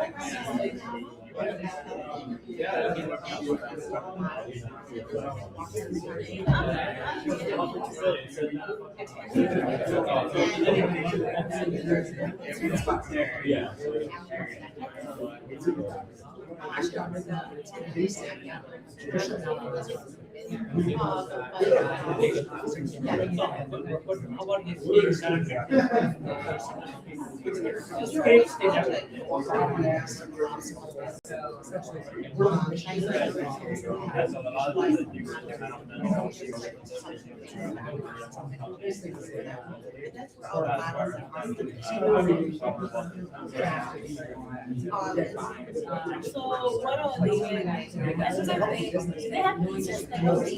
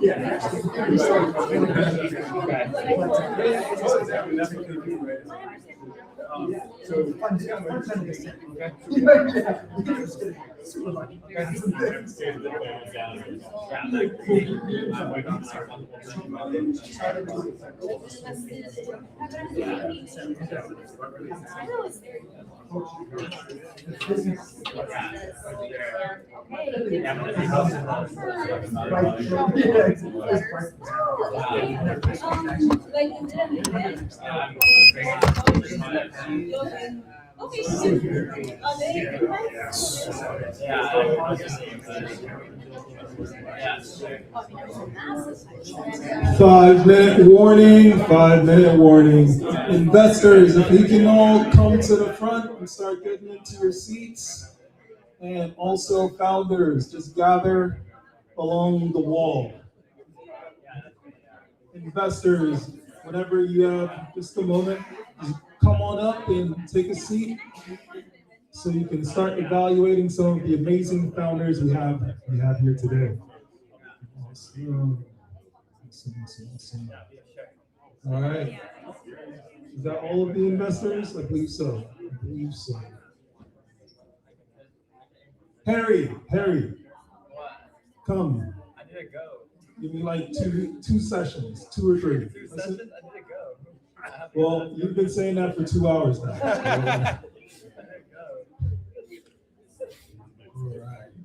All right. Awesome.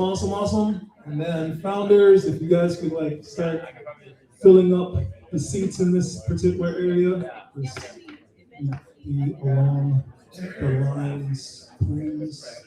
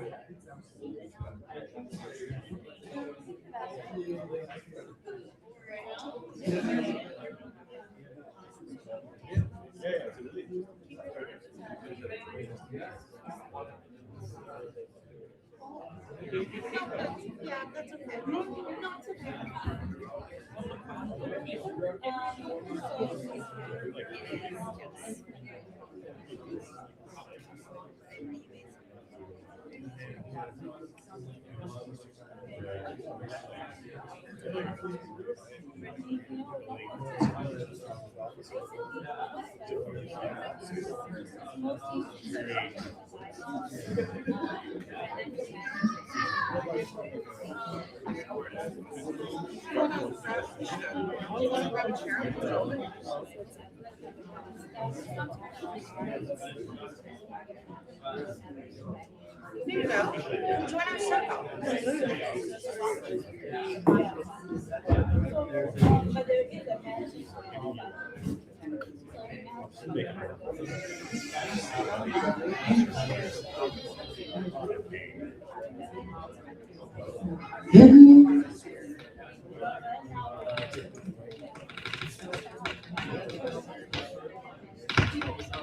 Three-minute warning, 3-minute warning, 3-minute warning, 3-minute warning. Guys, just get along the corners so we can have a very efficient flow of energy.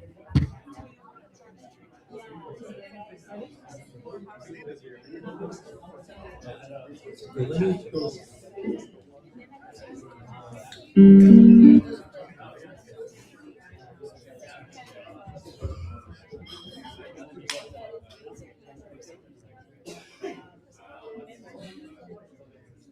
All right.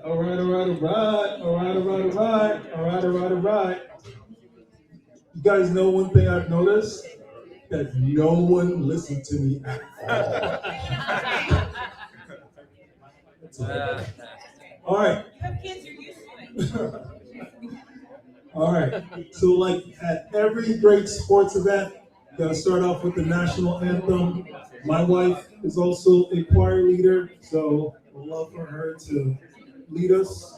Let's get this party going. And then after that, we'll start with the evaluation round at the Deal Lounge. Thank you, investors, for giving us your valuable time. I hope you've met some amazing people so far, and I hope you continue to provide value.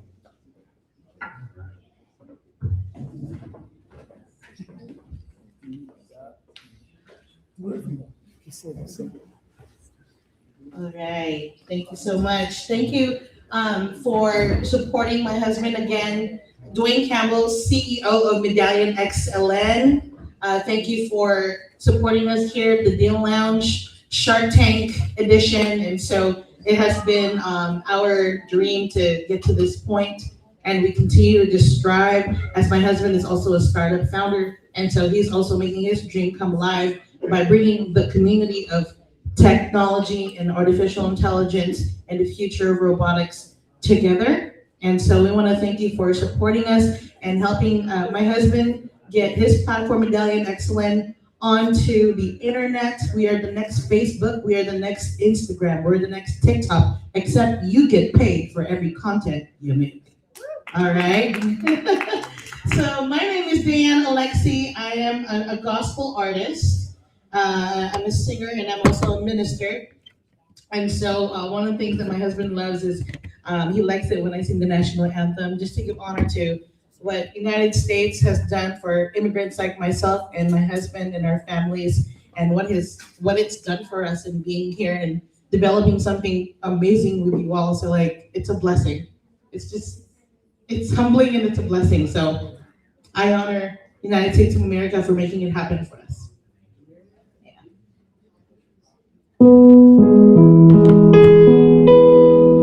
Yes, let's stand.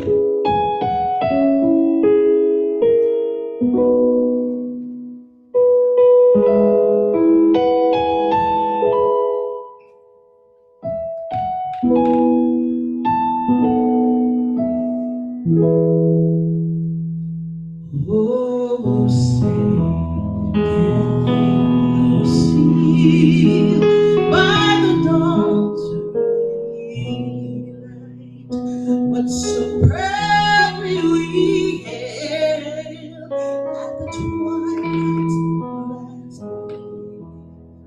His broad stripes and bright stars through the perilous fight.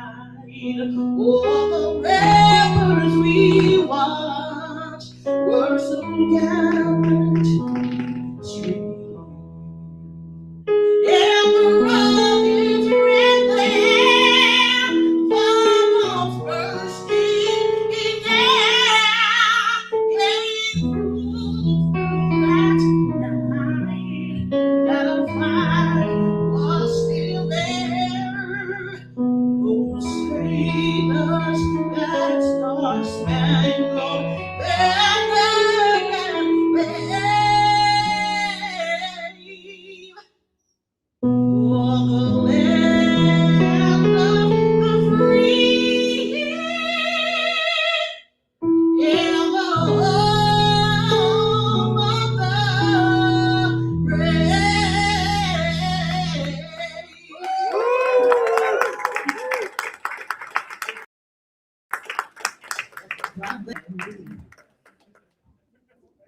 Okay, excellent. Yeah, have a seat, it's okay.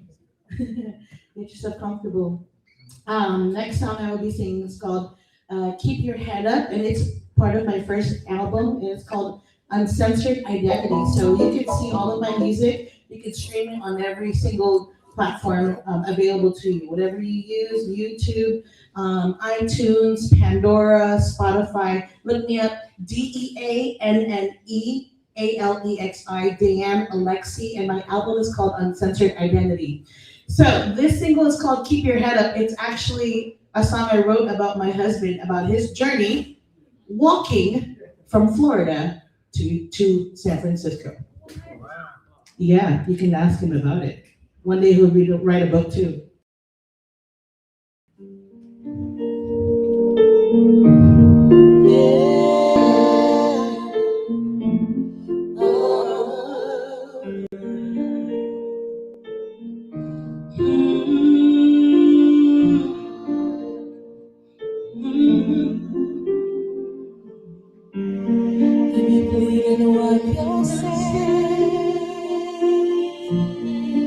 Crying, wipe your tears. Please crawl out, sit down and get up. Baby, it's alright. Keep your head up, keep your head up. Look to the sky, he's up above. Yeah, keep your head up, keep your head up. Look to the sky, he's up above.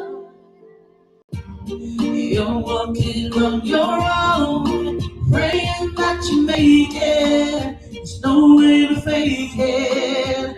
You go home until the night. Gotta stay alive, gotta find your night. Keep your head up, keep your head up. Look to the sky, God's up above. Yes, He is. Keep your head up, keep your head up. Look to the sky, He's up above. You thought it was over, you're going under. Until He came, you had to weigh your shame. You found a new life, you found a life. Became His bride, yeah, really find that together. Keep your head up, keep your head up. Look to the sky, He's up above, yeah. Keep your head up, keep your head up. Look to the sky, He's up above. Shine bright, keep the light, keep the light right by your side, right by your side. Shine bright, just keep the light, yeah. I'm right by your side.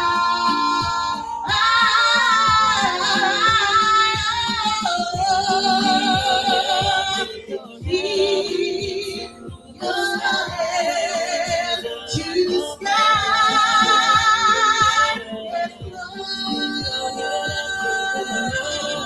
He's up above. Keep your head up, keep your head up. Yes, you can cry. Yes, you can get mad. But keep your eyes on Christ. Look up to Him. He's about to run the best while you're alive, while you're here.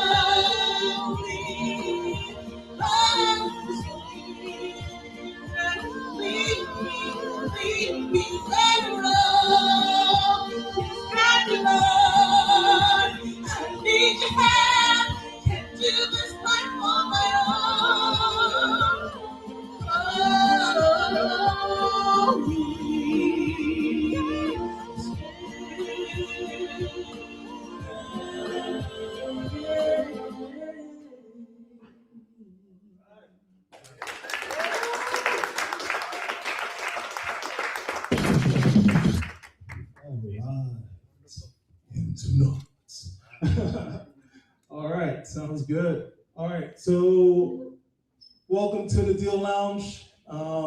So pretty much what we want to do is have some amazing investor evaluators analyze the startup opportunities in the Bay Area and have real outcomes. So investors, I would ask you to not be nice. Like if you have no intention of following up with a founder, don't give him a follow-up.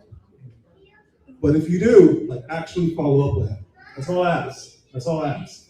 So the rules are each founder gets 2 minutes to pitch to the investors, and then 3 minutes, the investors will have a Q&A with you, and then they will make a decision to either pass on your opportunity, follow up, or go to the Deal Lounge, which means you and that founder, you and that investor, go to that room right there for about 15 minutes. Will you come out with a check? I don't know. Let's find out. All right, sounds good. All right, who's up first? Who's our first opportunity? No one wants to go first? All right, I'll go first. All right. Can someone handle my button? Who knows how to work my button? You just hit it, right? I just hit it.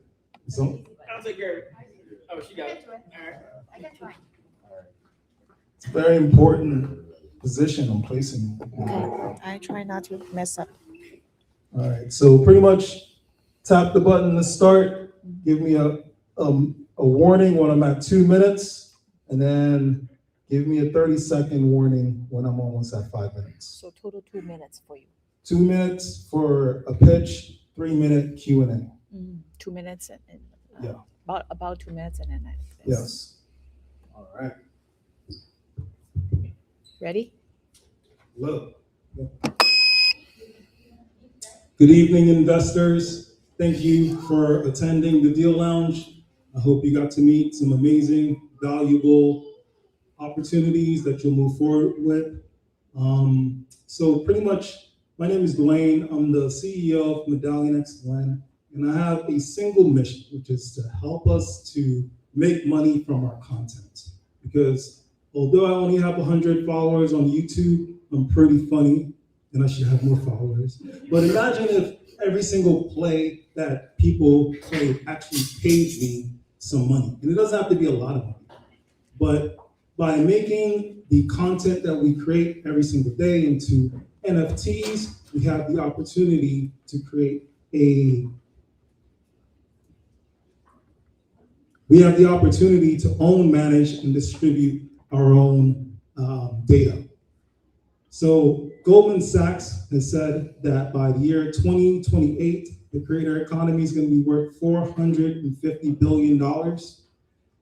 And pretty much the maximum opportunity I see right now is that AI itself, growing at such a fast pace, is going to require unique set of data.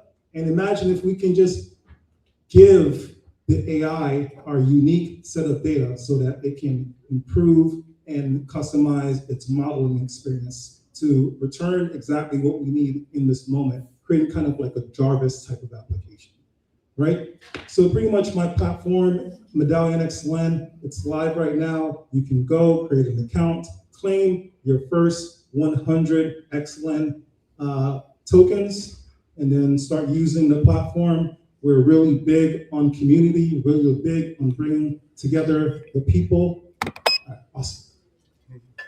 So give me money.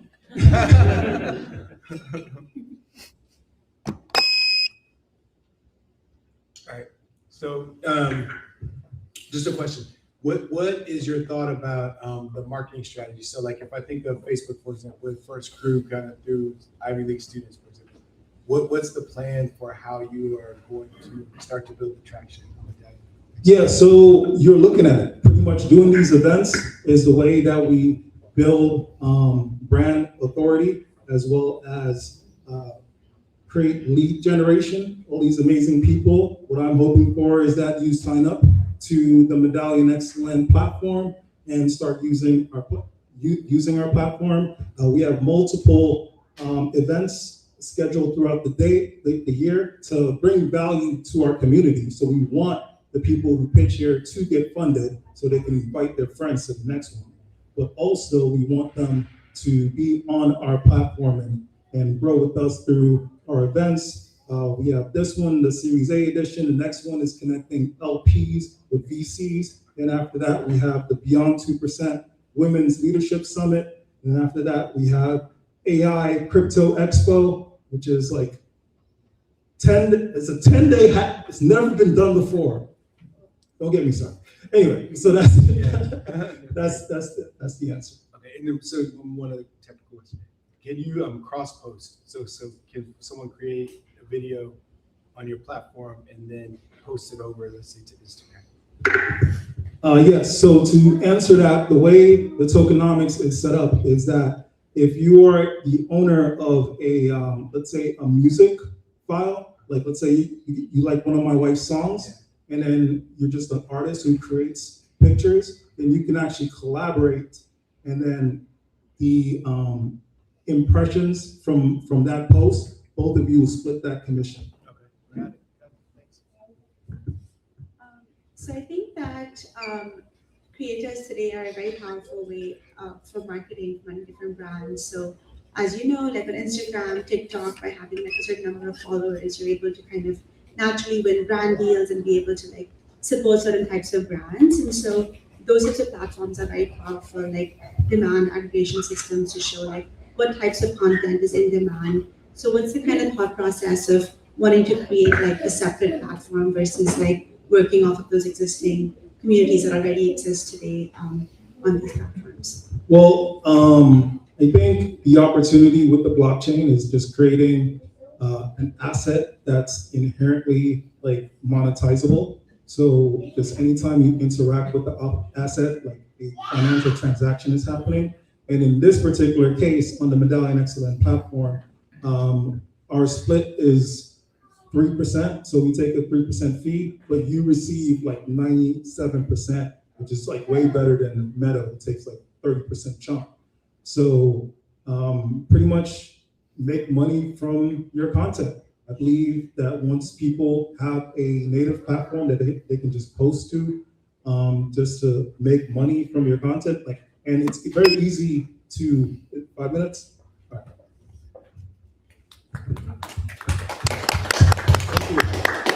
Great job. Thank you. All right, now decision time. Do you pass, follow up, or take me to the deal out? Follow up.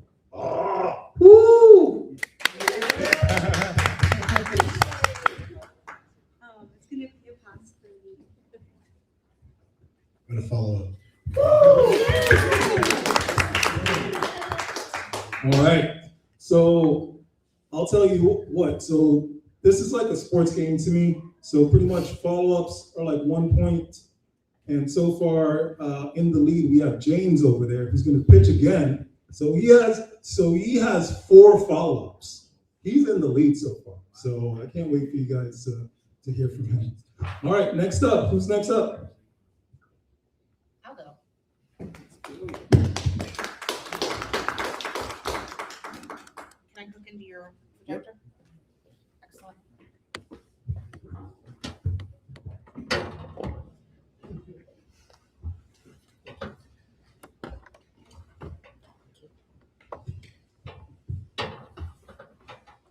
Thank you so much. You want to pitch next? She likes the power button.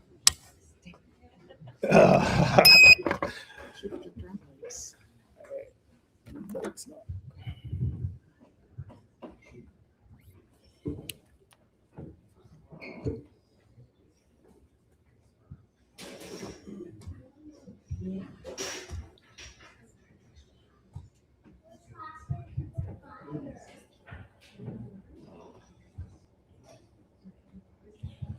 All right. Did we do introductions? No. We never did introductions. Yeah, let's do introductions while we're waiting for Crystal to set up. Yeah, take it away, Paul. Good evening, everyone. Paul Williams, Chief Procurement Officer for the University of California System.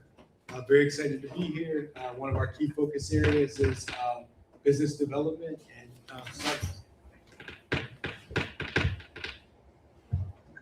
Hi, I'm Ananya. I currently work at Westbridge Capital, which is a multi-stage fund. We do everything from Series A through to IPO and some public markets as well. So it's very, very long-term orientation, patient capital. We're about $8 billion, and our check sizes typically start at around 10 million or so, so Series A plus. And in terms of myself, prior to this, I spent a couple of years in investment banking at Morgan Stanley and also operating a Series C startup called Narmi. Hello, everyone. Hello, there it goes. Hi, everybody. You were here earlier. Just showed up. I'm Tess Robinson at CB Capital Group. We focus on early stage and a little bit in the healthcare, longevity, and wellness space. We believe healthy founders make healthy companies. So we're poised to help show founders how to build their companies while also maintaining a balance. And for my investors in the room, that means they don't quit and fall out of your portfolio. I don't know why this is. I think that's the light. Is it the light? Oh, yeah, it is. Can we move that light? Maybe It's that one. Which is this way? that one right here. Yeah. Is that the one?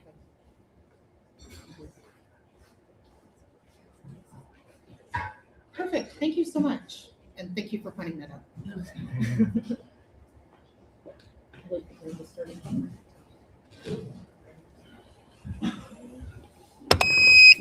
Hi, my name is Crystal Harris. I'm founder and CEO of Confident AI. We're the first enterprise operating system powered by AI. My team sends their regards.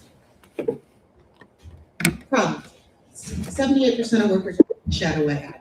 What does that mean? You're using AI that's not approved by the company. You're pasting confidential data, consumer data, and all sorts of data that could get you. Can you go more? Oh, yeah.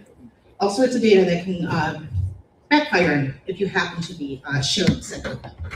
So companies are adopting frontier models faster than they can be governed. Is basically the point that we're having. These agents aren't monitored. 670,000 is the average cost of a data breach. So we have this uncontrolled access, we have no audit trail, we have third-party applications. Solution. Promptly AI. We are the control plane, governance, and self-learning agent workflows, which basically means enterprise users. They don't have maybe the knowledge of how to create an agent. We observe their workflows, whether passively or actively, and we simplify the workflows. We automate them and allow them to do what makes them done. So everything's policy routed with logs and model flexibilities, all that good stuff. Everything's within the consumer's cloud, so no third-party AI cloud calls. We spin up our own version of OpenAI, never hits OpenAI, lives within the customer's data, all PIA scraped, end-to-end encryption. Market category, we see ourselves in healthcare, IT, FinOps, and legal eventually. If we look at it that way, we're looking at a total of 185 billion. 15 seconds. You can see that we have several different market categories. If we look at the total by 2030, we're looking at $414 billion. Thank you so much. So our goal is a $1 million pre-seed round. Q&A. Pilots, launch our beta, payroll, open seed in 18 months. And that's it. Thank you.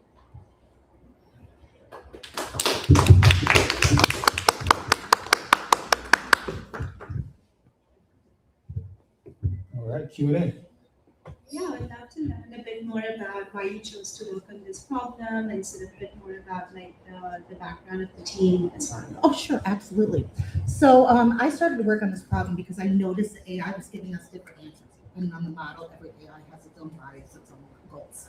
And I didn't like that. I didn't feel like our AI was being honest with us. So it started out with multi-model done. And I found that not only that, different AIs do different things for agents a little bit better. And so we just started with the idea of orchestrating. It evolved into enterprise because we saw the need for the privacy factor. Right now, the stance is you bought it, you absorb the legal liability. We're trying to distance the customers. As for the team, Thilak Mohan, he is our machine learning engineer, and Kritika, she is our DevOps person. So both of them degrees in computer science, one from Berkeley and one from the University of India. What about me? So I've got 2 master's degrees. Not tech, I taught myself how to code about 10 years ago. I've done everything from on-prem software to software as a service to cloud engineering infrastructure, and now I'm in the AI. So just really love what I do. Took me till I was about 35 to find my passion. So Just a question, can you talk to me about the assumptions that underlie the market projections? yeah, absolutely. So there's assumptions that these markets are going to slowly grow. And what we're going to see is that exponential growth. Eventually, these markets are going to be huge, but right now there's so much legal liability that companies such as myself and other companies that are focused on governance really need to come into play to make AI viable to grow in this space. So there are the assumptions that it's going to take, about 3 years before we really see that growth of customers where we can trust the AI, for lack of a better word. Right. Okay. And what about guarantees? Like what kind of guarantees are you able to provide your clients? Absolutely. So all of their data stays within their cloud, which basically means there's few commands. Everything gets deployed on their hard drive, for lack of better words. I can't see it, but they own their data. 30 seconds. It's encrypted end to end. So even if their cloud was hacked, it's not going to get their data. And all of their customer data isn't stored with everybody else's. So God forbid Microsoft got hacked, Netflix data isn't going to get hacked. Got it. So yeah. There's a couple other people. This is a big problem. I agree with you. They're already solving it. Yeah. What's your moat? What makes you different? Okay. So everything's one-stop shop. We see everything. People are solving it. They're solving it fractionally. Time. Finish exchange. You can finish your answer. Oh, thank you. Thank you. So we solve it all the way. Basically, the customer isn't leaving that tab. Right now, you have Anthropic that does something really well. They go to there, and then they go over to Gemini and do it over there. And it's scattered. We do it one stop. If employees actually want to use it, they have no need to go outside of it. So the mode is software the employees will actually use. All right. Okay. Let's go to decisions. We're going to pass, follow up, or take her to the deal lounge. For me, I'm going to pass. It's not quite my thesis, but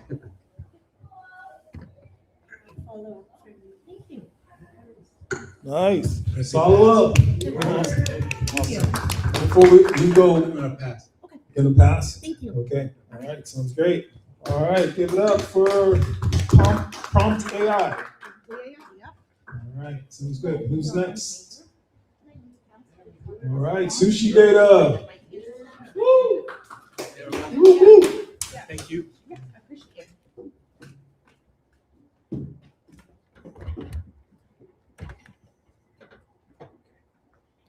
Hello, everyone. If you're here from earlier, hello again. Hi. Okay, so I usually like to start my conversations with raise your hand if you like sushi. Raise your hand if you like data. Amazing. So you cannot have good sushi without good ingredients, am I right? Okay, so data is the same way. And actually, I'm going to present what we're doing at Sushi Data. Sushi Data is an agentic data lake API for saving your context from your Claude conversations and bringing them anywhere you want. You're already using Claude. Don't let all of that context stay within there, because when this happens to you, what do? Do you just switch to ChatGPT and continue the conversation there? Or do you bring all of that context along? So that's the problem that we're solving. I have a very talented team. My CTO over here built, he's a cybersecurity engineer. Victor Sanchez, he's a product expert. And we built Sushi Data. I'm an ex-Googler. I built the homepage for Google Cloud, and I built the chat for Google Cloud. So agents are now talking to each other. They're scraping the web, they're prospecting, but they forget everything. And they're very wasteful with their tokens. So we built an API, a data lake API, that lets you plug into Claude, save all that context into Sushi Data's context layer, And then anytime Claude needs to solve a problem or ask a question or do research, it will query that data lake first, saving you tokens and up to 53% in savings by simply activating Sushi Data, which all it is, it's activating a skill. You just have to sign up to Sushi Data, download a skill, upload it, and you can literally start doing things like this. I need to do some research on et cetera, et cetera. We'll say I'm on it. Here's a swarm of agents that will go out and get that data for you that ultimately save it into your own data lake. It's compounded intelligence. Air.com became a paying customer today, and we are raising $1.5 million. We're running profitable, 48K in ARR, and we have 192K in pipeline. That's the Q&A. I can show you guys a demo, unless you have questions. Awesome. So I guess just really quickly, guys, I want to show you guys what we did. So I analyzed the entire room. And actually plugged it into Claude. So Claude has every single startup and investor and actually use Sushi Data to match who needs to talk to who. So as you can see, Sushi Data is matching with Frontiers Capital, SD Capital Collective, and SD Advantage. So all you have to do is scan a QR code, and you can go to this page here that aggregated all of that insight, and you can ask Sushi who you best match with.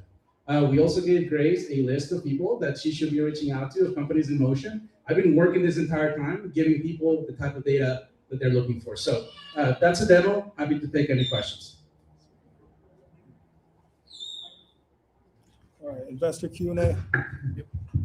You referenced Claude. I'm assuming that Sushi Data works with all of the. That's correct. Yeah, it's agnostic. So of course, context graphs are like all the craze right now, kind of in VC land. Like, what makes you guys different? Sure. Yeah, sure thing. So what makes us different is the type of data that we can get to. We are in Slack communities that you have to pay to get into, like PMA Alliance. And also, we're also working with people, and people have the most unique data sets that they already have. For example, I spoke to Sarah, who might not be in the room anymore, and she has a lot of proprietary information where she has a list of people of enrichment that she already has, but she wants to leverage. So she can now use Sushi Data to suck that into a data lake and then put it to work. And that's data that nobody else has. That's her network. That's not something you can go online. Sure, you can find their LinkedIns, but that's people that she has interacted with. It's that type of data that makes us different. Thanks, great job.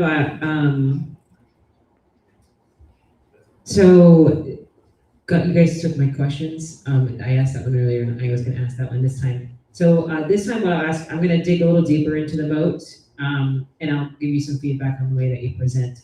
Okay. I understand that you're saying it's just a skill for Claude, and I think you're trying to make it sound so like it's not this whole other thing. We can design a skill. So it feels, and I think that's why the first question becomes, what's your moat? Because we can program our own skills, so why would I need you? It's kind of what comes to mind as an investor. Mm-hmm. I think you have to focus not so much on this skill, which is just a markdown file, right? Like just a markdown file. But what does the skill connect to? What about the infrastructure? Are you going to build that agentic orchestration layer with a data lake, with the vector databases? That is really hard to build and maintain. People try to do that in time, but it's too costly. Thank you. Thank you, guys. All right, 4 follow-ups is still what to beat. I passing, but I love it. It was great. Love your energy. Thank you. I also fixed your thing. I would love to run it by it again. I used ChatGPT this time, not Kimmy. I guess Kimmy doesn't know who I am. Actually, I got to the bottom of that. It confused F and B. Sorry. Yeah. I was so confident about it. Like, you work in Texas, Tess. And she was like, actually, I have nothing to do with Texas. So he totally hallucinated on me, but I'll show you later. Yeah, thank you. I think that it's definitely an interesting problem area, but I think the market is just a little too crowded right now, so it's going to be a piece. I like the concept. I would be interested in all of that. Okay, sounds good. Thank you.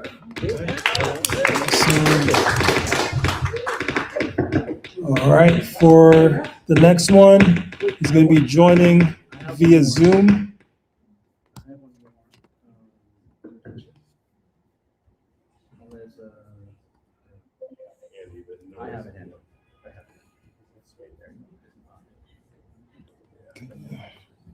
Yeah, probably. Yeah. Okay.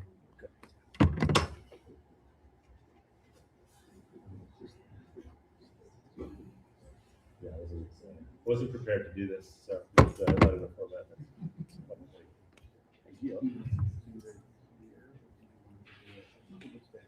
Yeah, that's fine. Yeah, that's fine. That's good. Yeah. All right. There you go. Thank you so much. Just let me know whatever. Give me a sec.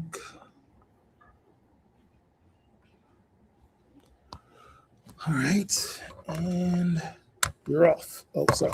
No, you're not. No, you're not. No, you're not. Hey folks, I'm Justin Mancini, CEO of Hassel. I just left my role at Google Shopping about 4 months ago to build automatic savings on healthcare powered by AI to save employers and families money on their healthcare. So we all know about the healthcare affordability crisis that's crushing American families. To put some numbers behind it, the average American family is overpaying on healthcare by about $800 a year. There's two drivers of this. One, they don't have the ability or necessarily the preference to price compare care in advance of receiving it. And then on the back end, they're not negotiating bills in a way that they really easily can, making prompt pay offers and disputing billing errors. And this is costing them, as I mentioned, $800 a year in excess of what they should be paying. The other issue here is that you have a problem where there's just too many financial traps that families are falling into. It's too much of a hassle, and it's impossible for any person to really track all of this throughout the year. Let's move over to how this impacts the larger ecosystem. So you have employers also overpaying for healthcare. So typical, basically fully insured or self-insured healthcare plan, you have a situation where when your insurance is covering, it's actually your employer, and they're basically covering about $9,000 a year per employee. And you have a situation where there's a pressure for the employer to kind of bring down that spend, and there are tools available to do that. And it's not working when it comes to everyday care. So you have a model that's emerged. It's called a Center of Excellence model, and you basically have steerage to cheaper care when it comes to large dollar care. So surgeries and cancers. Nobody's solved this yet for cheaper everyday care. That's what we're trying to solve with Hassel. It's automatic healthcare savings. You give your medical chart to us on an ongoing basis through a simple, I'll show actually this slide here, simple kind of plaid-like hookup. And then we are anticipating your care needs as they emerge. So you have basically your annual physical. We're seeing that the same day, and we're processing all of the raw clinical data with an LLM, pulling out, oh, you need an MRI, or you're going to need a sleep study. And then we're showing you in context when it might matter to you all of the basically prices for high quality care that's relevant to you in that moment. So yeah, sorry, I'm used to doing this in 30-minute format, so it might be running out of time here. But ultimately, Q&A.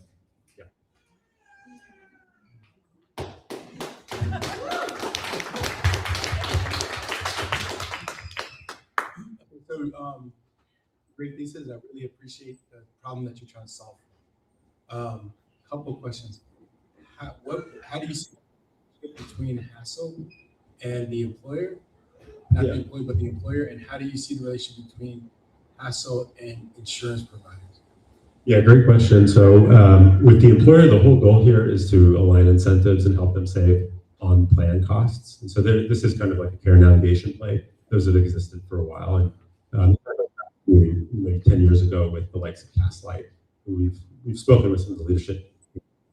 And ultimately, you look at those kind of older plays that tried to bring price transparency to an employee basis, they failed because they lacked adoption. And then there was also this tricky issue where when you were able to get someone to use a price transparency tool, they wouldn't convert on the small dollar opportunities to save because it just wasn't motivating enough. There'd usually be some sort of trade-off they'd have to make. And so we're trying to address kind of both ends of the funnel. On the top of the funnel, our thesis here is that by basically having access to your clinical data, we can trigger the experience without you having to adopt a new behavior using a reactive tool every time you have a care need. So that blows out the top of the funnel. Bottom of funnel, we're aiming to basically kind of achieve something akin to a center of excellence, but for everyday care. So basically aggregating demand for basically everyday care stuff like imaging and labs and labor and delivery care, and negotiating cheaper prices locally. So this actually makes it possible for basically the employer to save on that care, but it makes it more compelling for the employee. Oh, I can actually save $600-700 instead of maybe $200. So I'm more likely to steer towards that. 30 seconds. Thanks. What does your go-to-market motion look like today, and also at what stage are you guys at? Yeah, great question. We've been at this for about 4 months. We have, where's the right slide for this? We have one pilot partner signed, and the go-to-market is really kind of two-pronged. So one, we're using like kind of a direct-to-consumer approach to basically getting free users, proving that we can save them money, proving we can save their employer money, then approaching the employer. That's already working with the first partner here, and then brokers.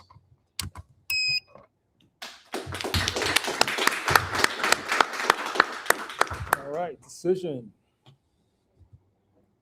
I do follow up.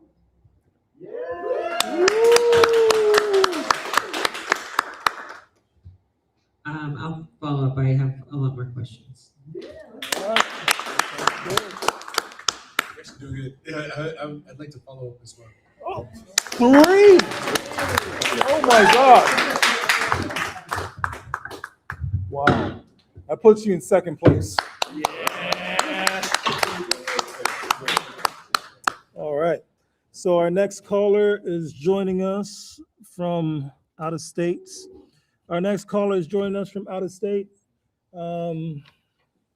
David, are you on the line? All right, give me a sec.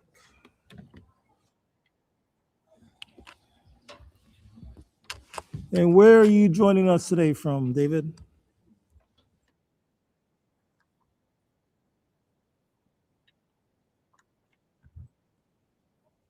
All right. David is a startup founder. What city in New Jersey?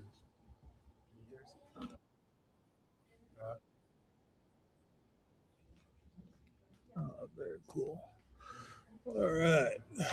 All right, everybody can see him. Let me see. Can I do this? Okay. Should join the live.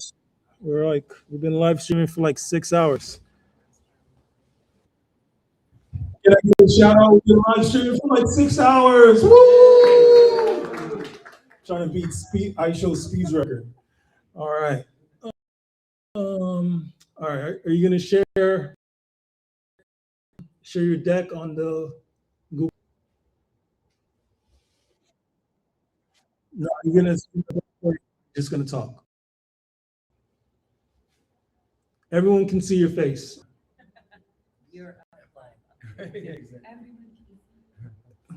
All right. No, don't share the screen. Are you gonna share your pitch deck?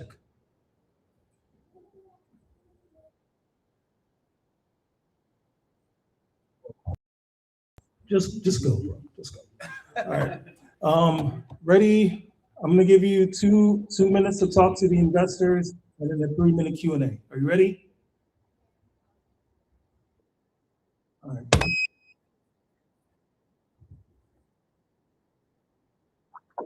You're going.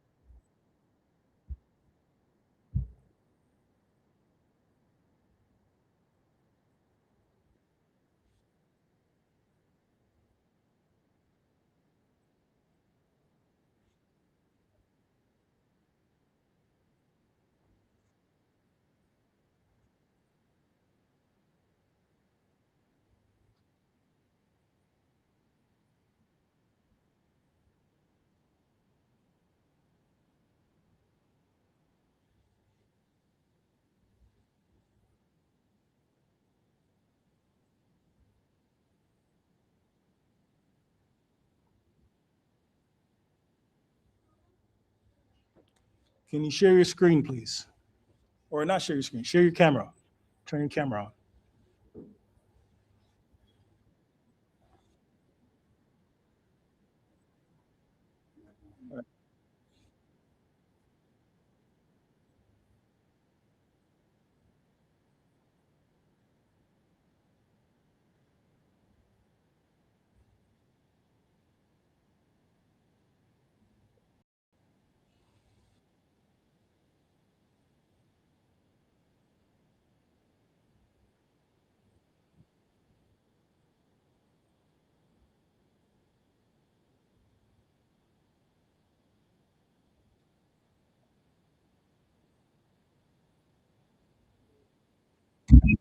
me the Q&A.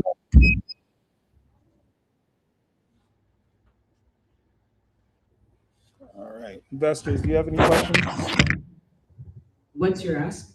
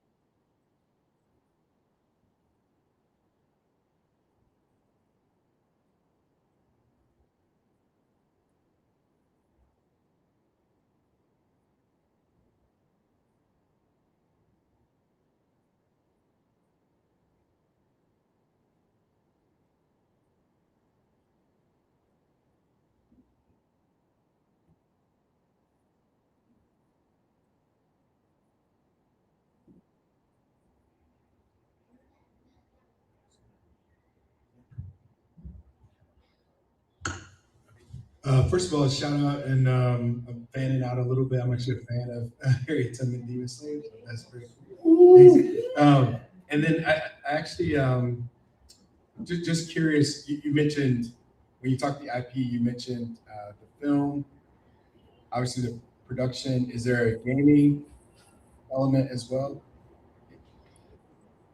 Is there a gaming element in consideration?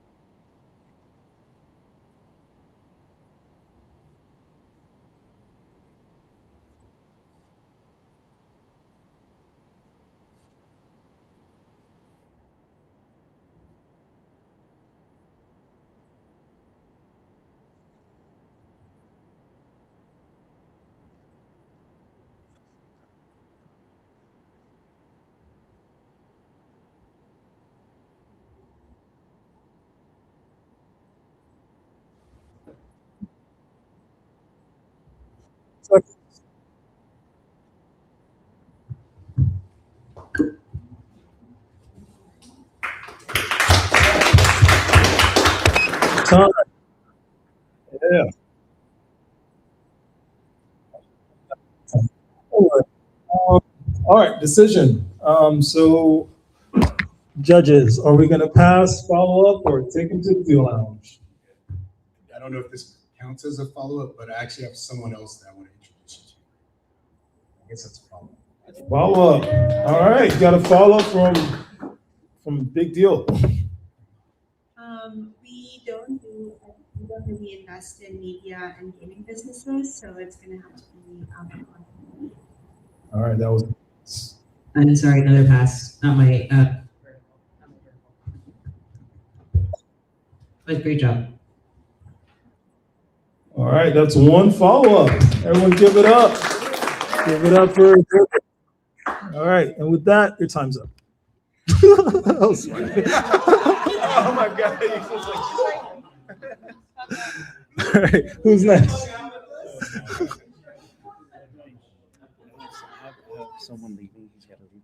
Yeah, sure. Set him up. All right.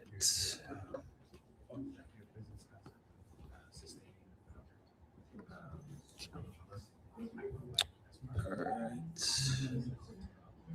Who's this? Is that me? Yeah, yes, with most of the time we're focusing on the executives, taking that and doing it early. Yeah. Yeah.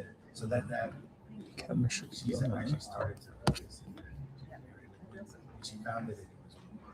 Executives, but especially since we want that. Yeah. Who's next? Can you start setting up whoever's next? Come on up. Whoever's next, please come set up.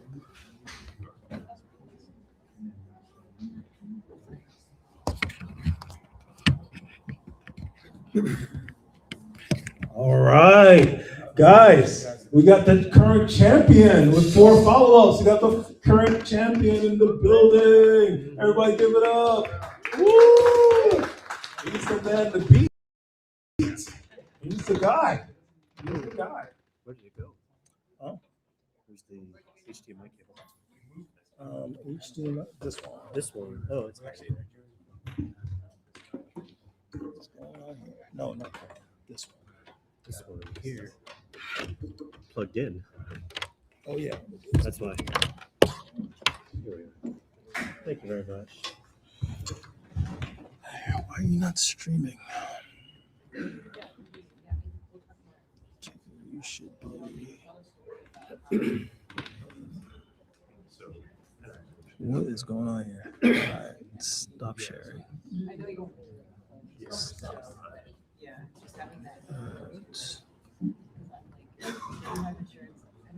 What's up with my camera? Come on, camera. Sorry, technical difficulties. That's it right there. There you go. Yeah, like a co-pilot. All right. Is there a way to full screen this?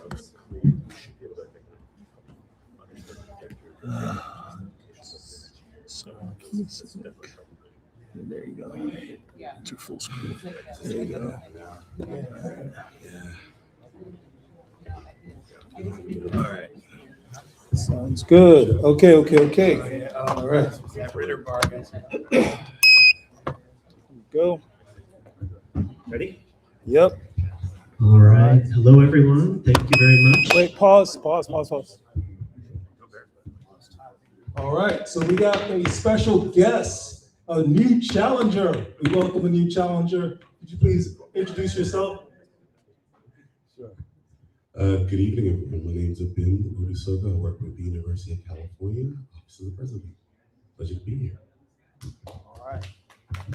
So I just realized you might not be aware, but sitting in those chairs means you're one of the judges. Is that fine? I mean, sure. All right, sounds good. All right, and you're off. Let me start you. Okay. Thank you very much. Hello, everyone. It's nice to meet you, some of you again. My name is James Tandon, and I am the CEO and founder of Cassia AI. I'm here to ask for $3 million in a safe round to help solve the AI power problem. Now, what is the AI power problem? Well, we have in the news recently, AI data centers are being delayed in their build out. We're not able to have the systems we brought up. We have Microsoft unable to put their chips into production. They're not able to actually do the inference because there's not enough power. And you also have power problems. So one city will have power grid issues because there's a data center in a different state. And so the solution to the power problem is to reduce the cost of power for the compute. Over here on the left side is standard multiply circuit on a regular chip. On the right side is the Cassia multiplier. And we also have other multipliers and other arithmetic circuits, et cetera. So why do we need to solve this problem? Well, if we are unable to build out new power plants where it would take a 5 to 10 year lead time, but we have AI companies and people at home saying, we need more compute, we need more tokens, we need to be able to chat with our systems. And so how do we get more compute in the same power envelope? And we are building new chips right now. We will be using the $3 million to purchase IP, to build the individual circuits and the systems, and also to build the software, bring some new people in full time. Thank you. I'd be happy to answer any questions. I'll go really quick because I saw you earlier. I'll just give you 2 things. One, great job. You improved from your pitch just from this morning or whenever we were here. So great job. And then I really like your pitch style where you actually keep with the ask. It's different and it does give you a lot of work to do to prove why on the back end. So just keep that in mind. Yeah, great problem. obviously very top of mind right now. I'm curious a bit about your background as well, what you were sort of working on before this. Would love to just sort of learn more about that. So I have plenty of experience in the AI semiconductor industry. Worked as a professor teaching VLSI for some time and also computer architecture. Built about 8 chips while at the University of Tokyo for 4 years, about 10 years ago. The rest of the people on the team have 10 to 30 years in the semiconductor industry. Everybody here has been or has some measure of experience in the semiconductor industry as well. So everybody is chip designer or is part of financing or sales, some aspect of it, yes. So I just want to echo what Tess said. I think you great job on the presentation. I love the idea of just putting the ask up front. I thought that was great. I'm actually curious about the amount though. Like given kind of what you were working on, what are you going to do with that $2 million? That's probably a better way to ask. Yes, so we need to be able to pay for the people to do the software part. We also need to license the IP for connecting chips together, and also for building out the PCB systems, and also to prepare the testing systems for figuring out what exactly needs to go into it if we want to go to full production, because it's a very complicated process. Our secret sauce I showed previously with the big multiplier versus the small multiplier, right? That secret sauce is only one piece of the puzzle. It's a big piece, maybe about half the chip is those circuits, but to bring the full system together requires a whole lot more, and this is what the funding is going to do to flesh that out. So we've got the core IP. The next stage is to build the prototype system. Thanks. You're welcome. Oh. I'm late to the party. A great presentation. I also liked how you led with the ask first. I thought that was very strong, and it set yourself up for 30 seconds. A great presentation. My question is, how do you prepare for the evolving space where chips are getting smaller and smaller? How are you going to be able to compete? With the smaller and smaller technology nodes? Yeah, so if we give you 3 million today, how do Yes. you know it's not going to be smaller? Yes. So be able to go to the smaller and smaller nodes. We're going to need to take it to the next level. So this is a prototype. To really bring it to the next level, we need to go to those smaller and smaller nodes, and ideally move to like an Intel 18A or 14A node. So I can tell you more later too. Thank you.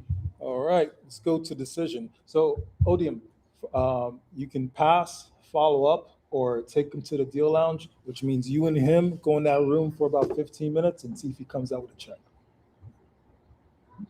All right, let's make a decision. You pass, follow up, or take him to the deal lounge. I'm going to pass. All right. I'll pass. Got one follow up. All right. Thank you very much. Appreciate it. Again, my follow up again. I already have one. So Yeah, that would double count. Does that mean he has 5 now? That means he has 5 points. Strong contender. Strong contender. All right, we'll wait for you to pitch next. Or you want to pitch? I've already went today, so therefore, please, by help me.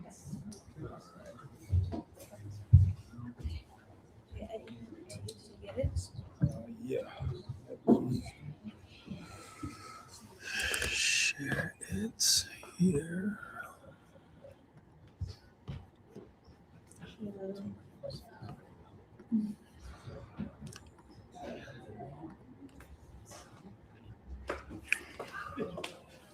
Is this it right here? Yes, but this is a bunch of people's notes over here.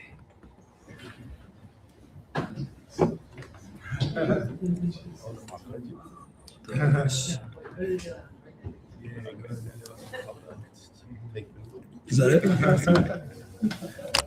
So do I need to stand here to press next or? Yeah. They're like, I guess they're like summertime edition.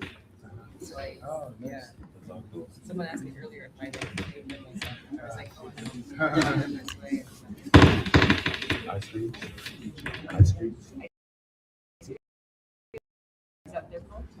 Oh, bless you. Go. He's probably my most likely. Oh, is it gonna go up? Should be up right now. Let me see this one. Let me see.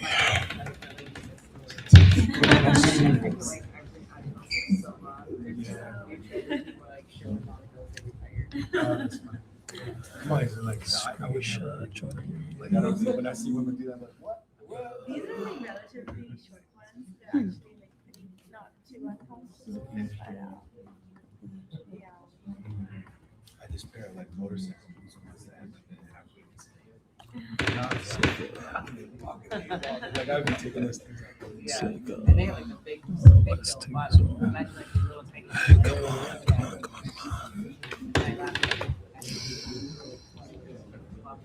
It feels like all day long. Do you need it? Do you need it? Need it? Or can you, Yeah, I can you would go like to without? have it. Okay, so did I need what was everyone else doing? Doing this, plugged it in and it worked. No, it's not working. It actually just worked. Can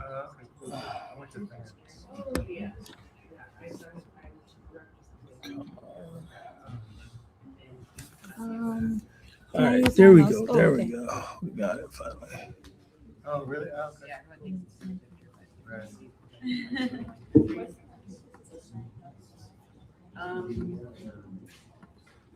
So I wasn't. There we go. Like I know that This one. And All right. Do you need that? All right. Good to go. yeah, I'm just trying to put it full screen.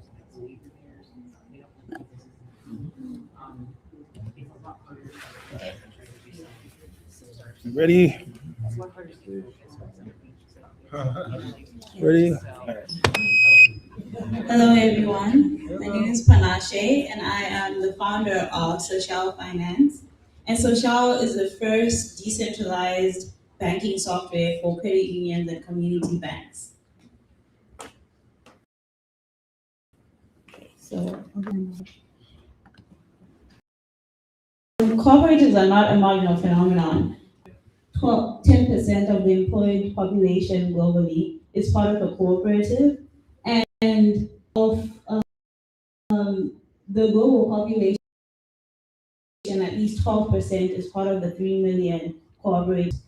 The top 300 cooperatives circulate $0.8 trillion in their turnover, and most of them operate on legacy systems. So cooperatives provide a plethora of advantages to their members, governance, as well as dividends to their members.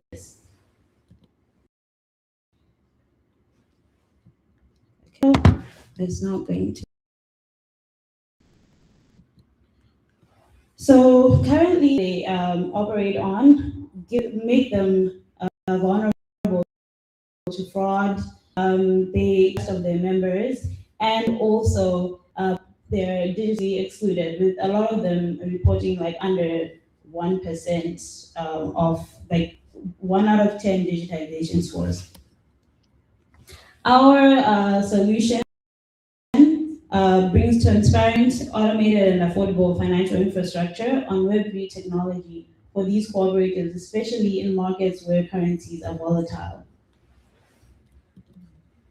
The fee is huge, with $3.8 trillion, and our target market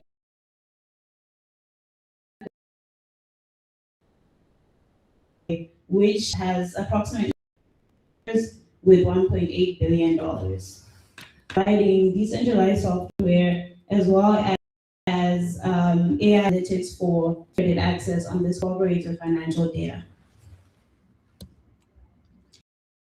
So far, we have 6 customers with 80% average member engagement in their cooperatives. Like I said earlier, their digitization scores are very low, which means it's a low customer acquisition cost for us. And we also have Cardano, which is a mature blockchain with compliance-first technologies.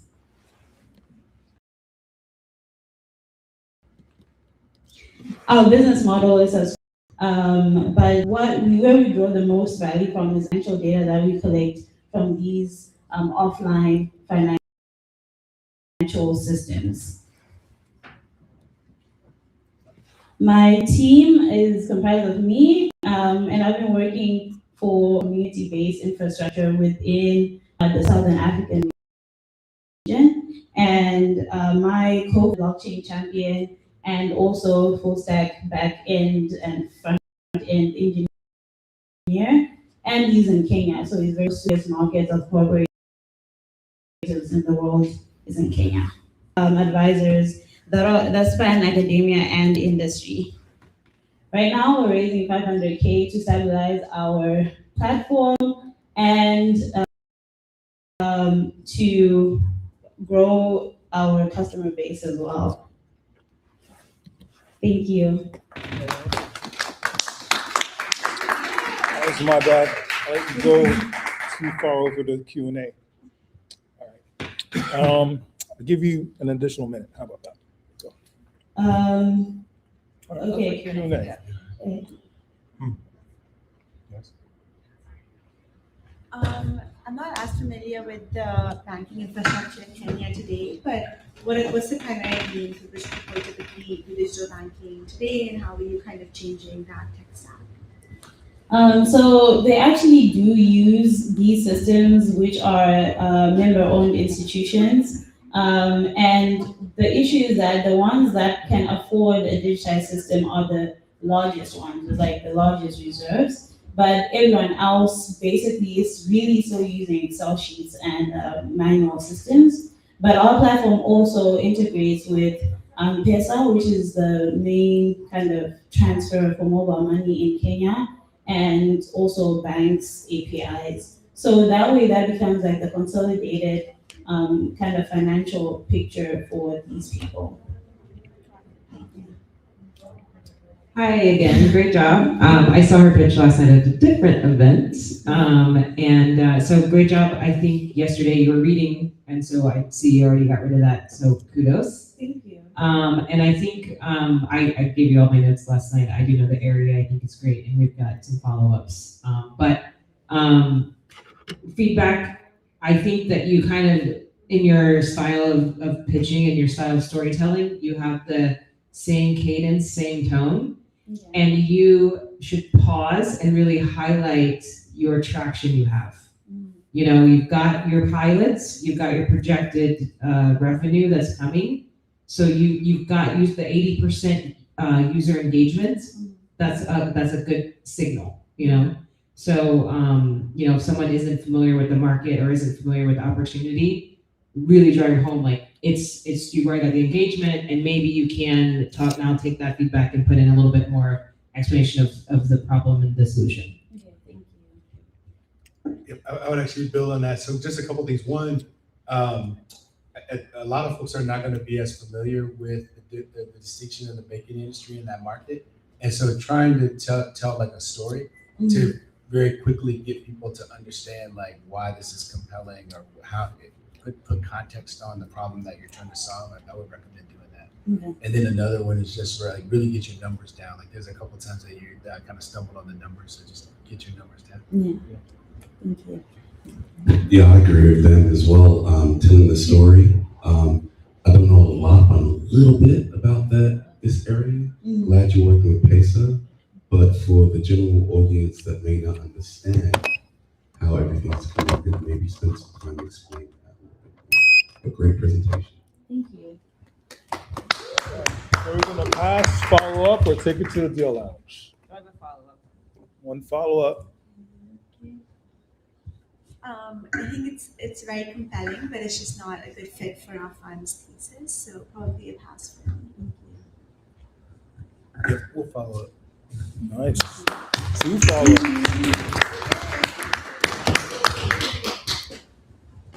And Odom, you want to pass, follow up? I'll follow up. Oh, nice. Three follow ups. You're inside for second. That's pretty interesting. All right. Let's try this again.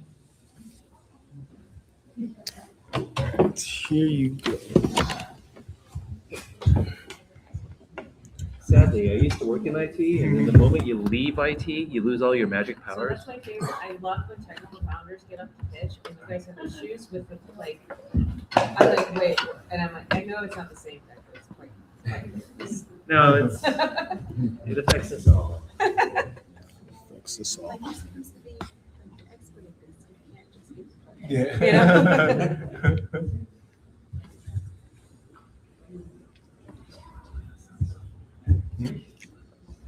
Oh, cool. I guess, but it's kind of like the Zoom issue. That's view from Mission Peak. Everyone's so, can't hear me. That's Still staying. Yeah, I was saying that. Keyword amount of time. It's been saying. Yeah, yeah. All right. Thanks again, Tess, for entertaining this. I'm DH Huang, co-founder and CTO at Nexa. We're an applied AI lab for heavy industries. This is who we are because the team is the bet. We're 40 people, 90% engineers. The four of us on this slide have spent careers shipping production AI and large-scale systems. Philip, my co-founder and CEO, ran go-to-market at Siemens and operator playbooks at SAP. Shashank, our CPO, comes from Shield AI, Applied Intuition, Google, and he's built autonomy stacks for environments where AI has to be right for the first time. That bar really shapes our product. Nagin leads go-to-market. She's from Airbus and Siemens. She knows what it takes to get into these industrial enterprises. And I have a strong background in cybersecurity, working with companies that sold to healthcare, government, and military, and also built data and machine learning systems at Cadent and IPG, which handle billions of events and data each day. It was a different vertical, same with hard problem. How do you make intelligence run reliably and securely on top of systems that were never designed to talk to each other? And that's the team, and here's the opportunity. Industrials, construction, rail, logistics, energy, manufacturing, these industries are the backbone of the global economy. Trillions in GDP, hundreds of millions of jobs, and they run on the most fragmented systems that you could possibly imagine. The typical heavy industry company runs SAP or ERP, separate PLM, MES, Shop4, CMMS for maintenance, and a whole bunch of spreadsheets. The cost of stitching that together, on average, is 7 times the cost of the underlying software itself. These companies don't lack data, they lack the cognitive engine to be able to tie things together, and we do that. IT issues again. Nitro OS is our system. Oh, we have 3-minute Q&A. Much slower this time and didn't fit it either. All right. Questions? You can start.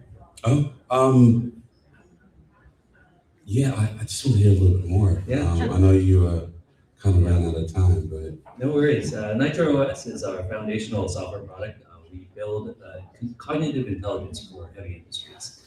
So we build an intelligence layer, which we grab from the disparate systems that have to deal with, and then we build an intelligence, an agentic layer that is able to make decisions. We're in some of the largest companies in the US and also in Europe as well. We have companies that are building demand forecasting with us at 20 plus plants in North America.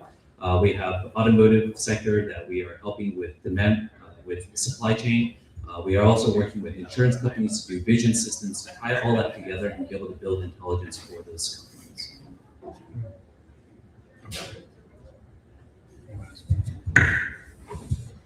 Super interesting. I really liked how you led with the team up front. I think in early stage venture, like so much of it is just about the team. So I really appreciated that.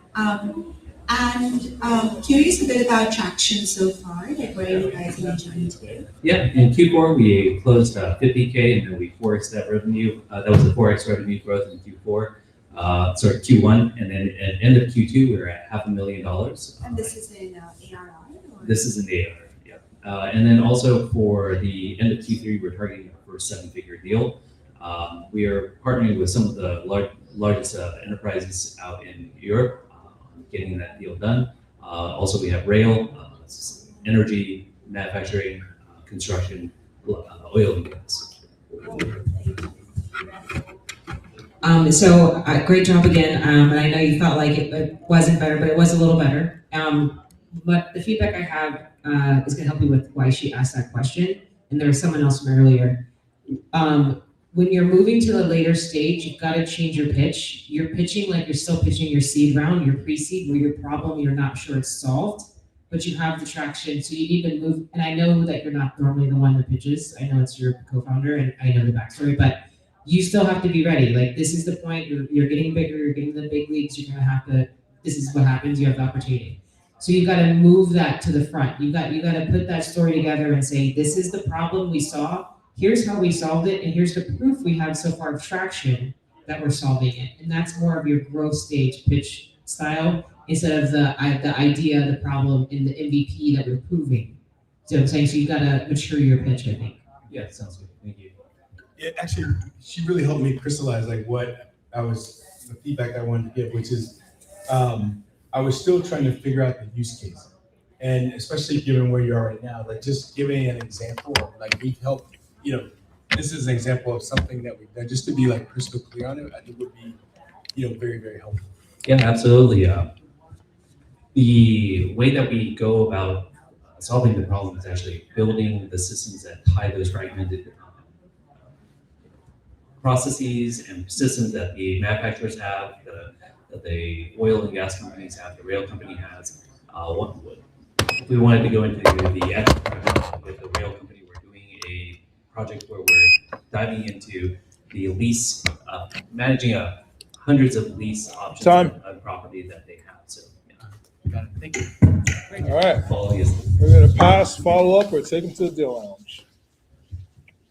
I passed, but it's not my issue, but I love you, great. Yeah, follow up from. I'd like to follow. Sounds good. So Go follow Bears, up? by the way. Yep. All right, 2 follow-ups. Same? Follow up. 3 follow-ups. We got 3 people tied for second place. All right, awesome. All right, with that, is anyone else? All right, I think we're good. I think we're out. Woo! Awesome. Awesome, awesome, awesome, awesome. Everyone give the judges a round of applause, please. Woo. Thank you so much, judges, for participating in the second deal lounge of the day. We have an optional activity. Would you guys want to do a fireside chat? Sure. All right, we have an optional fireside chat. So pretty much, I guess I can be the moderator, and then we can have a conversation about your investment thesis and the type of startups you're looking for. We're also live streaming on LinkedIn, YouTube, and I think Facebook. So, throughout the day, people have been watching you guys. No,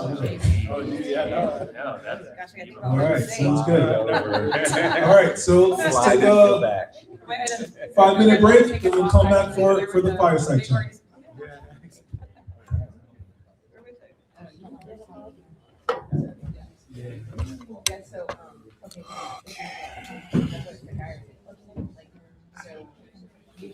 Yeah, glad you been. Yeah, no, glad.